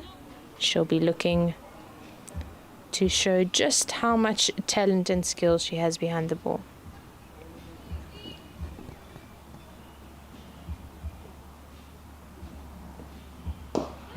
There's a chance at a caught and bowled, but it's hit hard, and there's a big dive put on out at long off. They go through for the second, but a very aggressive, intentional shot there by Florence Miller. Well executed, beat the bowler and managed to come back for the second. A little bit of self-preservation there in her follow-through. Let's make sure that she can finish the over. She goes with a full toss and it's played with a flat bat out to long on. It's collected. They're looking for two, and Kaylee Craig does well to get back. A bit of a fumble by Christelle van der Schyff out at long on. You know, when you're aware, which is something that Kaylee Craig was, and I think also just batting in the middle order has calmed her down. She's able to take advantage of the singles. They've been running well between the wickets, these two. Van den Hevel brings her length back quite a bit, but manages not to get an accurate line. Yes, I think she's been bowling quite well, except for that full toss. But you know, we've seen full tosses get wickets here, even in this match. A wicket dismissed Robin Dormel. So I think she just needs to maintain her line, just that length. She does just that. It's quite short, but played with a flat bat straight past the bowler. This time on the ground, quite a risk-free kind of cricket shot from Florence Miller, and she adds one to the total. Yes, it's the last ball. Sorry, no, it's not the last ball of this over. But I think that the plan will be to ensure that Florence Miller stays on strike for as long as possible, just to try and get the boundaries, because boundaries are going to be needed now. That's a better comeback there from Tiani van den Hevel. She's looking to attack the stumps there, as we've been talking about, Sean, and just collects herself a dot. There's 2 balls left in this over. I think the plan will be, if it's not 2, or if it's a 1, right, the next one has to get Florence Miller back on strike. That will be the plan. Crashes into the pads of Craig. There's a shy at the striker's end from Van den Hevel, but she's not able to connect with the stumps. But a very good display of intent from the bowler.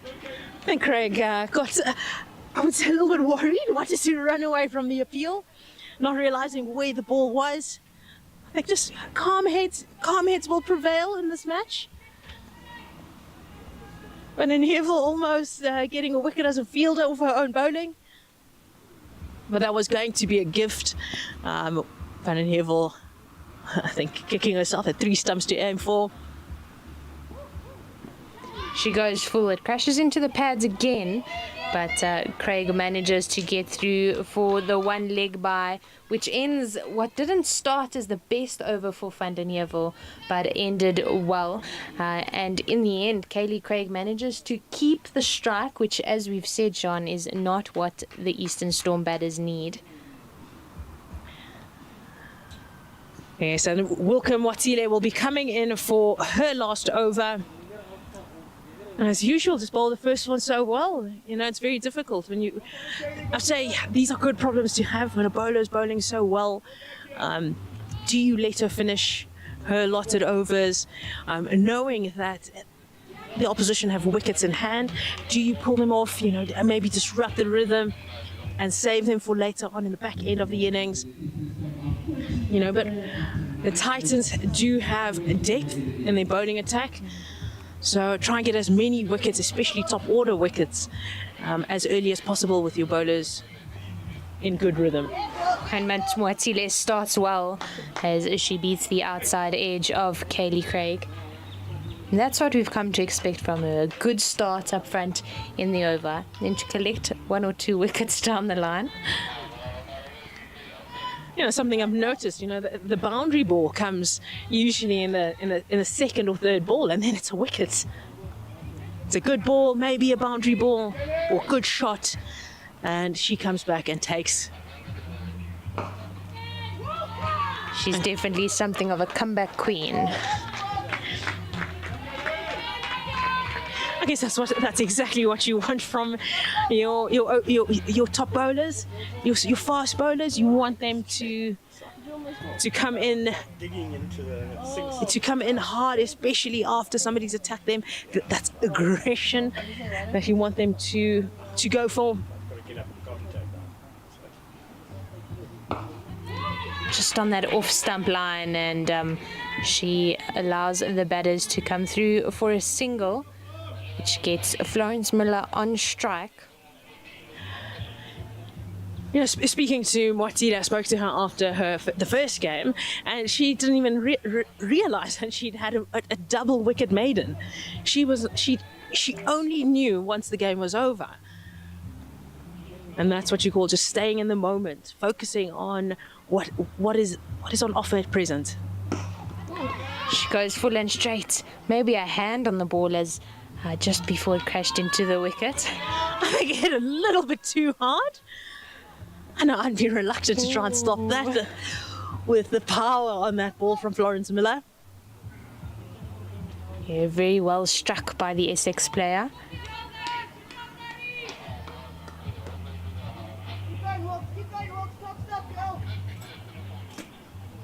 Oh, the dot ball count is climbing.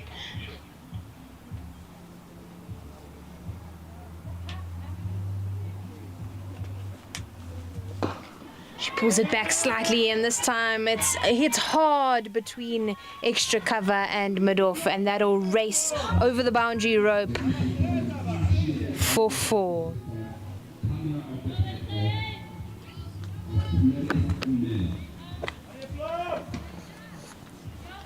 Florence Miller with excellent execution.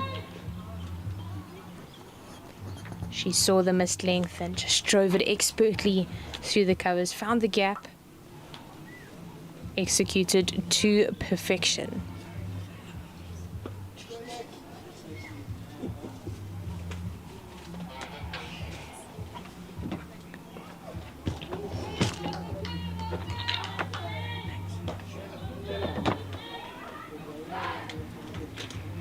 Wilka Moatile, 1 ball left in the over. It's hit hard, but protection has been given to the Namibian international. Alicia Rudolph collects that on the boundary at a long off. And more importantly, Florence Miller gets herself back on strike for the next over. And with that end of the over comes a commentary change, as Sean Mayers has already stepped out, and I'm joined once again by Ken Borland.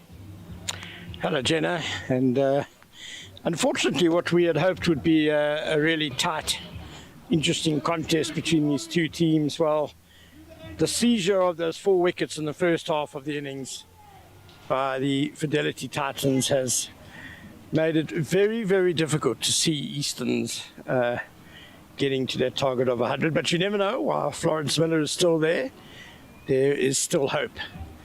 And Tiani van den Heerful in her second over, she will be trying to snuff out that hope as she bowls to Florence Miller. Just moving her deep mid-wicket more towards cow corner.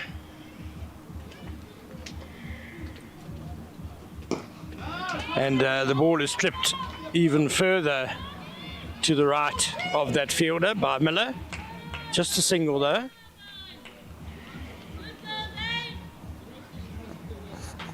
Yeah, the Easterns storm batters. Florence Miller looking for the second run on that occasion, but Kaylee Craig not running as hard as she possibly could. She's standing about a foot out of her crease. struck on the pads, but looks like it's going down the leg side. Masheki will have a go at the bowler's end, but the leg by safely completed. Was it a leg by? I haven't seen a signal yet. Perhaps you got a scratch on it. Yeah, I did hear two sounds. Just good awareness there from Florence Miller to rotate the strike, get herself back on. Nice hit by Flo Miller again towards that cow corner area. But Sophia Smale doing very tidy fielding out there, and again, just the single. Yeah, clean pickup from the SX fielder out at cow corner, and she got it in lightning fast back to the bowler. Easterns need boundaries. Oh, well bowled fun in here for right up in the block hole. And Craig really couldn't do much of that. This is a very good comeback here from Tiani van den Heuvel. She struggled slightly in the beginning of her first over with a wide and a full toss, but she's come back nicely, found a good rhythm.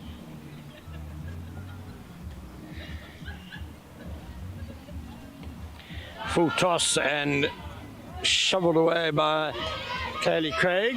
Behind square on the leg side, Elisha Rudolph fields, but they're back for two. Yeah, Tiani van den Heuvel. It's a nice action. I would just say perhaps the head just falls away a little bit in the delivery stride, something she can work on, but she definitely has the makings of a very useful all-rounder. Oh, inside edge, just past the stumps, and it's a very good piece of fielding by Kaylee Tapp. Yeah, Risha Kutsa. Rikia Kutsa, yes, that's it. Yeah, finally just throwing her body to her right there and preventing what, if she had to turn and chase, would definitely have been a four. So good work by her, and she will now back that up by coming into the attack from the Wally van Heerden end. She bowls slow right arm leg spin. In between innings, I just noticed her warming up on the side pitch. She was getting a lot of turn, and I quite like this idea of her bowling now. When Easterns are really forced to attack, they've got to head out, they've got to take risks, and for a leg spinner, that often provides great opportunity for wickets. There's a long on and a long off in place to catch the straight hits, a deep mid wicket, and a cow corner.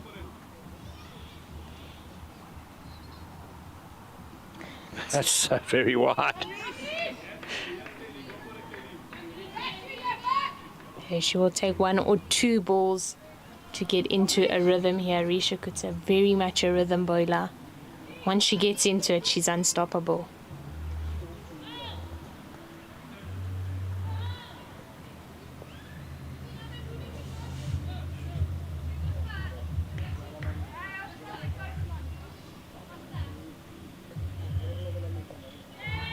Nicely played by Kaylee Craig down towards short third man.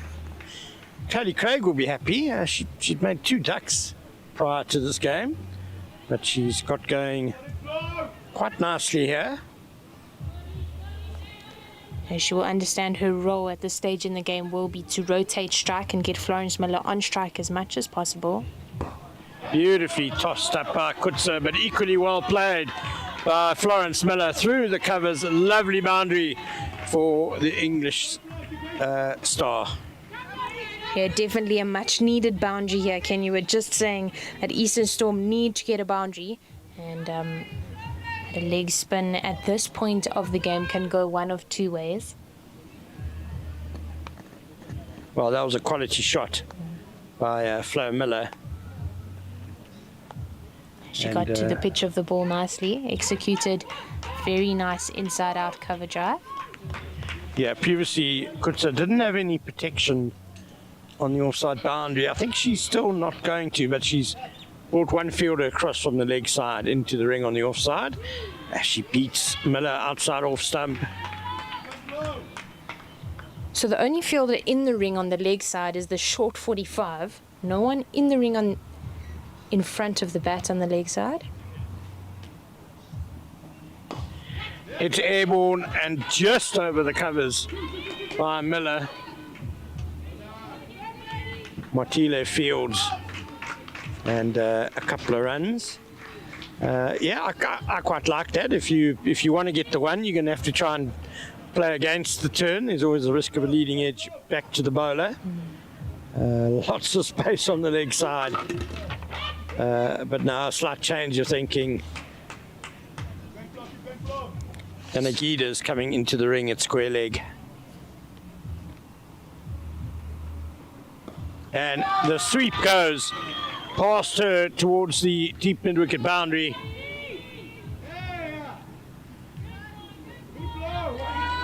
Van den Heuvel fields. And a couple more for Flo Miller. She's getting going here.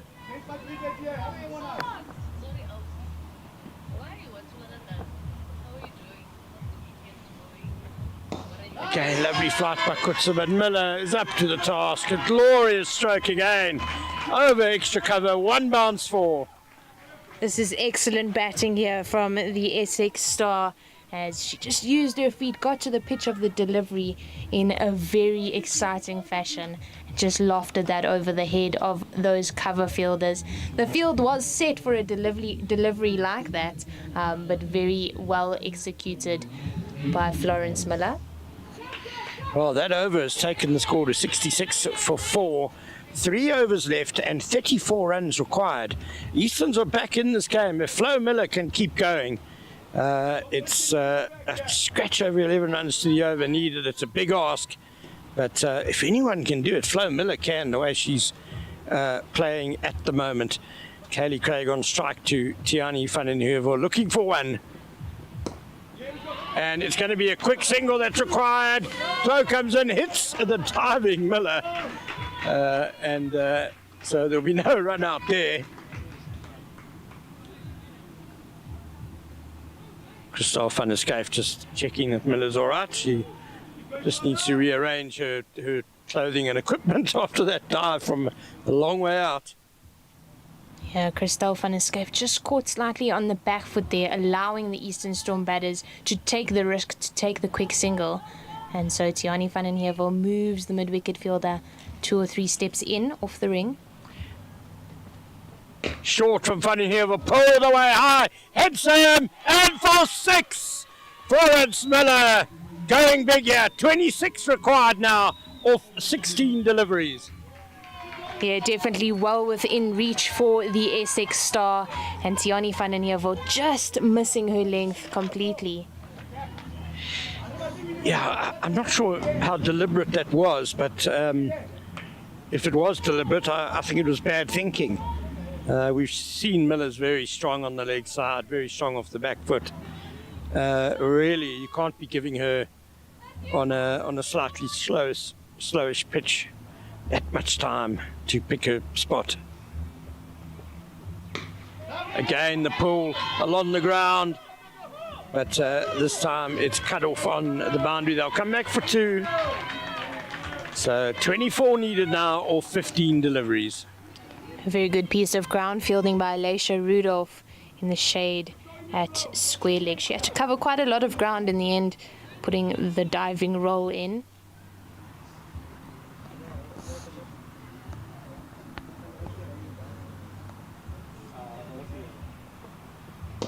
Shortish again and just bunted through the covers by Miller. Definitely 2 here. Will they come back for a 3rd? Yeah. Oh no, a bit of hesitation.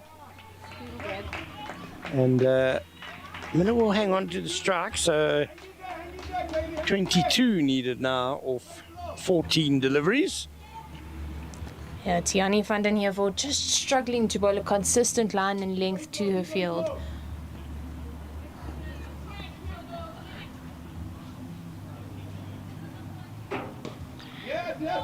Oh, it's an important stop in the covers. Here, Kaylee Tapp just putting in a little dive there to collect that. They get through a 4-1, which puts Kaylee Craig on strike for Tiani van den Heuvel. 21 needed off 13. Ideally, you'd like Miller on strike for the next over, so 2 or 4. Inside edge for at least 1, and Rudolph gives chase. They're going to come back for a comfortable 2, so that's it's Richia Kutsa actually who went after that ball. So that's a good outcome for Easterns, and they now need 19 off the last 2 overs to win this game. And it could have been even better for Easterns if the veteran pace bowler Kaylee Tapp hadn't made that fine save in the covers the previous delivery.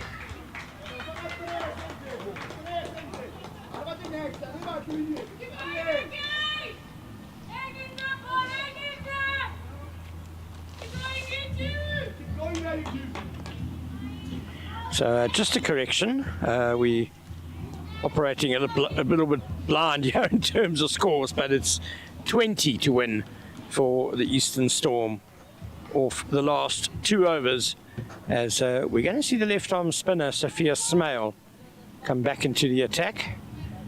If anyone knows how to bowl to Florence Miller, it should be her.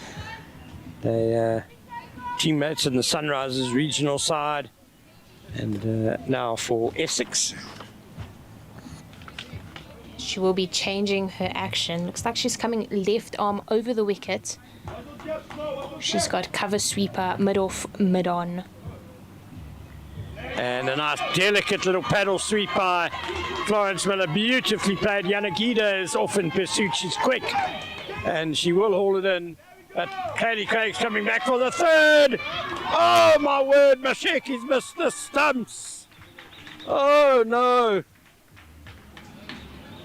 I don't think the 3rd was on there. Why would you want a risky 3rd? Keep Miller on strike. Anyway, 17 to win off 11 balls now. Will that missed run out cost the Fidelity Titans?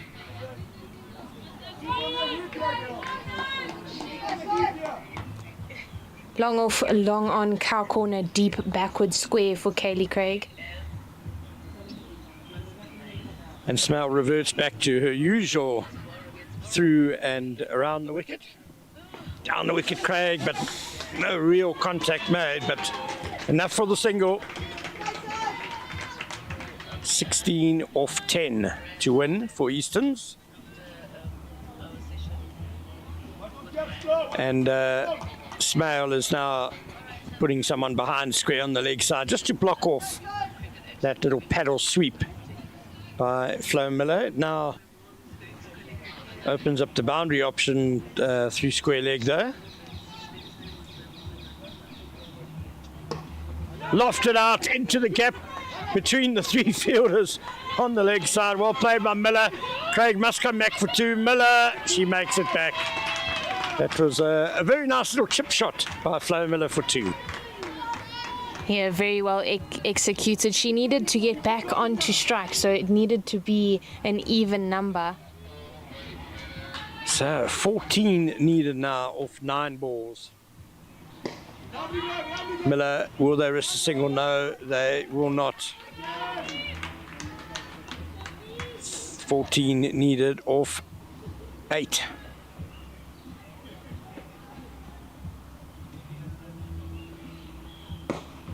Hoiked away towards cow corner into the gap, and a vital boundary for Florence Miller.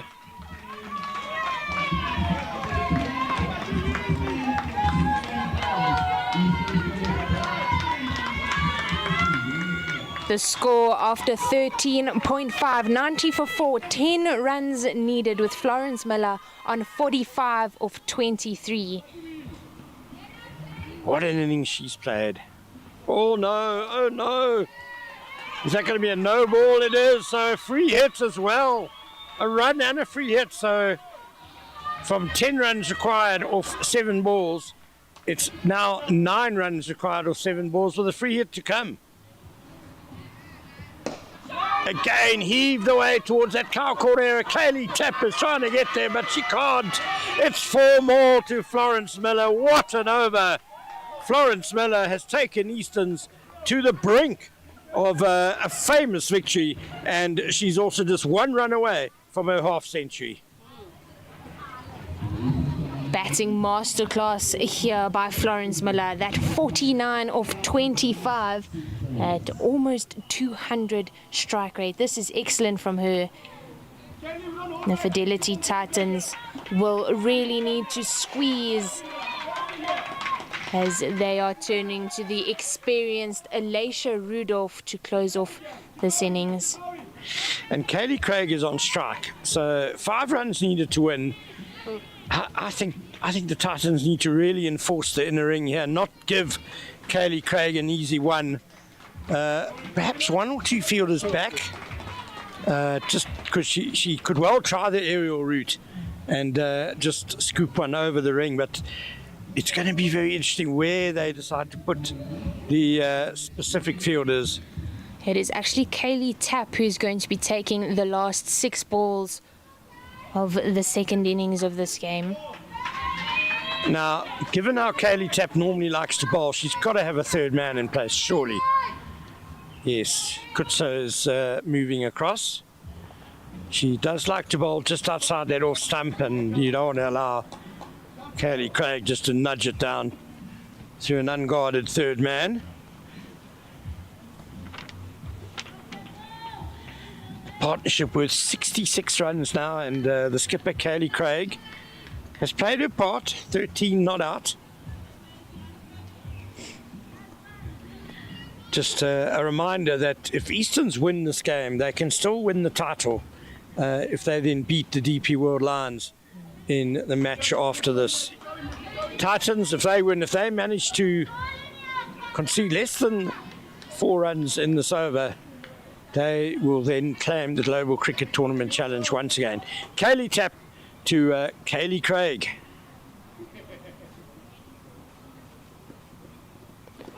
Great start. Again, just outside that off stump, and Craig is nudging there. Can't make any contact. 5 needed or 5 balls. Have to admit that 3rd man in the ring is worrying me. Where would you like her? On the boundary. But then in the same breath, that gives an easy single. It's a tough choice, isn't it? Yeah, it's a real conundrum, because you don't want to give away an easy one to Craig. Nicely struck. Oh! Very important backing up by Sophia Smell. The shy at the stumps by Robin Searle, trying to catch Flo Miller short at the bowler's end. And what thrilling cricket. What a great ending we are having after all to this game. Yeah, my heart is beating really fast. I can only imagine what is happening out in the middle. As Kaylee Tapp has 4 balls left, 5 runs needed. Pulls back her length. Craig has done well. She's just nudged that away on the leg side for a single. And now it is 4 runs required off 3 deliveries. And, Florence Miller has been full of boundaries in the last little while. I've got no doubt she's going to back herself to finish this off very quickly. And I imagine we'll also see a very different field. Boundaries have to be protected now. There's a fielder at cow corner, long on, long off. Deep extra cover. We have seen Miller play a couple of laps, and there's no one on the fine leg boundary, just a short 3rd man in place.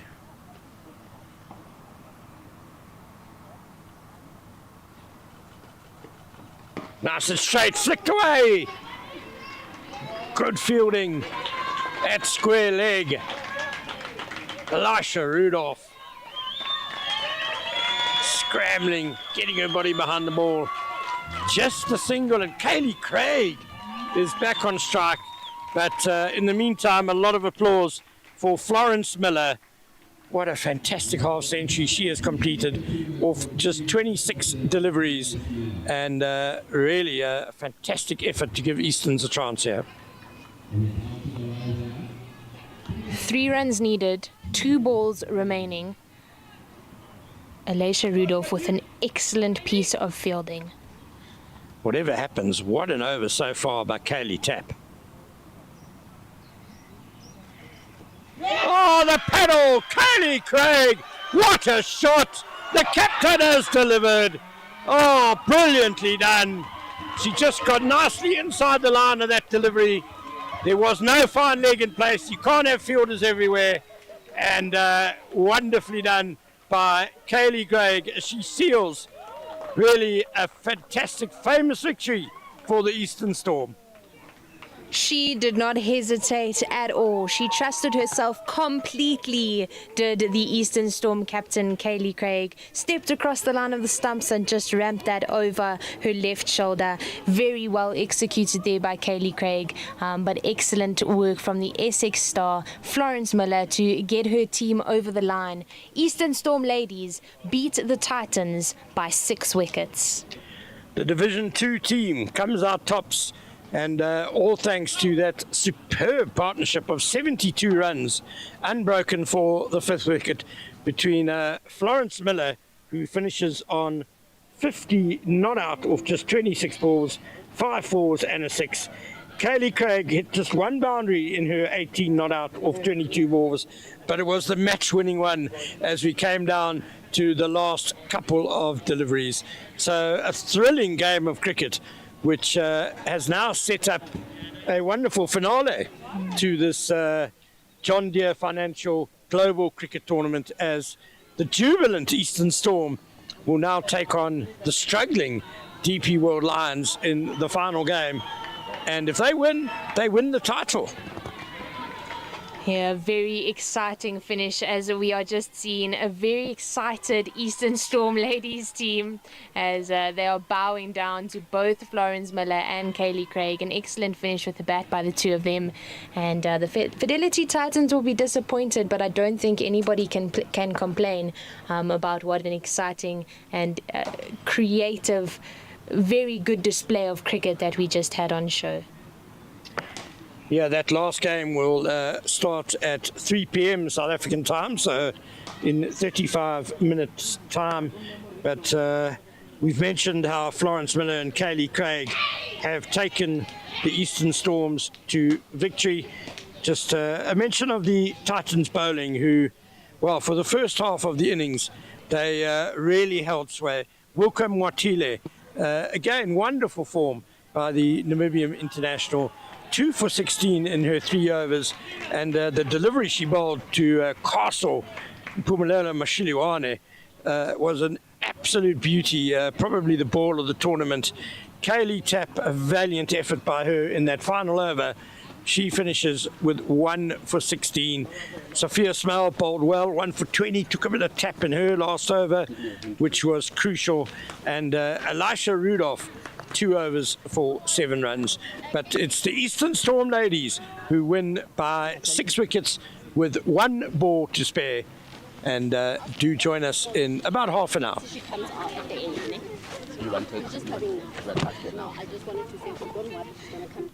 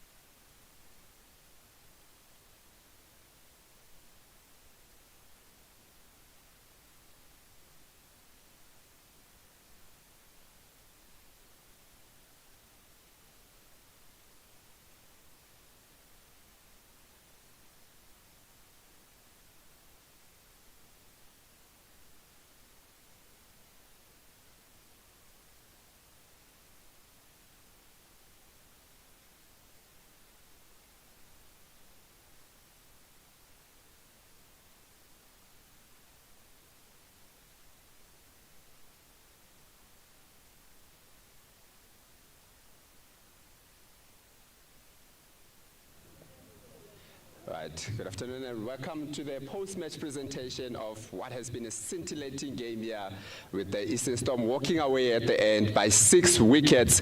Very good effort from Eastern Storm to win that game against the Fidelity Titans. Now, to start off the post-match presentation, I'd like to call up the losing captain from the Fidelity Titans, Robin Searle. Robs, unlucky. What do you think you guys could have done differently to win the match? I'd like to just start off by saying credit to Easterns. Well done, good game. Especially Flo and then Kaylee there at the end with the nerve to play the lap shot, so well played. Yeah, look, I think we maybe could have been a little bit tighter here and there in the field, probably short 5 to 10 runs as well. But yeah, overall I think it was a really good game of cricket. What kind of lessons does the Fidelity Titans take going back into the season? You're going to start the second half of the season in February, and this tournament, what has it provided for you guys to be able to work on certain things? I think it's kind of forced us to play a really positive brand of cricket. I think we've learned to trust each other with the running, because you have no choice when you're playing such a short format. So I think we'll take that going forward. And then I think just general playing together as a group and having different individuals put their hands up. It's nice in terms of confidence, having done well here and then taking that forward into our domestic league. Right. This being your guys' last game of the tournament, how can you sum up the performance of the team for the tournament and just the overall tournament? Yeah, I'm really proud of the girls' team. I think you've been brilliant. I think we've played for the team. Everyone who's gone out there has put the team first. So really proud of that. And then the tournament as a whole, it's amazing to be part of this. Thank you to everyone who's made it possible, sponsors. The groundsmen have put in a lot of work. I think we actually should probably give them a hand.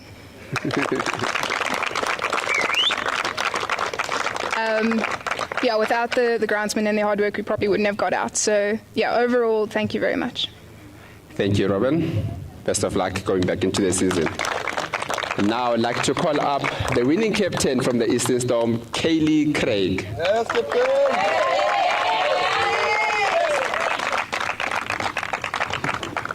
Kaylee, well done. I see you on a smile, but not pulling it out. Let's first speak about that shot that you played at the end there, with the nerves, with the score the way it was. Let's just speak about that. What was going through your mind to play that shot? It was very gutsy from me. The girls came up and told me that I haven't seen you play the shot in the nets before, and they aren't lying. I think it's got to do with backing yourself. You know, even when you are down in the trenches, you feel like nothing's really working for you. Sometimes you just got to let it go and just allow the process to take you over the line. And obviously yesterday when you played the Titans, you lost that match. You would have taken some lessons from there. What is it that you implemented differently in this match to walk away with the victory? I think I need to give credit to my bowlers. They were brilliant today. They set us up for only chasing 100 in a 15-over match. Our fielding was also quite good. You know, there will be a couple of mistakes here and there. But I think, just like what we said, we ended off the day on a very positive note yesterday. We came in this morning just as positive, so we optimized on it and made sure that we came out with the win. Now you've got a very important game coming up against the Lions. You win that match, you win the Global Cricket Tournament. And how are you feeling about that, being in the position that you are in now after last year? We're quite excited for it. We don't want to get ahead of ourselves. There's still a game of cricket that needs to be played. So we're still going to put our heads down, do what we're going to do best, and hopefully we will come out on top. Thank you, Kaylee. Go and prepare for that last match.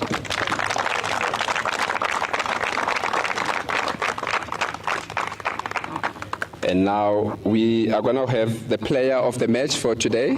And I'm just going to ask Ms. Bianca Joseph to just join us, the Titans board member, just to join us to hand over the player of the match accolades. The player of the match gets the Jundo sunglasses, a 150 Rand voucher from the Baron, and a hamper from Mitcham. And I think we can all agree who the man of the player of the match is. And the player of the match for this game, for scoring 50 of 26 not out, Flores Miller.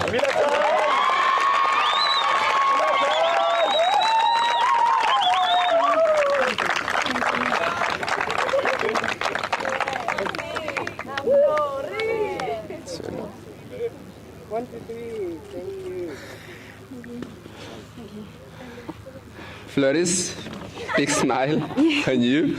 Really Miller time, giving everybody a Miller time. How does it feel to be player of the match in a very important game like you just played now? Yeah, it feels great to be honest, and thank you. I think it's just nice to get a few runs under my belt and feel confident going into the next game, and also to contribute to the team. I think that was quite a big win over the Titans. We know that they're a really strong side, and I think I got the impression around the group earlier, and a few of them are saying that we're kind of the underdogs of the tournament. So I think to get a win over the Titans in that sort of game is really pleasing. And how did you go about the innings? What was going through your mind when you're going through your innings? You went in there needing about 12 and over to go. And how did you think you were just going to approach this match in order for you to walk away victorious at the end? I think when Kaylee came in, we spoke about, the run rate was up at about 10 or 11 and over. So we talked about kind of trying to go for a boundary early in the over and then running hard between the wickets and trying to put pressure back onto their bowlers. We felt like we were very much under the pump at that point. Thank you, Floris. Go and prepare for the last match. And that ends the post-match presentation here with the Eastern Storm winning by 6 wickets to end this match. They just need to go and win against the Lions if they are to win this season 2 of GCT.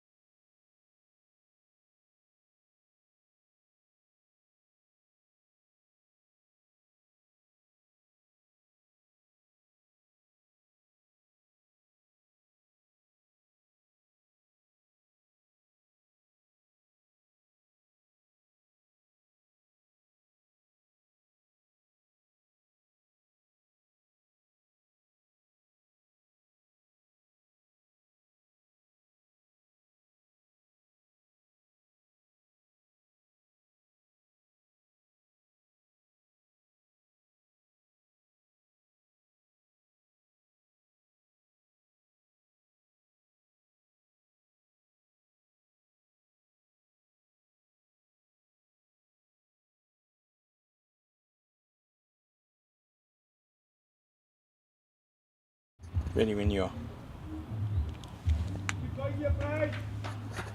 Okay. Welcome back to the Global Cricket Tournament, where you find yourself watching the third game of day 3 at Irene Country Club. My name is Jenna Searle, and I'm joined by Ken Boyland as we bring live commentary and stream from the Global Cricket Tournament this third game between Eastern Storm women's team and the DP World Lions women's team. DP World Lions won the toss and elected to bat first, and as we all just catch our breath after an absolute thriller before this game, Eastern Storm beating the Fidelity Titans, and that means that if they win this game, they win the tournament. Yeah, that was a very exciting finish for Eastern Storm against the Fidelity Titans, Ken, as Peyton Coppin has the new ball. She starts from the Willie Van Heerden end. She starts off with a dot ball straight out to Tanique Williams at extra cover. Very stylishly driven by Daniela Weber.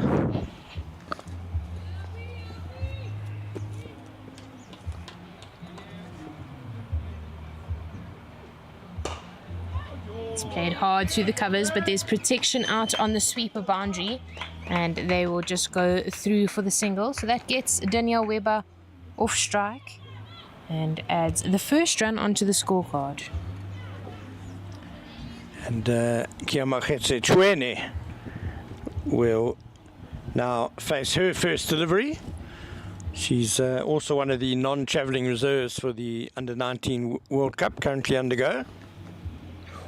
Big swing and a miss, and just seaming in there from Peyton Coppin as it beats the inside edge of Chwene's bat and goes through to the keeper, Mpumelelo Mashluane, who is, of course, taking the gloves in place of Tamsin Hartman, who is on the bench.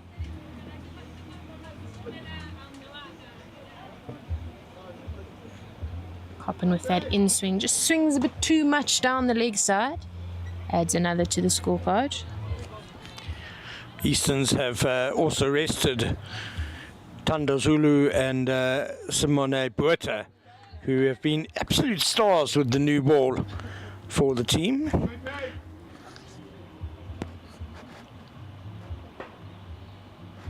Beating that inside edge of the bat once again, Peyton Coppin, an exciting young talent. She's got that natural in-swinger. She kind of rolls her fingers over the seam.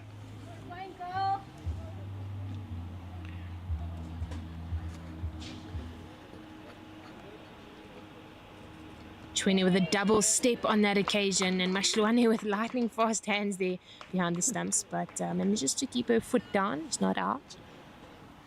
Yeah, Peyton Coppin, just 18 years old, turns 19 in February, product of Kuro Schools.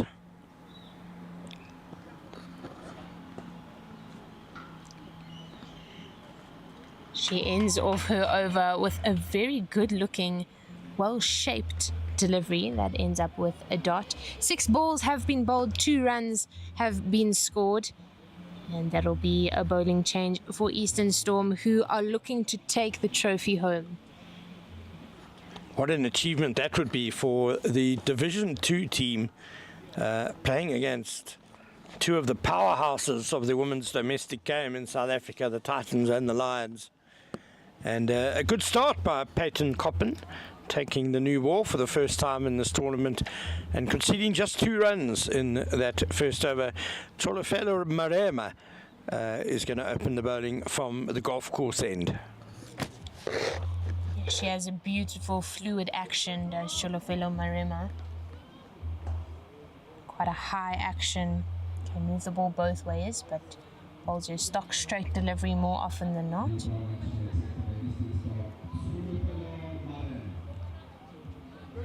I think it is important to mention that the DP World Lions team that is at this tournament is not the same team that plays in the Hollywood Bets Pro Series. Excellent delivery there by Marema, just missing everything and going through to the keeper. And you could see Weber kind of asking her batting partner, what did that do? She really was well and truly beaten by that one. Lucky not to lose her off stump. She plays this over the leg side. That'll be a 1 bounce 4 as she takes her total up to 5. And Danielle Weber, big hitter of the ball. She's very good across the line. And she just proves that with that 1 bounce boundary. Well, she certainly saw that one, okay? Right out the middle. Marema just dropping too short. If you bowl that short, it's not going to swing. It's not really going to move much off what is a very good batting pitch. Yeah, the pitch has gotten better and better to bat on as the day has gone on. It's flattened out beautifully. This a lot fuller by Marema. And almost traps Danielle Weber out in front of the stumps. Yeah, and then the ball bobbling around the stumps off her pad. Yeah, Marema much more effective when she pitches the ball up.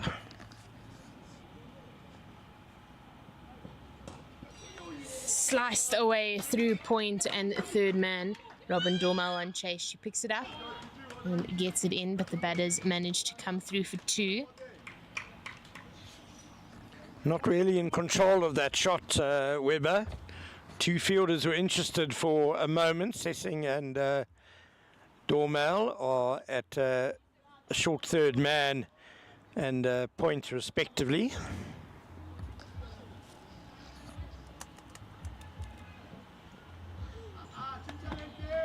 This comes off what looks like the pad of Danielle Weber, and it goes out to the fine leg region.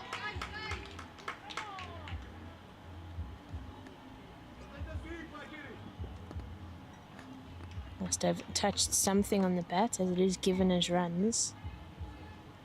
Chilofelo Marema not really finding her rhythm early on.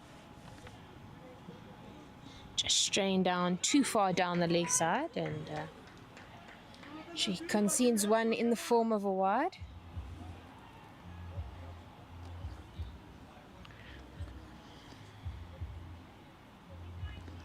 Made her debut for Easterns in 2019.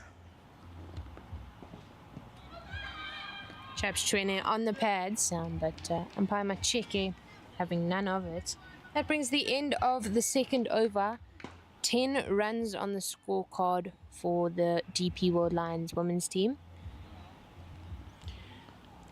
Yeah, and Weber has 8 of them. Joanna yet to get off the mark.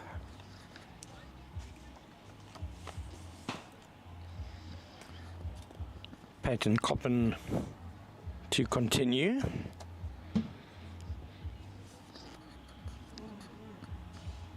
Lots of cricket has been played over the last 2 days. Of course, day 1 on Friday was rained out. The pitch way too wet to play on.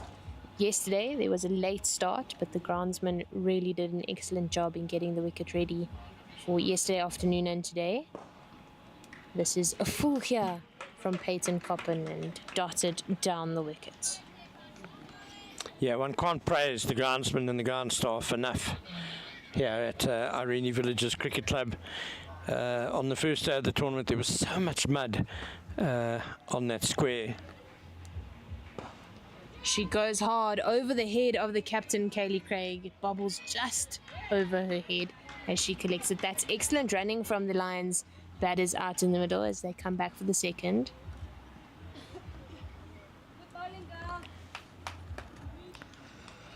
And considering the weather, to come up with a pitch that's actually played so well has been a great effort by the ground staff. Straying down the leg side there, Coppen. Because of her wristy action, that is definitely always a possibility, that leg side wide. She does need to make sure she's controlling her line on that 5th, 6th stump line. Giving the ball the best chance to seam in or swing in towards the right-hander. Oh, what would have been an excellent catch put down by Marema. at short 45. She was in the game there. She's a tall lady with long arms, and she was at full stretch there. Very nearly hauled that in. Well, she saved runs though, at least. That she did. And that's edged and caught by Mashlowane behind the stumps. Peyton Coppin with the breakthrough, the early breakthrough here of the player who was looking more aggressive of the two. Danielle Weber will walk back to the Lions gazebo. That is the first wicket. She goes for 10 from 10. The score 13 for the loss of 1. So no Simone Buerta, no Tanda Zulu in this game for Easterns, both resting. But so far, Peyton Coppin is doing the business. She's bowled 10 balls and taken 1 for 5 so far. Gets the first wicket. That line just outside off stump, and the swish of the bat by Weber, and the edge through to Mashilwane, who's just showing what a talented all-round sportswoman she is, donning the gloves, as Tamsin Hartman is also on the bench for this final game. And out to the crease comes the young talent of Naomi Lefe. She scored a lot of runs at junior cricket for the Lions. Prolific run scorer at under 16 level. Batted really well in this tournament last year. Hasn't really come to the party yet this year. It's a wonderful drive there, but straight to extra cover. They go for the quick single. There's a chance at a run out, but unfortunately the throw wasn't collected quick enough. And Tanique Williams struggling to get it in after the slight fumble.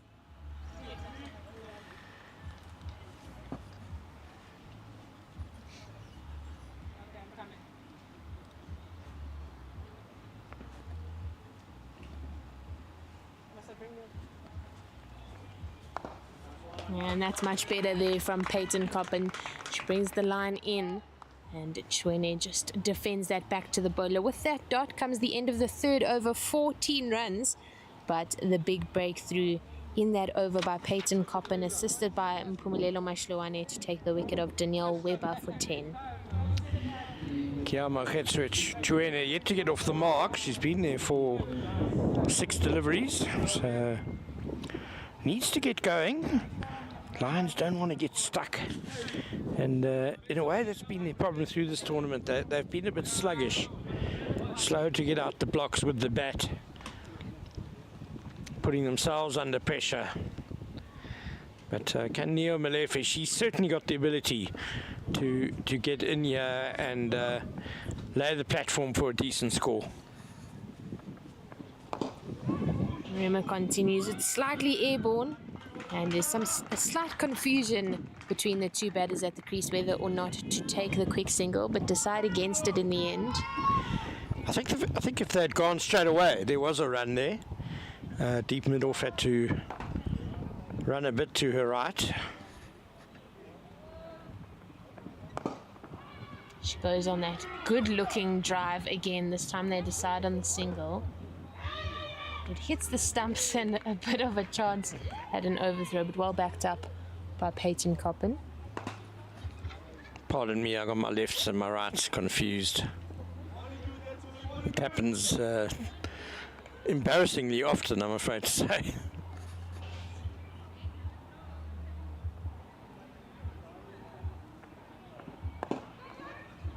Slightly airborne there off the flat bat shot by Chwene, as she gets off the mark after 7 deliveries.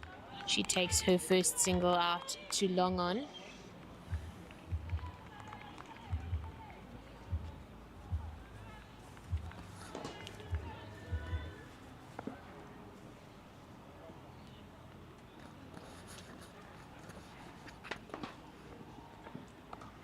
Rema with a slower ball outside the off stump, and a good piece of fielding by assessing at short third man.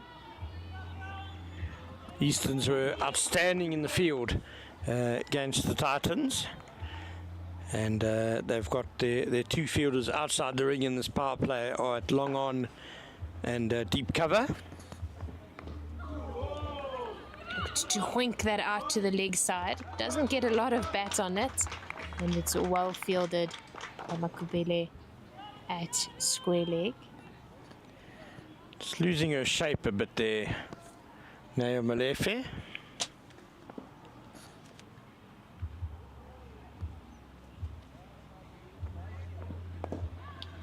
Marima, wicket to wicket. She allows just a quick single to come through. A good over in the end, just 3 runs from it. A very well constructed over from Chulafele Marima. And it looks like Peyton Coppin will continue. Yeah, Easterns did this against the Titans as well. Captain Kaylee Craig electing to keep her new ball pair on, bowl them out up front. It worked, you can't deny it. They won the match, and they've made a good start here again. 17 for 1 after 4 overs. Coppin 2 overs for just 6 runs.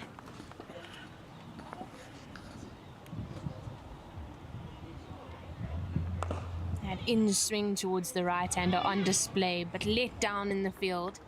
Sonique Williams just fumbling that completely through the legs. They managed to get through for the single. Score goes up to 18 in the 5th.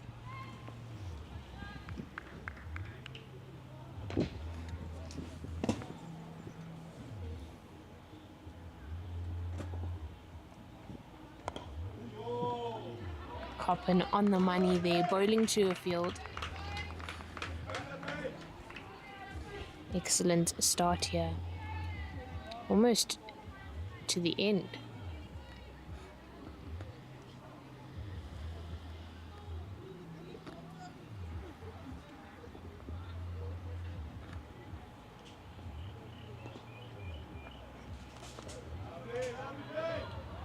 Played with soft hands by Shwene, but Peyton Coppin really, as I've said, bowling to a field here, Ken. She's been excellent, yeah, just bringing it back into the right-handers, but getting the line right, starting at the outside off stump. And she's got decent protection on the leg side, but she hasn't needed it because she's bowling such a good line. And just as you say that, Ken, she pulls it back. It's short and it's straight, and it's pulled across the line by Shwene. Goes 1 bounce over the boundary, which takes the team total to 22. 2 balls left in the 5th. Very well put away by Kiamakhetsu Shwene. Coppin, the problem there was the length. It didn't really matter the line. If you're going well that short, you're going to get pulled. She goes short again. This time it stays low and it's defended into the offside for no run. Peyton Coppin's figures, even after that boundary, still looking really, really tidy. 1 wicket, 11 runs, 1 ball left in her spell.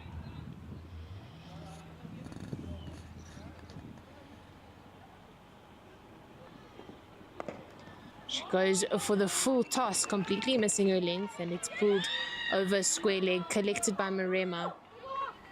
And they go through for 2 runs. That'll be the end of Peyton Coppin's spell. 3 overs, 13 runs for 1 wicket. I don't think she'll be disappointed with that at all. That's the end of 5 overs, 24 for 1. And we will have a commentary change. I will be replaced by Sean Mayers. Well, Eastern's captain Kaylee Craig will definitely take that in a 15-over game. 3 overs, 1 for 13. Excellent work by Peyton Coppin, taking the new ball as Simone Buerta and Tanda Zulu both resting for this game. She had big shoes to fill. Sean Myers, welcome back. And Ken, after the last game, the excitement is still very high in the Easterns dugout. Looking for the first trophy for them of the year. Well, that's going to be the challenge in this game, and so far they've done very well. Is coming off that high of beating the Titans and then going straight into another game with just a half an hour break. But they seem focused. They've started very well. I was surprised to see Simone Botha not on the field, but I guess that's the beauty of this tournament, of the game. You want to make sure that your bowlers are fresh, batters are fresh. You put somebody tired, that's where lines and lengths could start straying. Yeah, I imagine it was a pre-existing plan to rest them for the last game, and Marema and Coppen have responded really well in their places.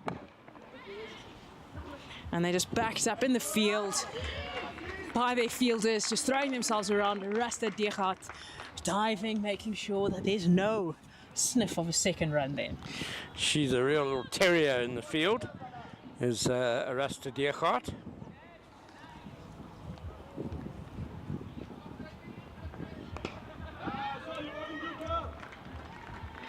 Molefe, I would say that was a bit of a half volley. A bit slow to pick it and just guiding it. I just want to see her go after the ball. I hate to say it, the Lions have the DP World Lions have nothing to lose. So a little bit more intent would be what I would like to see from them, especially in a game like this. Yeah, now Molefe is a really, really bright talent.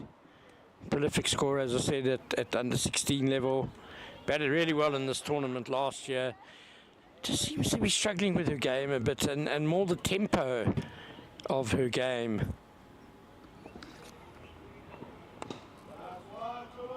What I am seeing, especially with younger players coming into the women's game, not only here at the Global Cricket Tournament, but also within the domestic structures, is at under 16, there's a lot more loose deliveries. Fielders aren't going to dive and throw as hard, so you're able to get away with a lot more. Very well taken by wicketkeeper Mashiliwane, but I fancy off the pad. A really good take. And yeah, but again, as I was saying, there's a lot more loose deliveries. Fielders aren't going to dive as much. So, and also just the mental aspect. You're going to get older players who are going to have a little bit of a word here and there with young players, get under their skin a little bit, see how mentally tough they are. Yeah, your point feeds very much into what I was going to say about Molefe, is that she seems a little bit 4 or nothing at the moment. If she can't hit a boundary, then it tends maybe to be a bit of a dot ball situation, and maybe that's because she's so used to, at the level she's been playing, getting, as you say, more bad deliveries to put away, and she's certainly got the strength and the power to do that. She's still very young, and it's all part of learning the craft of batting. Just being able to turn over strike, manipulate the ball, the softer skills, if you like. I guess it will come with time, just to learn that aspect of her game. Singles aren't going to be easy to come by when you go up to the next level.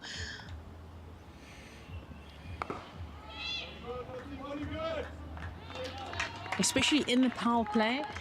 We can't say we're out of the power play, but there hasn't been too much of a reason to have, I would say,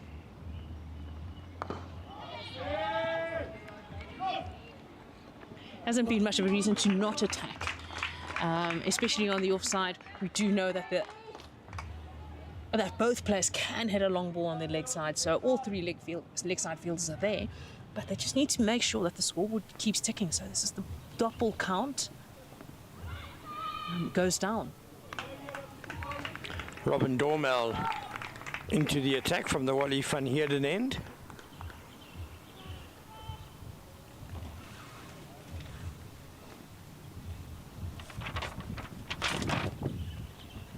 Nicely.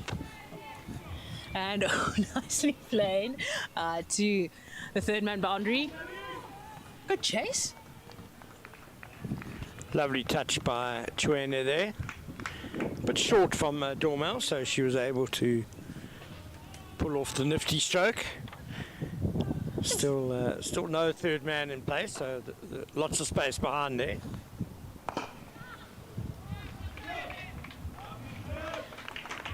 I like what Sharina has done.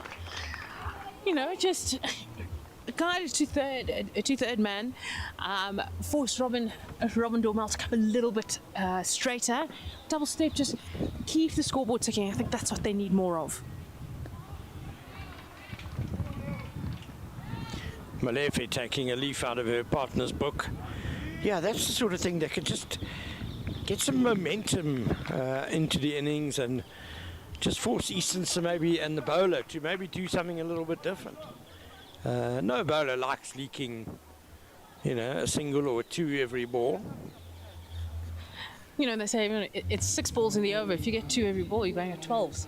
So, you know, sometimes you need to look at it from the mats. Yes, you're not hitting 2 big sixes or a big, or you know, this cracking 4. You know, but if you just keep the scoreboard ticking, at the end of the day, you're still going to be striking it at almost 200. Exactly right. Yeah, and it's funny how if you are taking the 1s and the 2s, the bad balls seem to follow as the bowlers try something different, and then those are the balls you can put away to the boundary.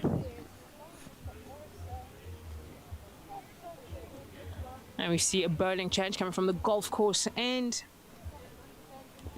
and it's Makotsa Sessing. She's bowled well in this tournament, the spinner. I love the Makotso Sessing, rather. I like how she's been very tight, has come in the middle overs and made sure she doesn't go for too many boundaries. Obviously backed up by incredible fielding. I think this will be the start of a really good rest of season for her.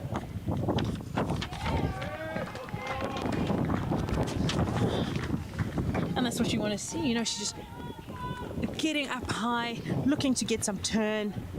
You can't ask for too much more from her.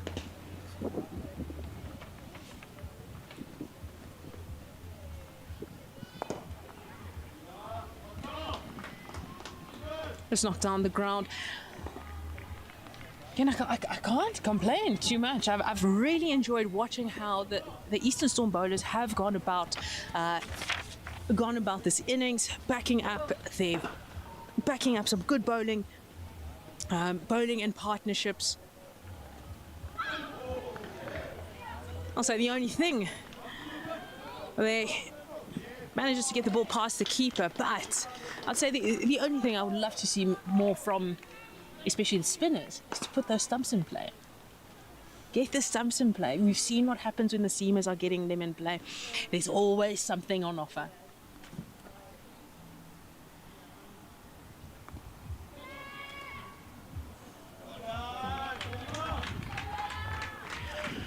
Makobela getting the ball on the bounce there at a deep backward square. Just Sessing's line was better, but the length was too short. Yeah, so important to get the length right with the line. As you say, if you're going to bowl straighter, it's got to be the right length. And again, she's a bit short. Hit away through square leg. But Sessing is very much just at the start of her senior career in the Hollywood Bets Pro 20. She's only bowled 4 overs in her career, taken 2 for 18 already, so that's good.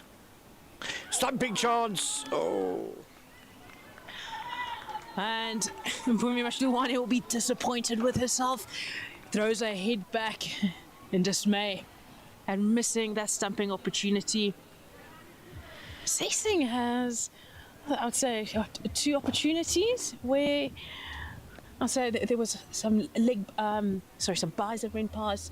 Mashluwane just keeping her in the game, but a really good over from Sessing.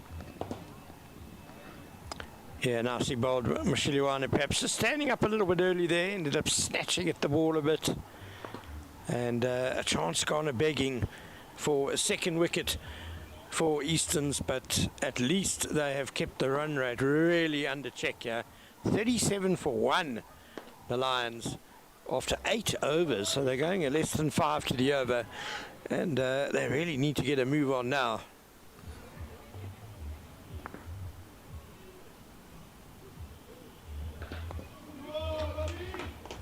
But lots of protection on the leg side with, I'd say, the quickest and the best fielders currently fielding on the boundary for the Eastern Storm. Yeah, and it's a long way out there. You got to make better contact than she did with that delivery. It was a bit of inside half of the bat. And as we've seen, full tossers are getting wickets in this tournament. So not completely a bad ball from Robin Doll now in this tournament. Every now and then she slips one in.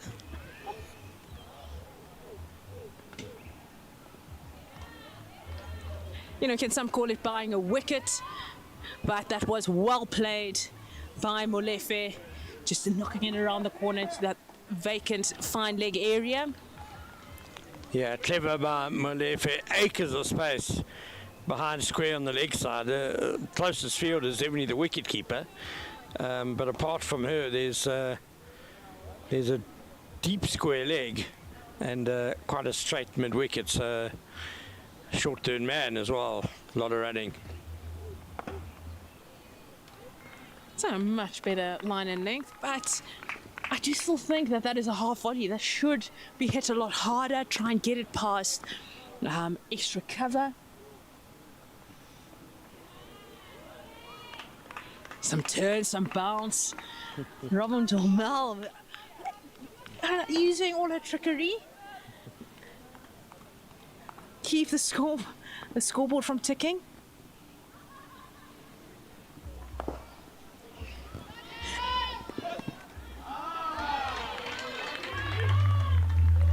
A big hit down the ground, and Arasta Dechard stops it, saving what would be a definite 2. She's quick across, and it just keeps it down to 1, saving 3 runs. Yeah, lovely fielding. So quick across the ground, and very quick to release the throw as well. Wonderful athlete, Arasta Dechard. It really has been a pleasure to watch her in the field during this tournament. Looks like she might be bowling soon as well, as she swings her arms around a bit.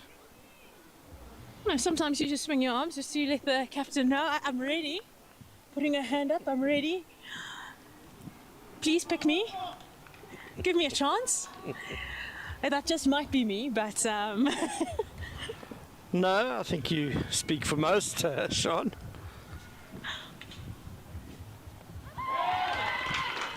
And around her leg, Sessing has her first scalp, and it is the aggressive Neo Molefe who has to depart. Bold, going too far across, and Sessing taking out her leg stump.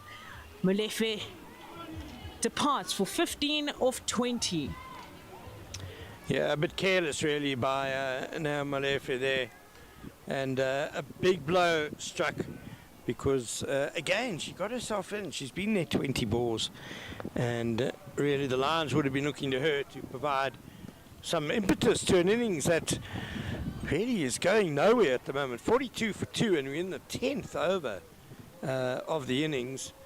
It's they're only 2 wickets down, but you have to say it's been a poor start.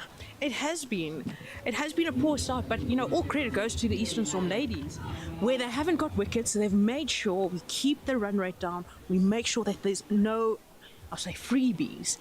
Right, throw your body around, make them toil, make them work, graft for every single run that they're going to score.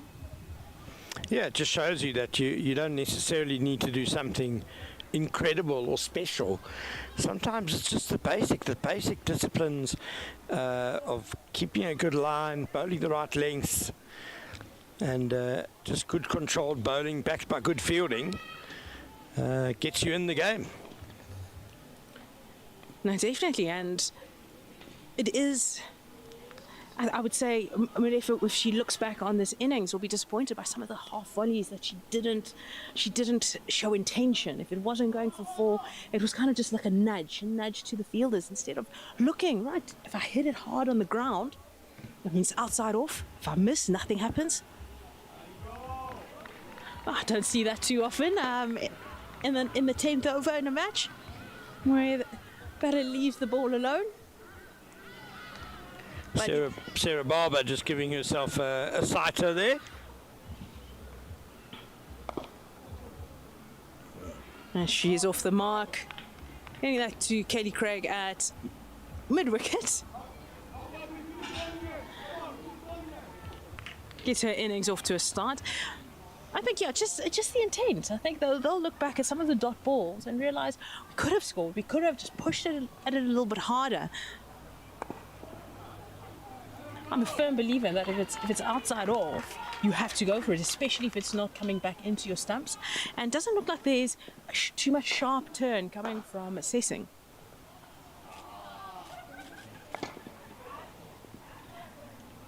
It's in the air, just over mid-wicket, and they managed to only get 1, bring Sarah Barber back on strike. Good use of her feet for Chwene. Well, it ended up being quite a high full toss from Sessing.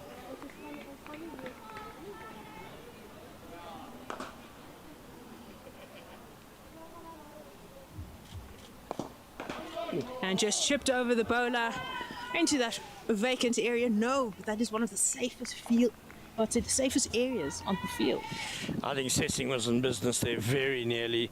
Sarah Barber beaten in the flight and just managed to get it over the bowler. I think what's helped Sarah with that one is she didn't try to overhit it. She just checked it, because I think if she did try and overhit it, she was going to be in a world of trouble, but just held her shape and managed to get it over the bowler. It's the end of the 10th over, 45 for 2. Now we'll see a commentary change with the man, the legend, Ken Borland, who's going to have a well-deserved break, and the legend herself, Jenna Searle, will be joining me for the last 5 overs. And changing commentary also sometimes is paired up with a change on the field. Coming from the Wally van Heerden end, we've got Arasta Degat coming in for her first over. The Namibian internationals has a skiddy action, and I think we'll get some purchase with the current conditions.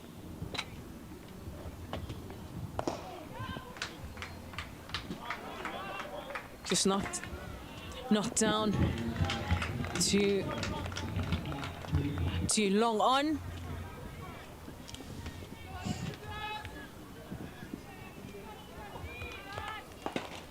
Not a lot of intent being shown at the moment by the DP World Lions team.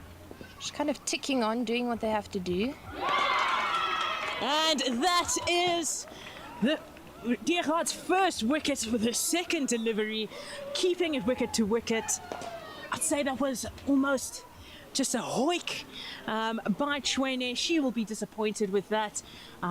She now has to depart with her off stump gone. Her leg stump gone.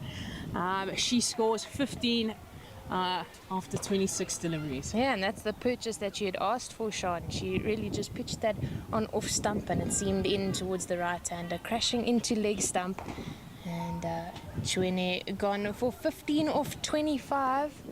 And to the crease comes the Lions captain, Jenna Libba. I actually don't think this is a bad idea. Losing the wickets they did, there was a lot of dot balls between Molefe and Chwene. It came up to 24 dot balls. That's 4 overs of dot balls just between the two of them. So I do think that a little bit of aggression, they have wickets in hand as the DP World Lions. So I do think that these two, Sarah Barber and Jenna Lee Libba, can almost from ball 1 look to start rotating the strike, get bat on ball, hit the gaps, and if they can, get a boundary as soon as possible. Yeah, definitely. That boundary is vital. I do think a competitive total here, the DP World Lions will be looking at 100 runs, going at 10 runs and over. But with the current, I'd say with the current run rate, it's 2 new batters. We have to give them time. You never know. That we've seen stranger things in this game. Yes, definitely stranger things have happened, but for that 100 mark to happen, both new batters would have to get going as soon as possible. They do, and both of them are very hard hitters of the ball and like to clear that front leg.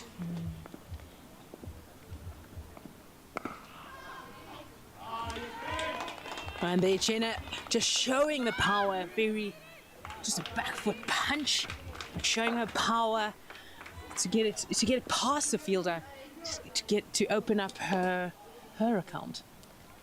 25 balls left in the innings. I think each ball needs to be treated individually as Sarah Barber faces up for the last ball of Diergaard's over.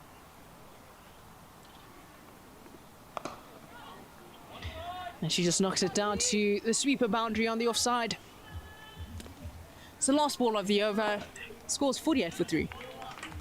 Well, the DP World Lions just really struggling with intent at the moment. And if they want to reach anywhere close to that 100 mark, they're going to need to pick things up a little bit. However, the people who are going to make that difficult for them are really on the money and putting their best foot forward. I do think that these two can afford to move around. All right, they're both strong on the front foot. They both like to see the ball flying. So I don't see why you can't run at the bowler. Force them to change their length. Force angles in the field to change. As they change the length, they change the line and are hitting from different areas. But there you have it. It's a short down the leg side, and Sarah Barber with her first boundary, 2 backward square leg, setting a little bit too straight, and just with the angle, Sarah Barber just helps it around the corner. Yeah, for sure. And with that boundary from Sarah Barber brings up the 50-run mark for the DP World Lions team. And they are now closer to 100 than they have been the whole innings. And they'll be looking to increase that steadily. I think, they say slow and steady. I think this group is not going to forget slow and steady. We need to go at 100 miles an hour. And there you have it, Sarah Barber again through the offside. Uppish, but gets into the gap, and it's 2 welcome runs. And there you have it, 2 balls, 6 runs. They say bats in 5s and 7s, but, nobody's going to say no to extra runs, and definitely not the DP World Lions in the current situation they're in.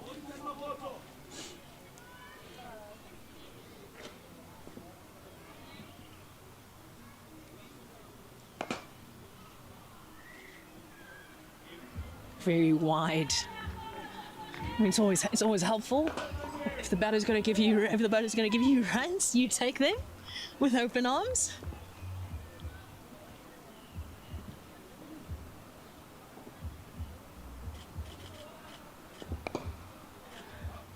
Sarah Barber just going deep in her crease, but trusting. Oh, that was definite. A run out if Sessing had collected that one. Living life on the edge, yeah? Yeah, well, that was slightly risky. I don't mind that at all. It keeps the scoreboard ticking. It puts pressure on the bowlers, puts pressure on the fielders, and forces them to make the mistake. And that is kind of what happened. So the reward needs to be worth it.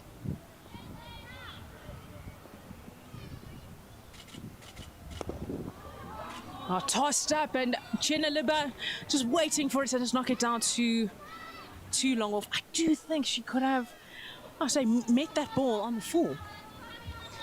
Yeah, definitely she could have. It almost feels as though she's playing within herself. She has only faced 4 balls, so I do hope that she can come out of her shell and start expressing herself more.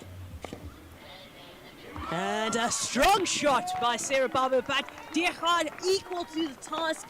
And if anything, stopping a definite 2 runs as it raced across as she dived to her left. That is the fielding you want. That's something special from Eastern Storm ladies. She is so fit, so athletic and agile in the field. She is definitely worth her weight in gold.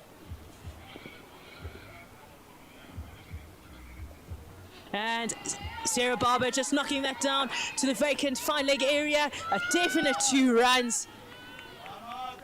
I like that shot. It's going to hopefully force a change in the field, change in length.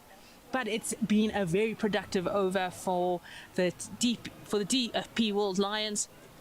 It's the end of the 12th over, and the score is 59 for 3. Yeah, 13 runs from that over, and finally the DP World Lions team are challenging the bowlers, which is exciting to see. I think the target now will be to, at least in the last 3 overs, get 20 runs to put 80 on the board. But I think with Sarah Barber, I think she needs to tell Jenna Libber, you have to play. This is a fantastic situation where you have the freedom to get as close to the ball as possible and just free your arms. Just lean into it. Just play as freely as possible. And she's definitely capable of doing that. She's not someone who usually plays within herself.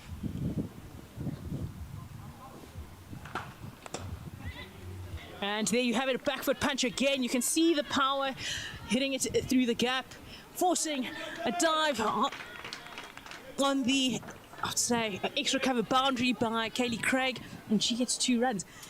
Jenna has that power off the back foot, and she is a strong front foot player. I always wonder how much further would she go if she missed it on the full, or as she was leaning into it. I think that ball would sail. Yeah, I do want to see her actually hit the ball and go through with the shot. Because as you said, Sean, she does have that power.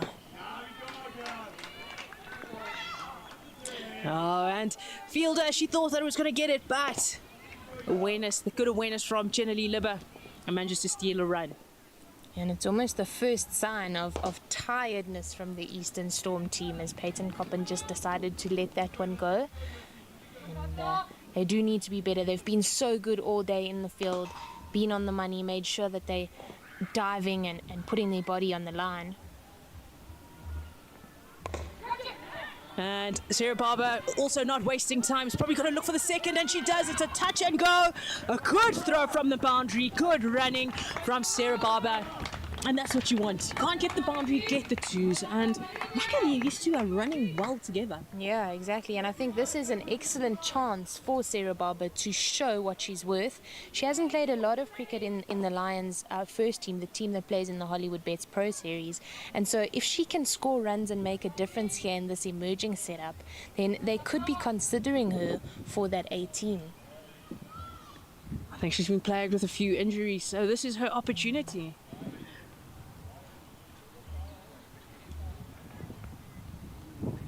A wide ball from Dechart. She's apologizing straight away. She knows that she doesn't want to give runs away.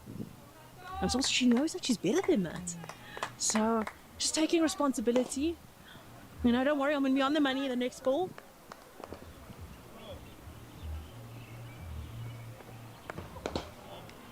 And there you have it, on the money, bowling to her field set.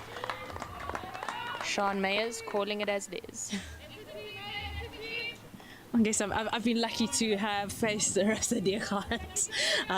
Not in a competition like this. We're both wearing different colour kits. And as you see it, no room for Sarah Barber. Sarah wants to free her arms on the offside.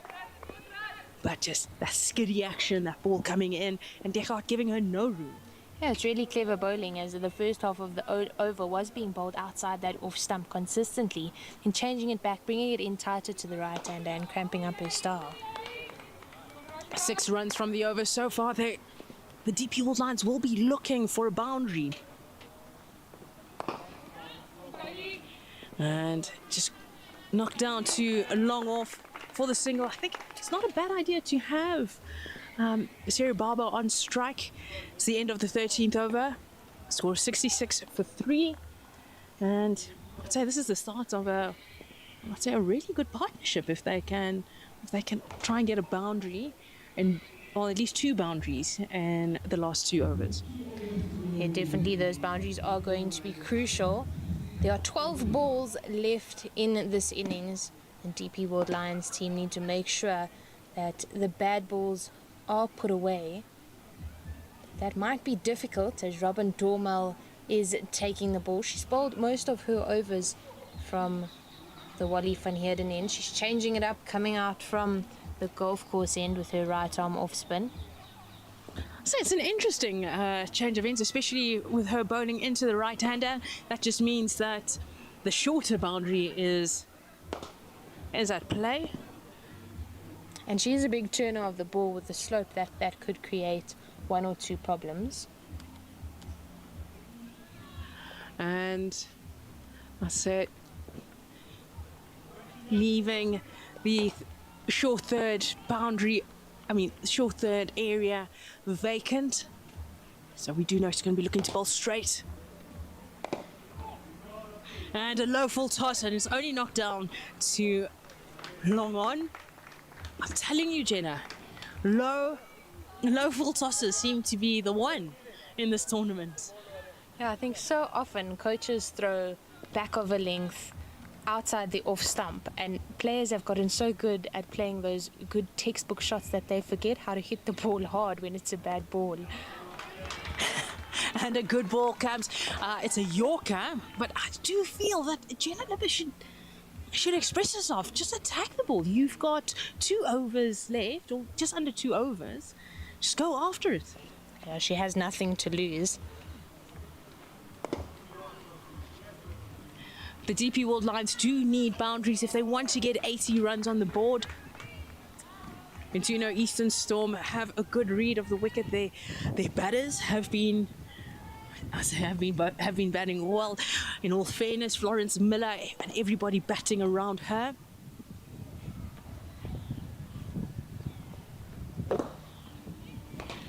And straight to Kelly Craig.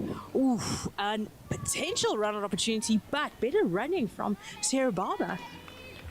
Yeah, good cricket all round, as Sarah Barber hit that confidently, called early, and didn't hesitate on the run at all, but a good piece of fielding by Kaylee Craig.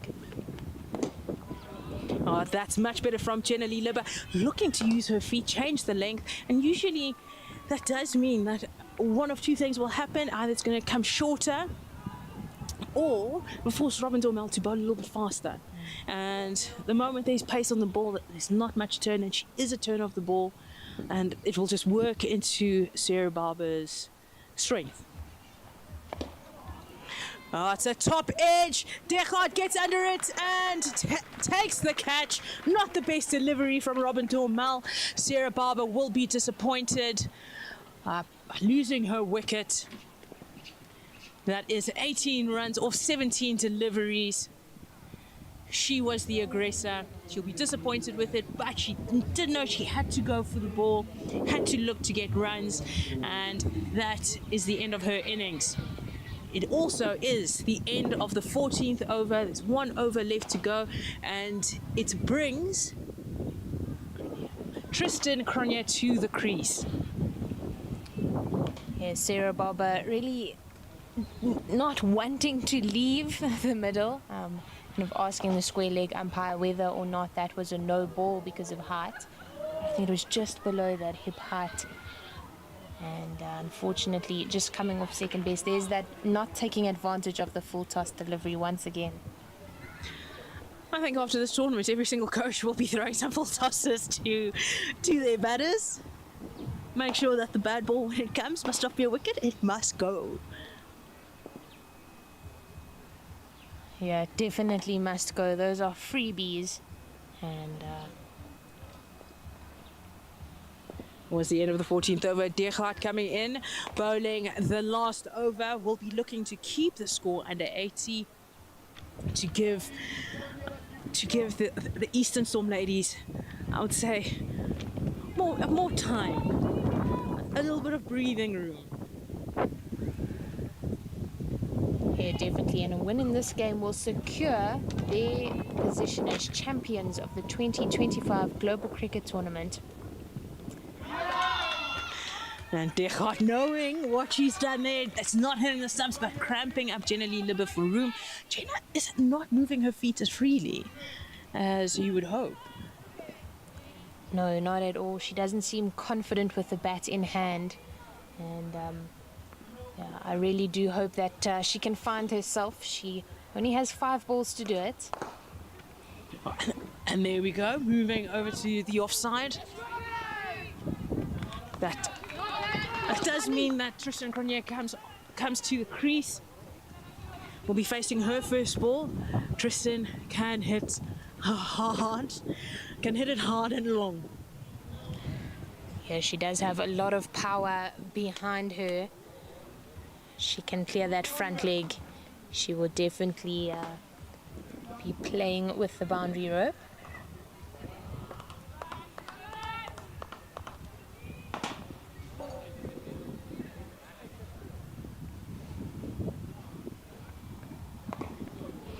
And there you have it, straight away off the mark.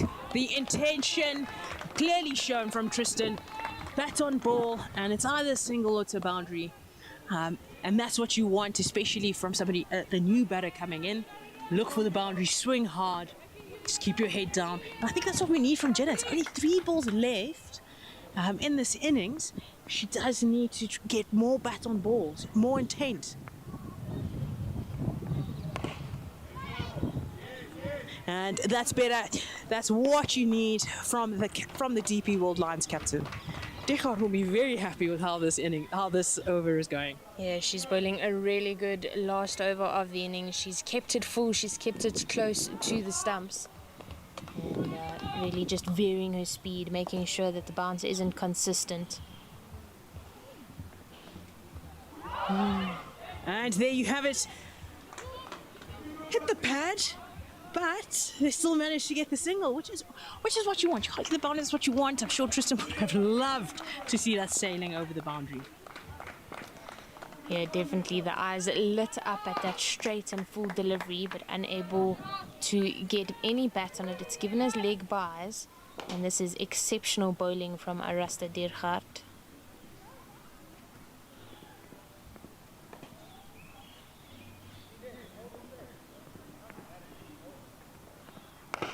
And there you have it. Also again down to the long off boundary.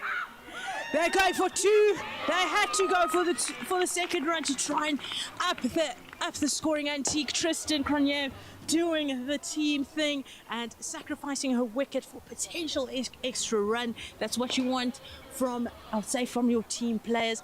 I'll say disappointing for her, but that is the end of the innings. It does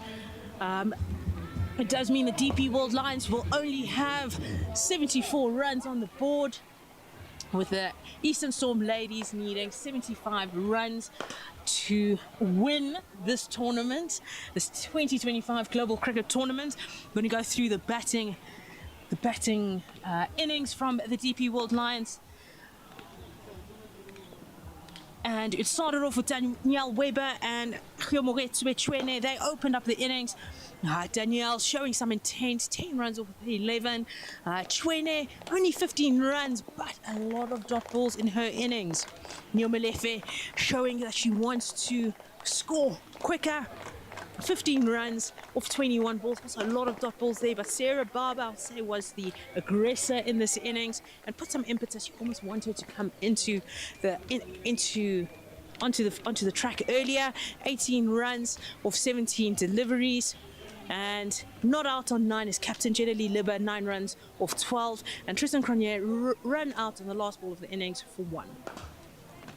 Yeah, slightly disappointing batting innings from the DP World Lions. They definitely had more in them. And unfortunately for them, they will have to do the difficult work of defending a total of 75 runs. However, I do think that cricket is a funny game and anything can happen. As I will just take you through the bowling. Peyton Coppin and Cholofelo Marema started off the innings with 3 overs apiece. Bowled really well, really good economy. Both of them under 5 to the over. 3 overs, 13 runs, 1 wicket for Coppin. Marema, 3 overs, 14 runs for no wicket. Then Robin Dormal came up and she bowled really nicely as well. 5 to the over. She bowled 3 overs for 15 runs. She got a very important wicket. And Sising also 3 overs, 18 runs, 1 wicket. Arasta Dechard with an exceptional finish, as that is some of the best death bowling that I have seen in a long time, as she bowled her 3 overs for 14 runs, 1 wicket, and that last over contributing to the run out of Tristan Cronje. So you will catch us in about 5 or 10 minutes as we will bring you the second innings of the final game of the Global Cricket Tournament here at Irene Country Club, as the Eastern's Storm women will look to take the title of champions if they can score 75 runs.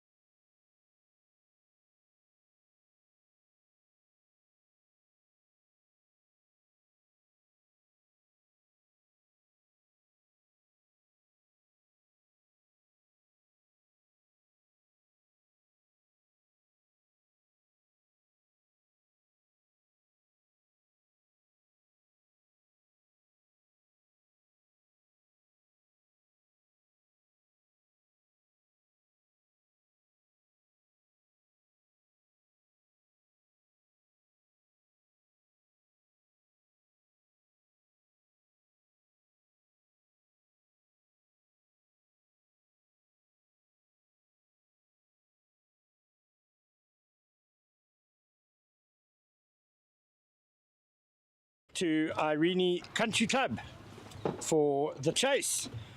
Eastern Storm with the trophy at stake.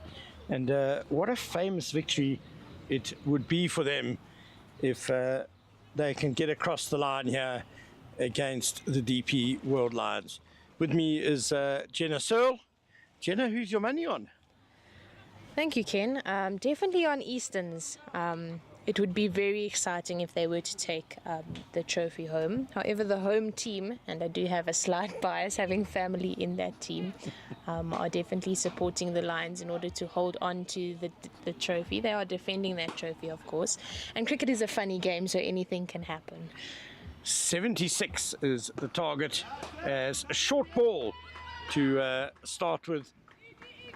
And just pulled away for the single by Iwazaki, Haruna Iwazaki. Tokoloho Matsepe opening the bowling for the Lions team once again.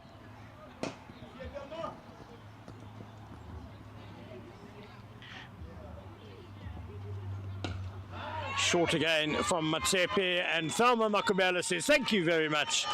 Just what I wanted. First ball, pulled away for 4. Yeah, this looks like a tired start. Maybe muscles are tired, muscles are fatigued, and definitely not the start that the Lions need, especially defending a low total. Yeah, boundary second ball. Just 71 more runs needed.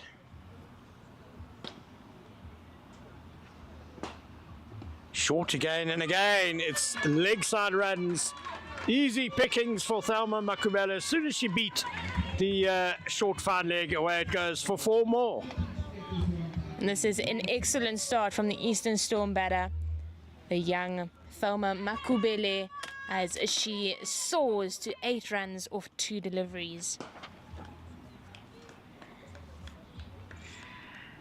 Very talented player, Thelma Makubela. She's represented the SA Phillies team at the end of the 2023 under-19 week. That's like the B side, like the boys have the SA Colts team. Now wide. Sepp is lucky, I think, to get away with that. Yeah, lucky as it may be, that's a dot ball as well. TP World Lions will need more of those in order to defend the 76 that they put on the board. Yeah, at least the length was okay, and it wasn't bashed through the leg side for runs like the previous balls. It's a nice drive from Makubela. Cronje had to get across quickly to do the fielding. She does well. Yeah, better comeback delivery from Matsepe. It was fuller, it was straighter, and had to be a use of good technique from Makubele to squeeze that one out for the single that she did.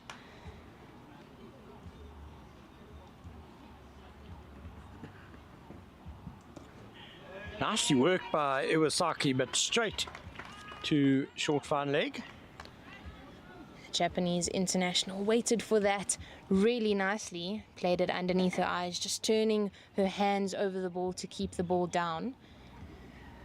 It was quite a square short fine leg. I think usually she'd get runs for that. That would have been, normally your short fine leg is a bit finer, and it would have been past her. 1 over gone, and already the Eastern Storm well underway. 10 without loss, chasing just 76 for victory. We're going to have spin from the other end. Samantha Swanepoel. Samantha Swanepoel has been consistent for this Lions team so far this tournament. Hasn't let very many bad balls go, and the bad balls that she has bowled have gotten her wickets. As we saw earlier on, Catherine Pryor caught at mid-wicket off a very slow full toss by Samantha Swanepoel. Sometimes bad balls bring wickets.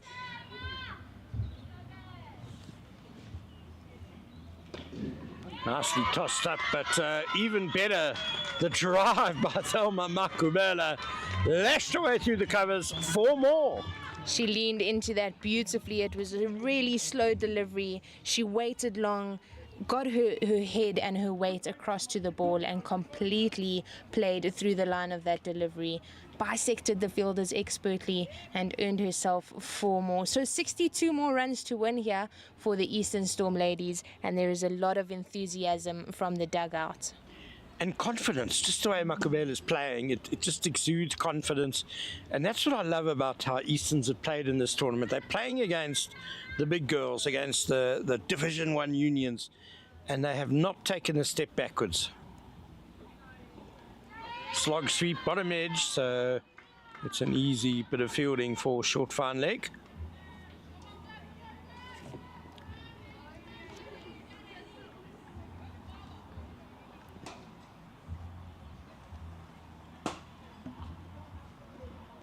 Too short from Sanapur and slapped off the back foot through the covers again by Makubela. I'm not sure it's going to reach the fence this time.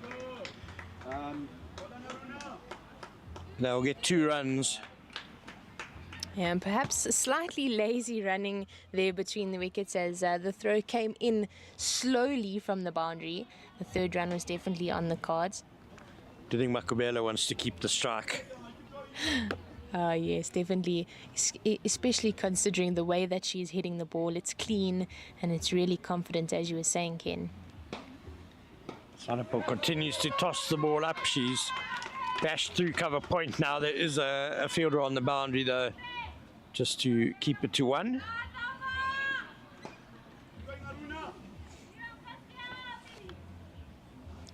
A change in gloves here for the Lions team, as Kia Betswe Chwene has the gloves for the Lions team. Lovely slog sweep by Iwazaki, just for a single. Yeah, the Lions have certainly been hurt a lot by the injury to Amara Carr, their English import. And Sunay Wittmann. Correct. Namibia's captain also not playing. Yeah. Down the ground, hit nicely by Makubela. The fielding is half made. It's going to stop the ball from going to the boundary. Yeah, the fielding definitely prevented a boundary, but the knock-on allowed the 2nd run to take place, and that's 20 for no loss after 2, with Samantha Swanepoel going for 10 in that over. So going at a run rate of 10 currently is a really great intent from the Eastern Storm ladies. And it just ensures that there's not too many nerves at the start. The last thing Easterns would have wanted chasing a small target is a nervy start where you lose 1 or 2 wickets, where the openers get a bit stuck, 4 behind the run rate.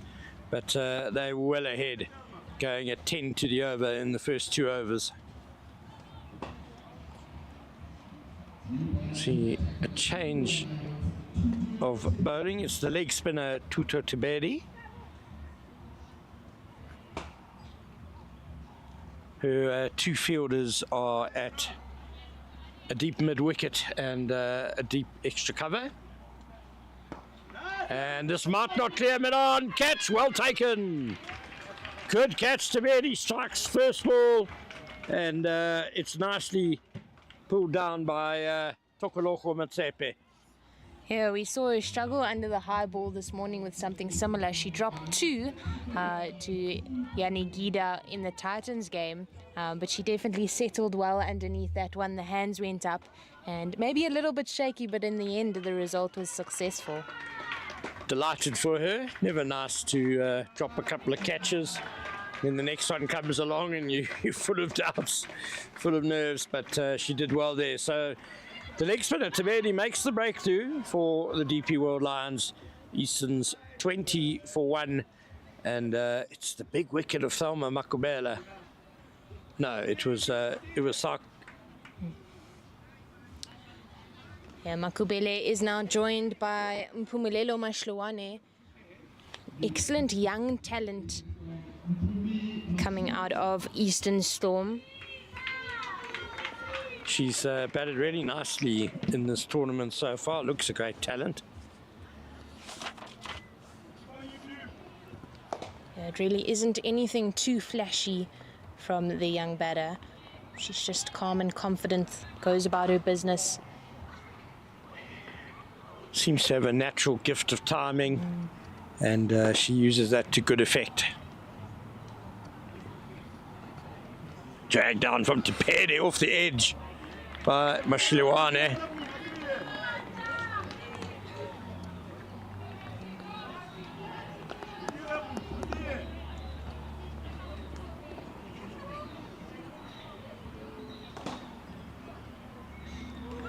Oh, a bit of bounce there for the leg spinner.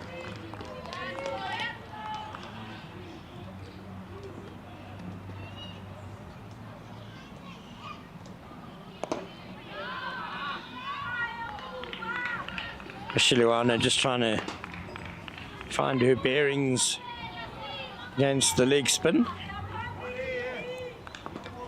Yeah, hasn't found her groove at all, really. She's only faced 3 balls. Slower from Tebede, beautifully bowled that. Slowed it up, gave it a bit more flight, and had Mashiliwana groping outside off stump. Mpumelelo definitely caught on the crease. And then that's a bit too short, but good fielding. Nice for a one-handed save. There will be a single.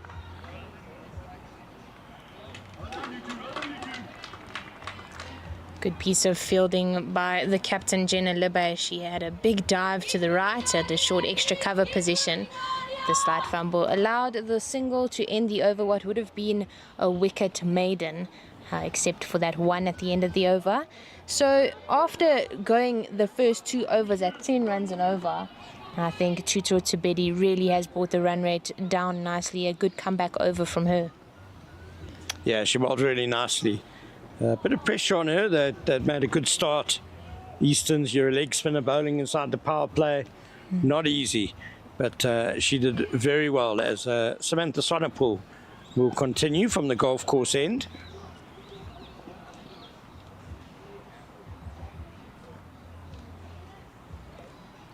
Long on and Cow Corner out on the boundary. And it's going towards Cow Corner, but it's not going to clear mid-wicket. It's another catch off the top edge and a big wicket.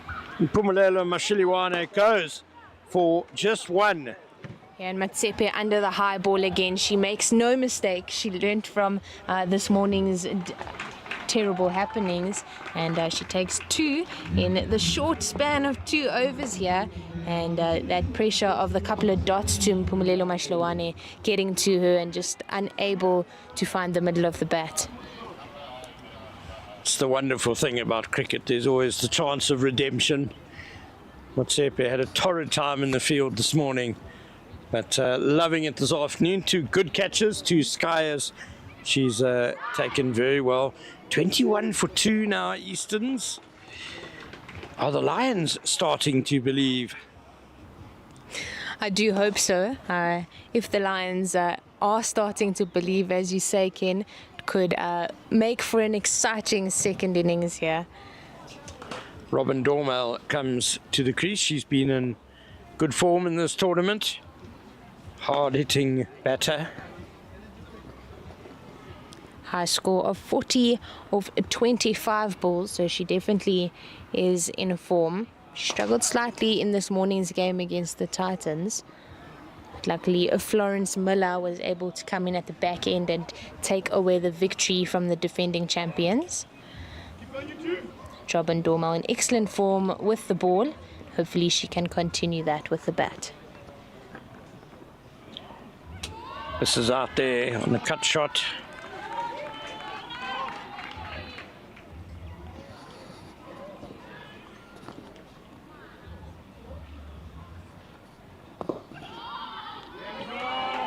Gets off the mark with 1 too long on, as Sonnepool couldn't cut that off her own bowling.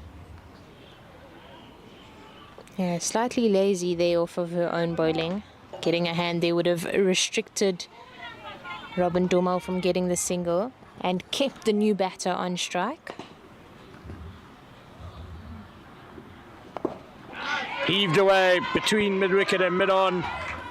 A bit of work for the cow corner running across to do, but now Malefe has done well there, and 2 runs for Makubela, takes her to 18.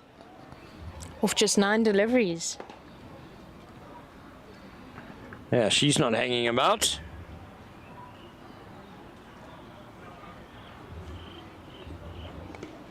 Cut now, and there is no point, but there's a fielder on the boundary. Just be the one.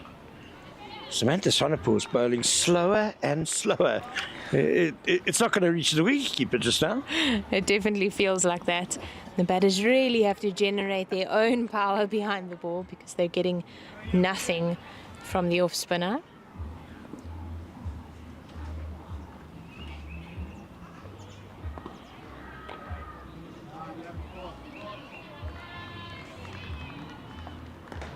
Good end to the over. Samantha Swanepoel ending her second. Her figures much better in that over, just going for the 4 runs, and of course the wicket of Mpumelelo Mashlowane ends the 4th over 25 for 2. So just 51 more runs needed by Easterns. They've got 55 balls to get that in. So just about a run a ball. From here, it feels like an easy finish. 66 balls. Sorry, I was wondering why Jenna was looking at me a bit oddly. Matt's letting me down there. Definitely feels like it's going downhill from here for the Eastern Storm. But as we've said, cricket is a funny game and anything can happen. Tabedi is hit back over her head from the drag down. It's well struck by Makubela, and that's another boundary for the opener. That's her 4th 4 and takes her to 25 not out. Thelma Makubele really striking exceptionally cleanly here for the Eastern Storm team. She saw the shorter pitch delivery, went with a flat bat into that safe, straight is safe region.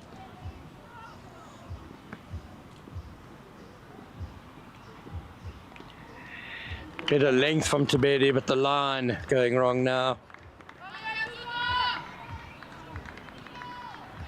Nice to hear a bit of encouragement from her teammates.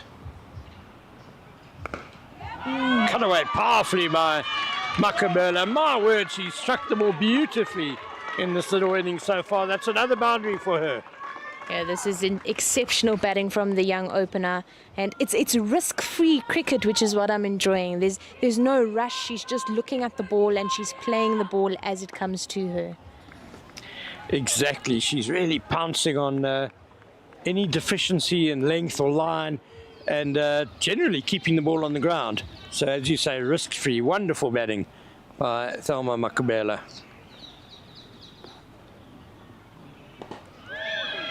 That was a bit of a loose swish.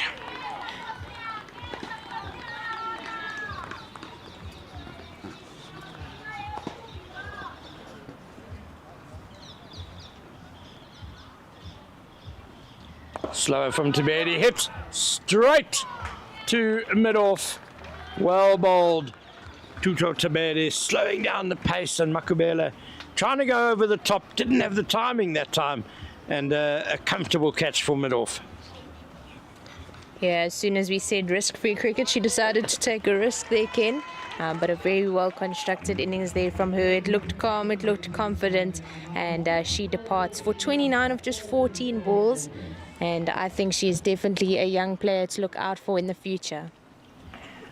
Most definitely, and she's given Easterns a good start, almost single-handedly. 29 out of the 34 runs on the board.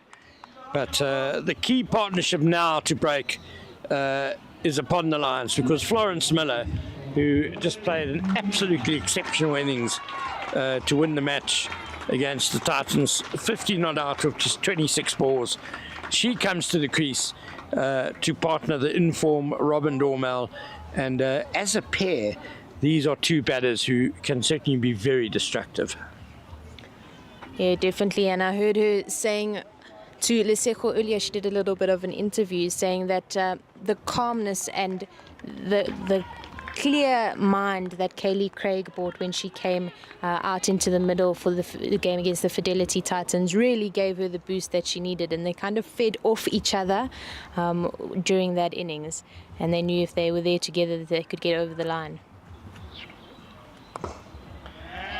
Starts off very well, Florence Miller. It was nicely tossed up by Tutu Tabeda, but just eased away through the covers for a couple of runs. That's wonderful to hear, Jenna, because, you know, Kaylee Craig, it's been a tough tournament for her as captain. Made ducks in her first 2 games, was involved in a couple of run-outs, dropped a catch. And that's very neatly cut away to the cover sweeper, just a single. But she did a fine job in that partnership with Florence Miller. Just did exactly the right thing. And then let's not forget that when it came down to the crunch with 4 runs needed off 2 balls, she was the one who got the boundary with a really clever bit of innovation. Yeah, and to come off with the start that she did, as you're saying, 2 ducks, and then to have the confidence to pull off a shot like that, a risky shot like that, I think was unbelievable. And I think that just gives way to the partnership that the two of them had. However, with that 5 overs done, 37 for 3, and I'm stepping away to make room for Sean Mayers.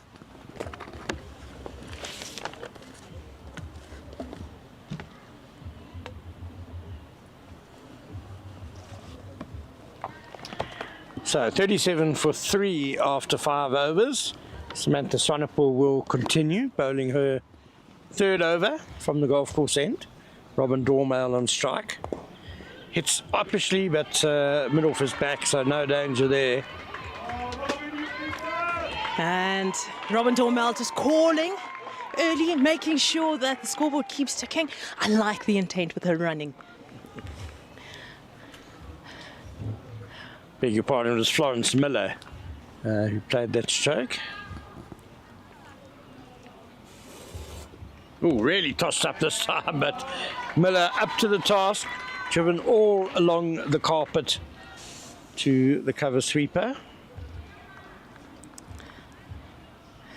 I was very impressed with Florence Miller, where after the game I spoke to her and she's saying, I'm batting a little bit lower down than I would want to. It is where she bats, around the area where she bats for Essex. She's hoping that this will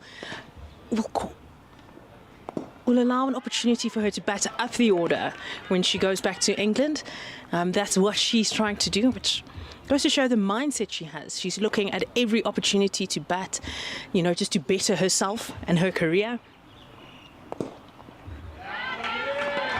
Slapped away down the ground. Swanepoel, I think she got a hand to it, but can't stop the single. Yeah, you know, that is a great attitude. I think, you know, any game of cricket you play, you can make it a learning experience. You can take something out of it, I believe. And that's, Florence Miller has certainly put this little trip to South Africa to great use. Slog sweep by Miller now. And very well placed in time, and she has her first boundary. Yes, she's a busy player, and square legs in the ring, just get it left or right of that inner ring fielder, and it's a definite 4, especially with how hard she's hitting it. And also, you know, speaking of wanting to make every experience a learning experience, she has said, I'm not there to save the game. It's a team effort. It's down to long on for 1. It's a team effort, and she's shown that with batting with Kaylee Craig, making sure the runs are there. So even with Robin Dormail, who top scored yesterday for Easterns, Florence Miller has come in and, you know, there's no expectation that she must win the game for the Eastern Storm ladies.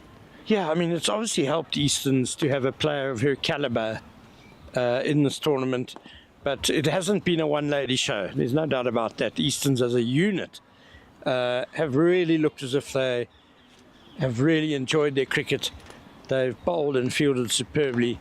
And we were just talking about it off air between matches, how yesterday when there was no play in the morning, nevertheless, Easton's spent much of the morning playing a game of tennis ball cricket on the field, and there was much laughter, and you could just see they just loving playing together at the moment as Taberi continues.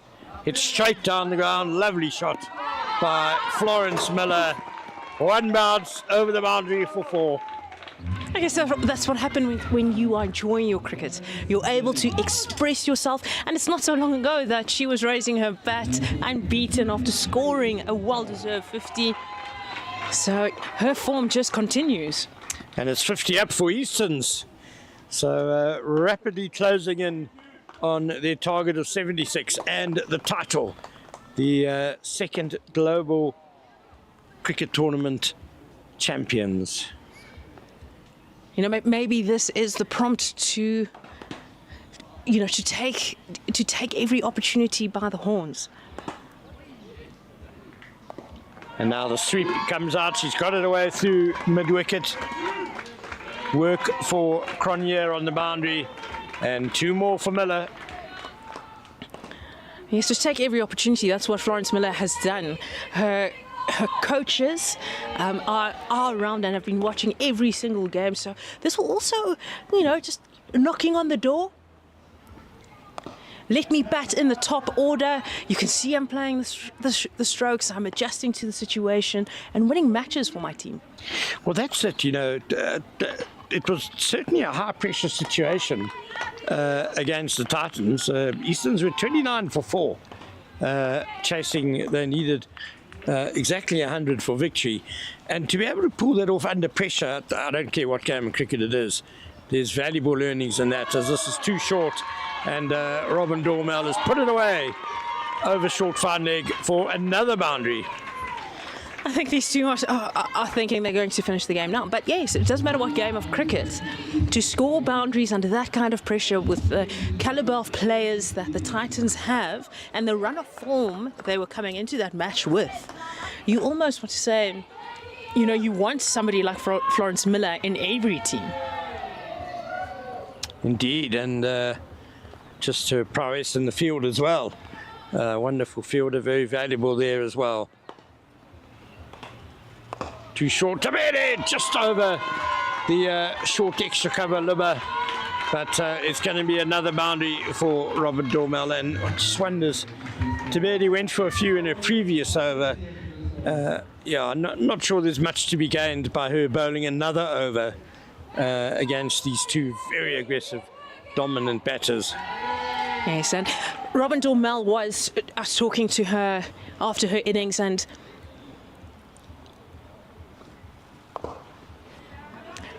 after coming out to a low full toss caught at extra cover, she did say that that ball should have sailed to the boundary, and I'll say righting that wrong, making sure it doesn't happen again when she's caught at extra cover, ensuring it goes to the boundary and getting the single to keep the strike. Yeah, just 14 more runs needed to win now. 62 for 3 Eastons after 7 overs. Dormel on 11, Miller on 18, and both these batters will want to now finish the job. Get back off the field with those little asterisks next to their names. We'll also send a message to the other franchises, especially for Robin Dormel, that she is around. So only 25, so wants to also show, look, I can hold my own. Especially somebody having played at the Lions just last season, and now is at Eastern Storm. Just say, look, I have opportunities. I can hold my own. I have a lot to offer as a player. Yeah, she began her senior career at the Titans in 2019. Also had a stint with in Mpumalanga. But I think there's a lot of exciting talent in this Easterns team. We've spoken about it earlier, that they would not be out of place in Division 1. Let's hope that all these wonderful ladies get the opportunity, the full opportunity their talent deserves. As a wonderful effort on the boundary by Neo Malefe, but she can't claw that one in, and it's 6 runs for Robin Dormel. She is a power hitter and showing it there, just giving herself some room and hitting it for 6 and practicing the shots that she wants to play. Those long levers coming in handy. I mean, no full tosses. No, it's no longer a wicket for her. She wants to send it to the boundary. Yeah, Latabo Bidley now, her turn to get some tap, I'm afraid, from the Eastern's batters. Down leg. I think Dormel's got some bat on that. Running away fine. She'll come back for 2. Just the injection they needed. Started off with Thelma Makubela, talking about how she is a prospect for the future and how she came out very aggressive. And I guess, you know, when you watch other batters doing the job, you also want to get in on the action. And she did just that, and it's continuing now. No bat on the previous delivery. It was wide. Not quite a lot of bat on that. Too long on for a single. So just 4 more runs needed now for victory. And Florence Miller back on strike. Surely the player of the tournament. And wouldn't it be fitting if she can find yet another boundary and just to seal what has been a remarkable couple of days for the Eastern Storm. I do have a feeling she will probably see the change in the field with Squele coming in, be at the back of her mind. Straight back past the bowler. It's not going to be a boundary unless there's a horrible misfield. There isn't. Just a single. I mean, at the end of the day, that's what you want. You want to be there when the winning runs are scored, be unbeaten. And I think Robin Dormel might want to take this one for her team. Really tossed up by Bidley and just slapped along on for 1 more. Just 2 runs away from taking that Global Cricket Tournament trophy home to the east, to their home ground of Willamore Park. The upset of the tournament, that is what they're looking for. Fabulous achievement by them and to their leadership and coaching staff as Miller has got the winning runs, put away through mid-wicket for 4. A famous day for the Eastern Storm and well-deserved as well. They've beaten the DP World Lions by 7 wickets with 7 overs to spare. As convincing a win as you would hope to see, and following up on the absolutely thrilling, nail-biting, narrow win against the Titans in the game before. So, Sean Myers, just how impressed have you been with this Easterns team? This Easterns team lost their first match, but came back, learnt, did their homework, and bowled to a simple game plan, knowing their strengths and their weaknesses, but most importantly, fought as a team. They made sure that all their players were batting in the right areas, and it just shows that with backup from your team and the confidence that your teammates will back you in whatever decision and in your successes, keep encouraging you in your failures is what you want. That is a team performance, and everybody performed to get to Eastern Storm to win this match, but also win the tournament. But nobody can doubt that Florence Miller, ever consistent in this tournament, performing under pressure, and just adding, I'd say, the cherry on the top for the Eastern Storm ladies. Yeah, 78 for 3, and Thelma Makubela laid the platform up front with that sparkling 29 off just 15 balls. She had 5 fours, and Robin Dormel finishes on 19 not out off 12 balls, 2 fours and a 6. Florence Miller hit the winning runs fittingly, 23 not out of just 11 balls, 3 fours for her at the end, and it's been a wonderful couple of days, as we said, for Eastern Storm. Wicket takers for the DP World Lions, Sam Sonapol 1 for 23 in 3 overs, and the leggy Tuta Tabedi took 2 wickets but conceded 29 runs in her 3 overs. I imagine we will be having a bit of a presentation live on Pitch Vision, and it's important that we do thank Pitch Vision and their wonderful crew for their sterling work over the last couple of days, and to John Deere and all the other sponsors as well of this global cricket tournament, and Irene Country Club, who've done a great job in putting on cricket for the last 2 days as well. And Sean, what have been some of your highlights from the 2 days of action? You've been ever present right through this tournament, including the warm-up games against the GCT International 11. For me, first and foremost, Irene Cricket Country Club have so much respect for their ground staff. They made sure that despite the washouts on the first day, they've come back and this pitch, the grounds have been impeccable. The cricket from the warm-up games has just got better and better. The pitch has played well. The outfield, the boundaries were coming, and this is exactly what you want from a tournament like this. You come in, you get exposure to the internationals, not only the ones playing in the tournament, but also those that are around the field, training, watching, getting advice, and that's the beauty of this tournament. And especially happening here, the Titans, I say the Titans' backyard, really. So they've been a fantastic host, but for me, seeing young players like Mpumi Mashuwane is somebody to look out in the future. 17 years old and is already is performing like a seasoned operator. So I just see her growing from strength to strength. And, you know, if Eastern Storm, do something right, they will keep her to ensure that they go from Division 2 to Division 1. But for me, Eastern Storm ladies are the epitome of the importance of a tournament like this. Playing in Division 2, underdogs in a tournament like this, and only losing one match, they are going to take the trophy home. Yeah, I totally agree with you, Sean Myers, and we're now going to just hand over to Jenna Searle, who's going to stay with you and just get her thoughts on this wonderful tournament, and just to wrap up the global cricket tournament for us before the final presentation.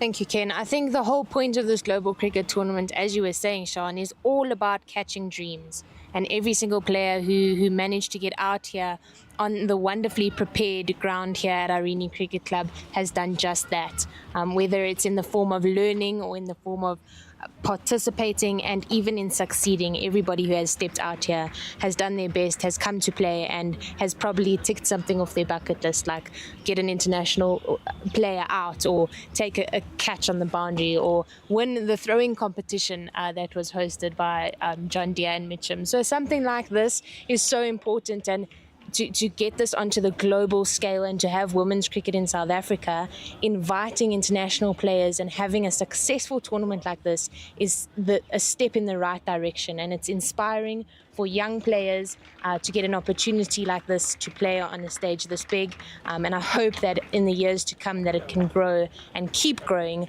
and make cricket and women's cricket in South Africa even stronger. Yes, and also starting from last year where it was only players from 2 countries, that being Namibia and Japan. This year you also have the Essex players coming out here who have experience in the 100, who know what it's like to bowl under pressure to not only the best players in England but the best players in the world. You listening to some of them in the net saying, you know, I learned this from Marizan, I saw this from Shibnam, I saw how this player did that, and they're just saying, look, it's tough out there, but they come here and it's an opportunity for these young players to develop, catch their dreams, know what it takes to be a professional, to play and perform at that level. And for women's cricket to be taken seriously, I only see this getting bigger and better. The more internationals that come out, the more interest that's gained.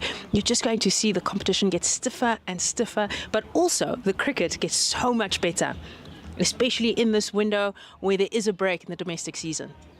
Yeah, definitely. And with that, the success of this tournament, that will be the last time you will hear our voices from the team. Ken Borland, Sean Mayers yourself, and me, Jenna Searle. Thank you for tuning in, and you will hear from other people and from, I'm sure, all 3 captains at the post-tournament presentation.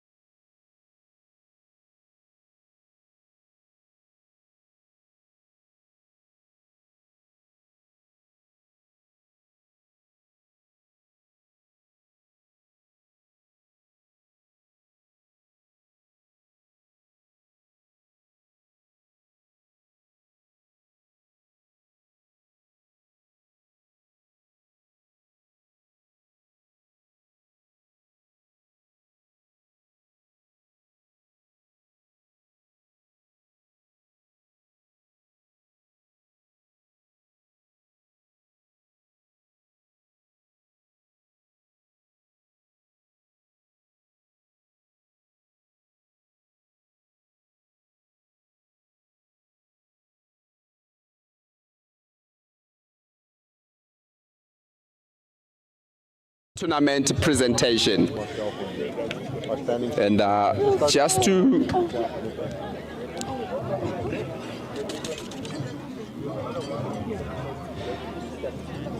to start things off here, we'll start with the winner of the AfriPorts raffle, Siobhan Grip. Please come up to accept your airports from Koi. Siobhan Grip. Here she is, coming.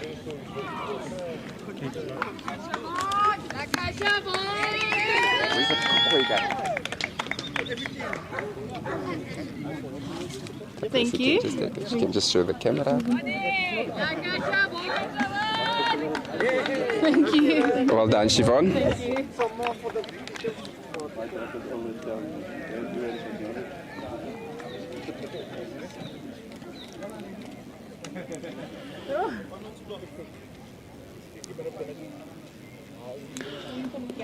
And then I would like to call up the panel that will be helping us hand over the prizes that we will be handing over today. I'd like to call up the CEO of Titans Cricket, Dr. Jacques Fowl. Yeah. We're not going to start. And also would like to call up the CEO of John Deere Financial, Mr. Antoine van der Westhuizen.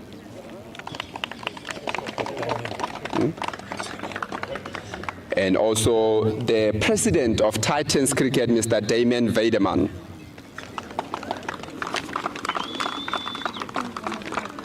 All right, it's been a very good day, very good 3 days of cricket. We couldn't get anything going in the first day, but the last 2 days have been quite brilliant. It's good with the kind of cricket that we have seen here. And just to start off with the presentation, we're going to start with the teams first to give them all their medals for being part of the tournament.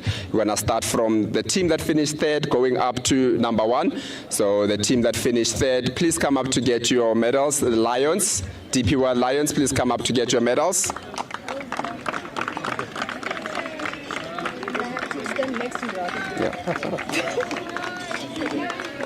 Let's put our hands together for the DP World Lions.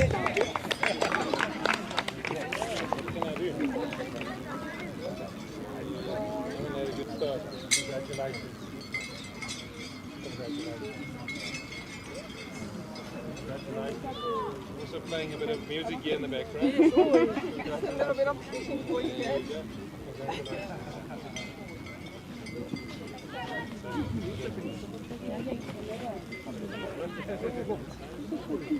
Thank you very much. I hope you enjoyed it.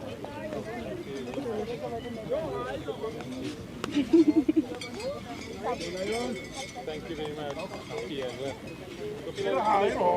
Thank you, Coach. That's all right. I'll stop singing and jump again. I'll give you one from the back. Right, and now we'd like to call up the runner-ups of the tournament, the Fidelity Titans.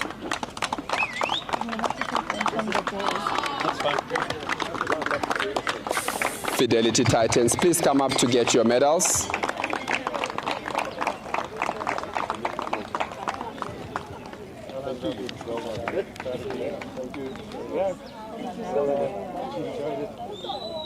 It's KG.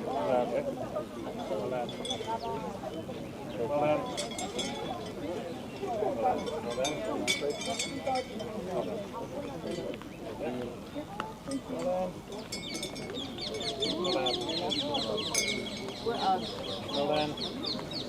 Are you going to have enough? Well done. Nope. Well done. You're taking off there. I just have to. Well done. Here you go, guys. I need to put together. Okay, Lerato. Okay.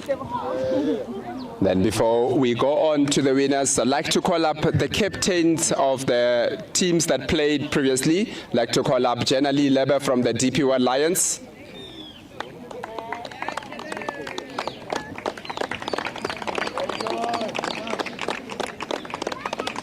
Jenna, hard luck. Things just didn't go your guys' way. What happened in today's game? I think in today's game, all our opportunities weren't really taken.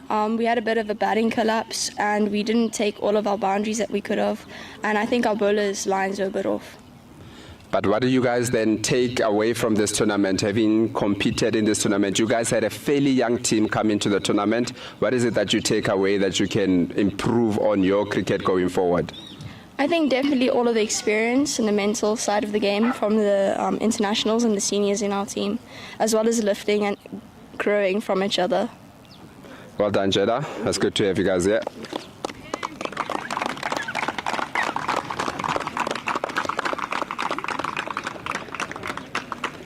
And now, before we move on to the winning captain, I would like to call up the player of the match for this for this game, this previous game that played. And Empires have said the player of the match for scoring 29 from 15 balls, Thelma Makubela.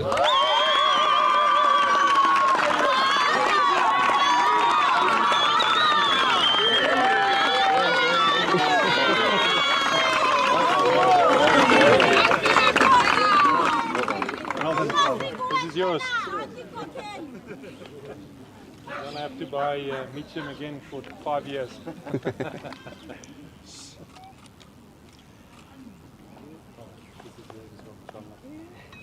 Thelma, please come join me here.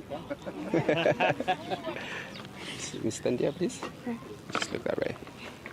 Thelma, how does it feel to get the player of the match in this all-important match for the Eastern Storm? It feels really great because the last few days I didn't have the best performance. So today I just went all out. I was like, I'm doing this for me and for the team. So yeah, it feels really great. And having said that, today you had a better game. What is it that you did differently to ensure that you can score the runs that you did and get the team over the line? I think I'm going to start with the mistakes that I did. Yeah, it was just overthinking things. Yeah, they told me that the pitch was going to stick low and then I kept going back. But today I made sure that I bat on my front foot. So yeah, that was it. And what kind of lessons then do you take from this tournament going forward? That you must believe in yourself, mostly in our teams, in my team. Yeah, we were backing each other, so you need to back other people up. Yeah, that's what I think. Thank you, Thelma. Thank you for joining us.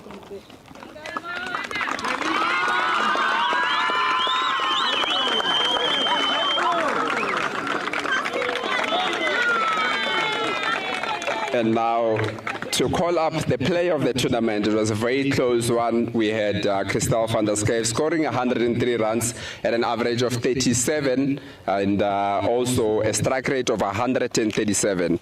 But at the end of the day, because of the significance of the innings, the Empires have decided that the player of the tournament will be Florence Miller for scoring 150 balls.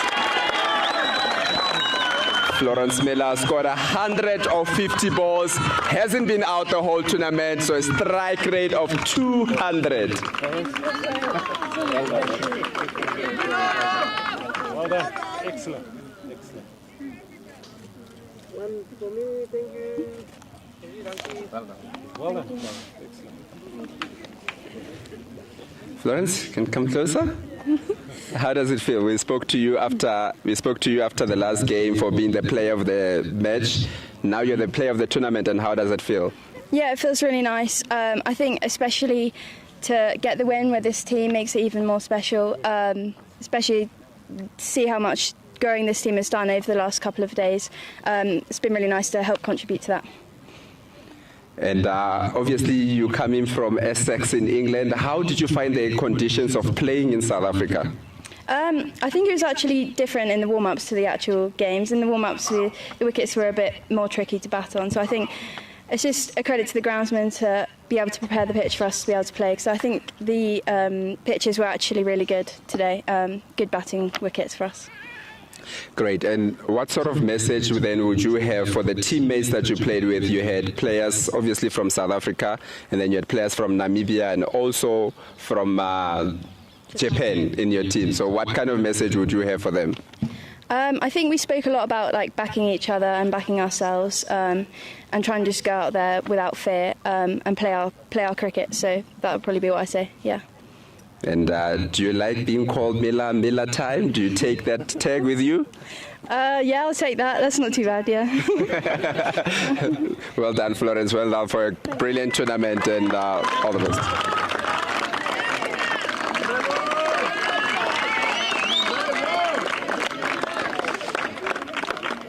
And now to call up the winning captain from the Eastern Storm, Kaylee Craig.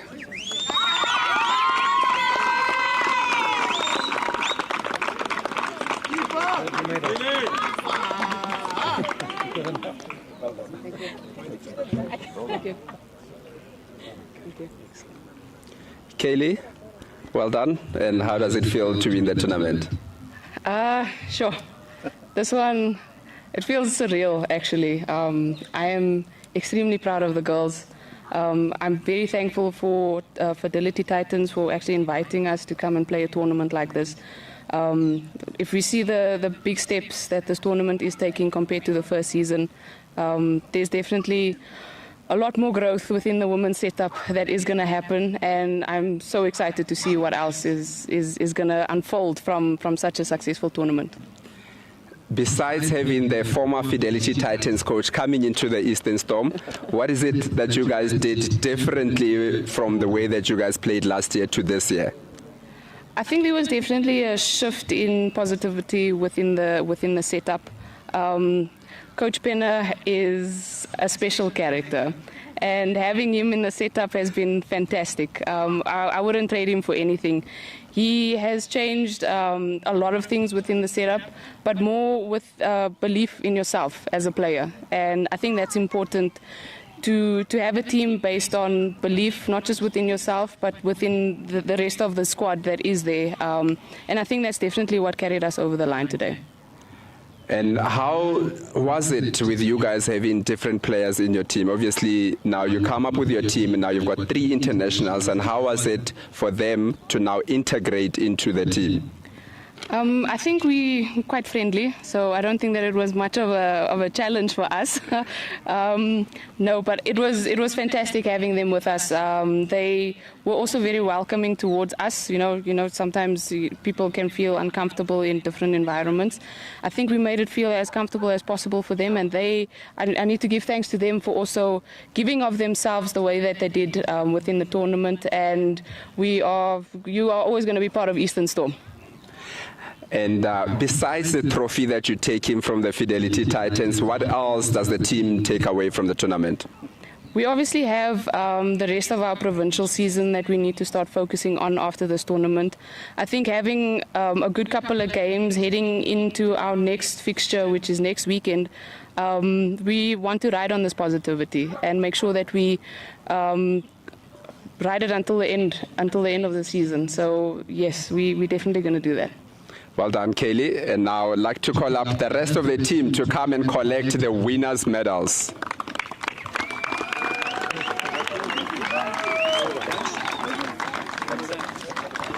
It's the battery.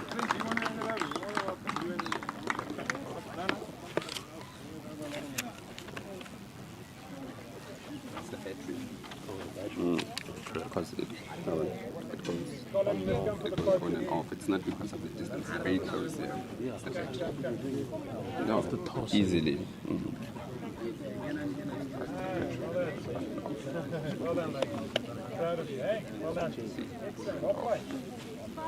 It's interference. No. There's a lot of. It's the battery. Oh, because we use it for 2 days and never charge it. They never charge it. It's the battery.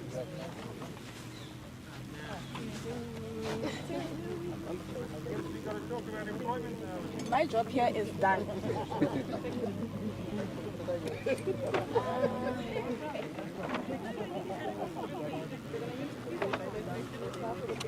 What, like it?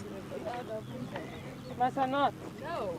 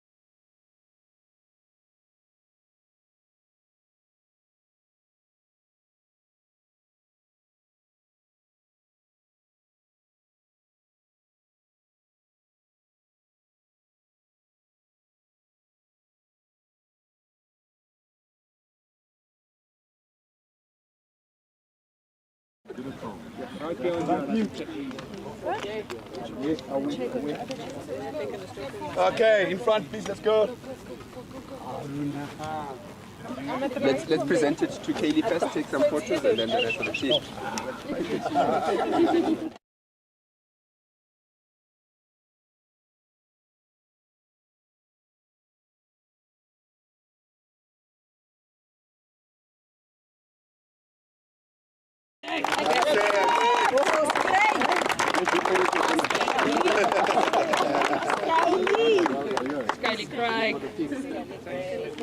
Now, the rest of the team, you can join Kaylee for the celebrations. On the side. Yeah, but please. Thank you.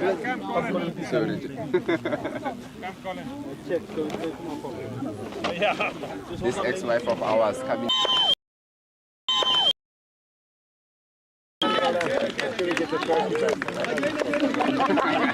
Yes. Ready? One. Well done, guys. Well done. Well done, guys.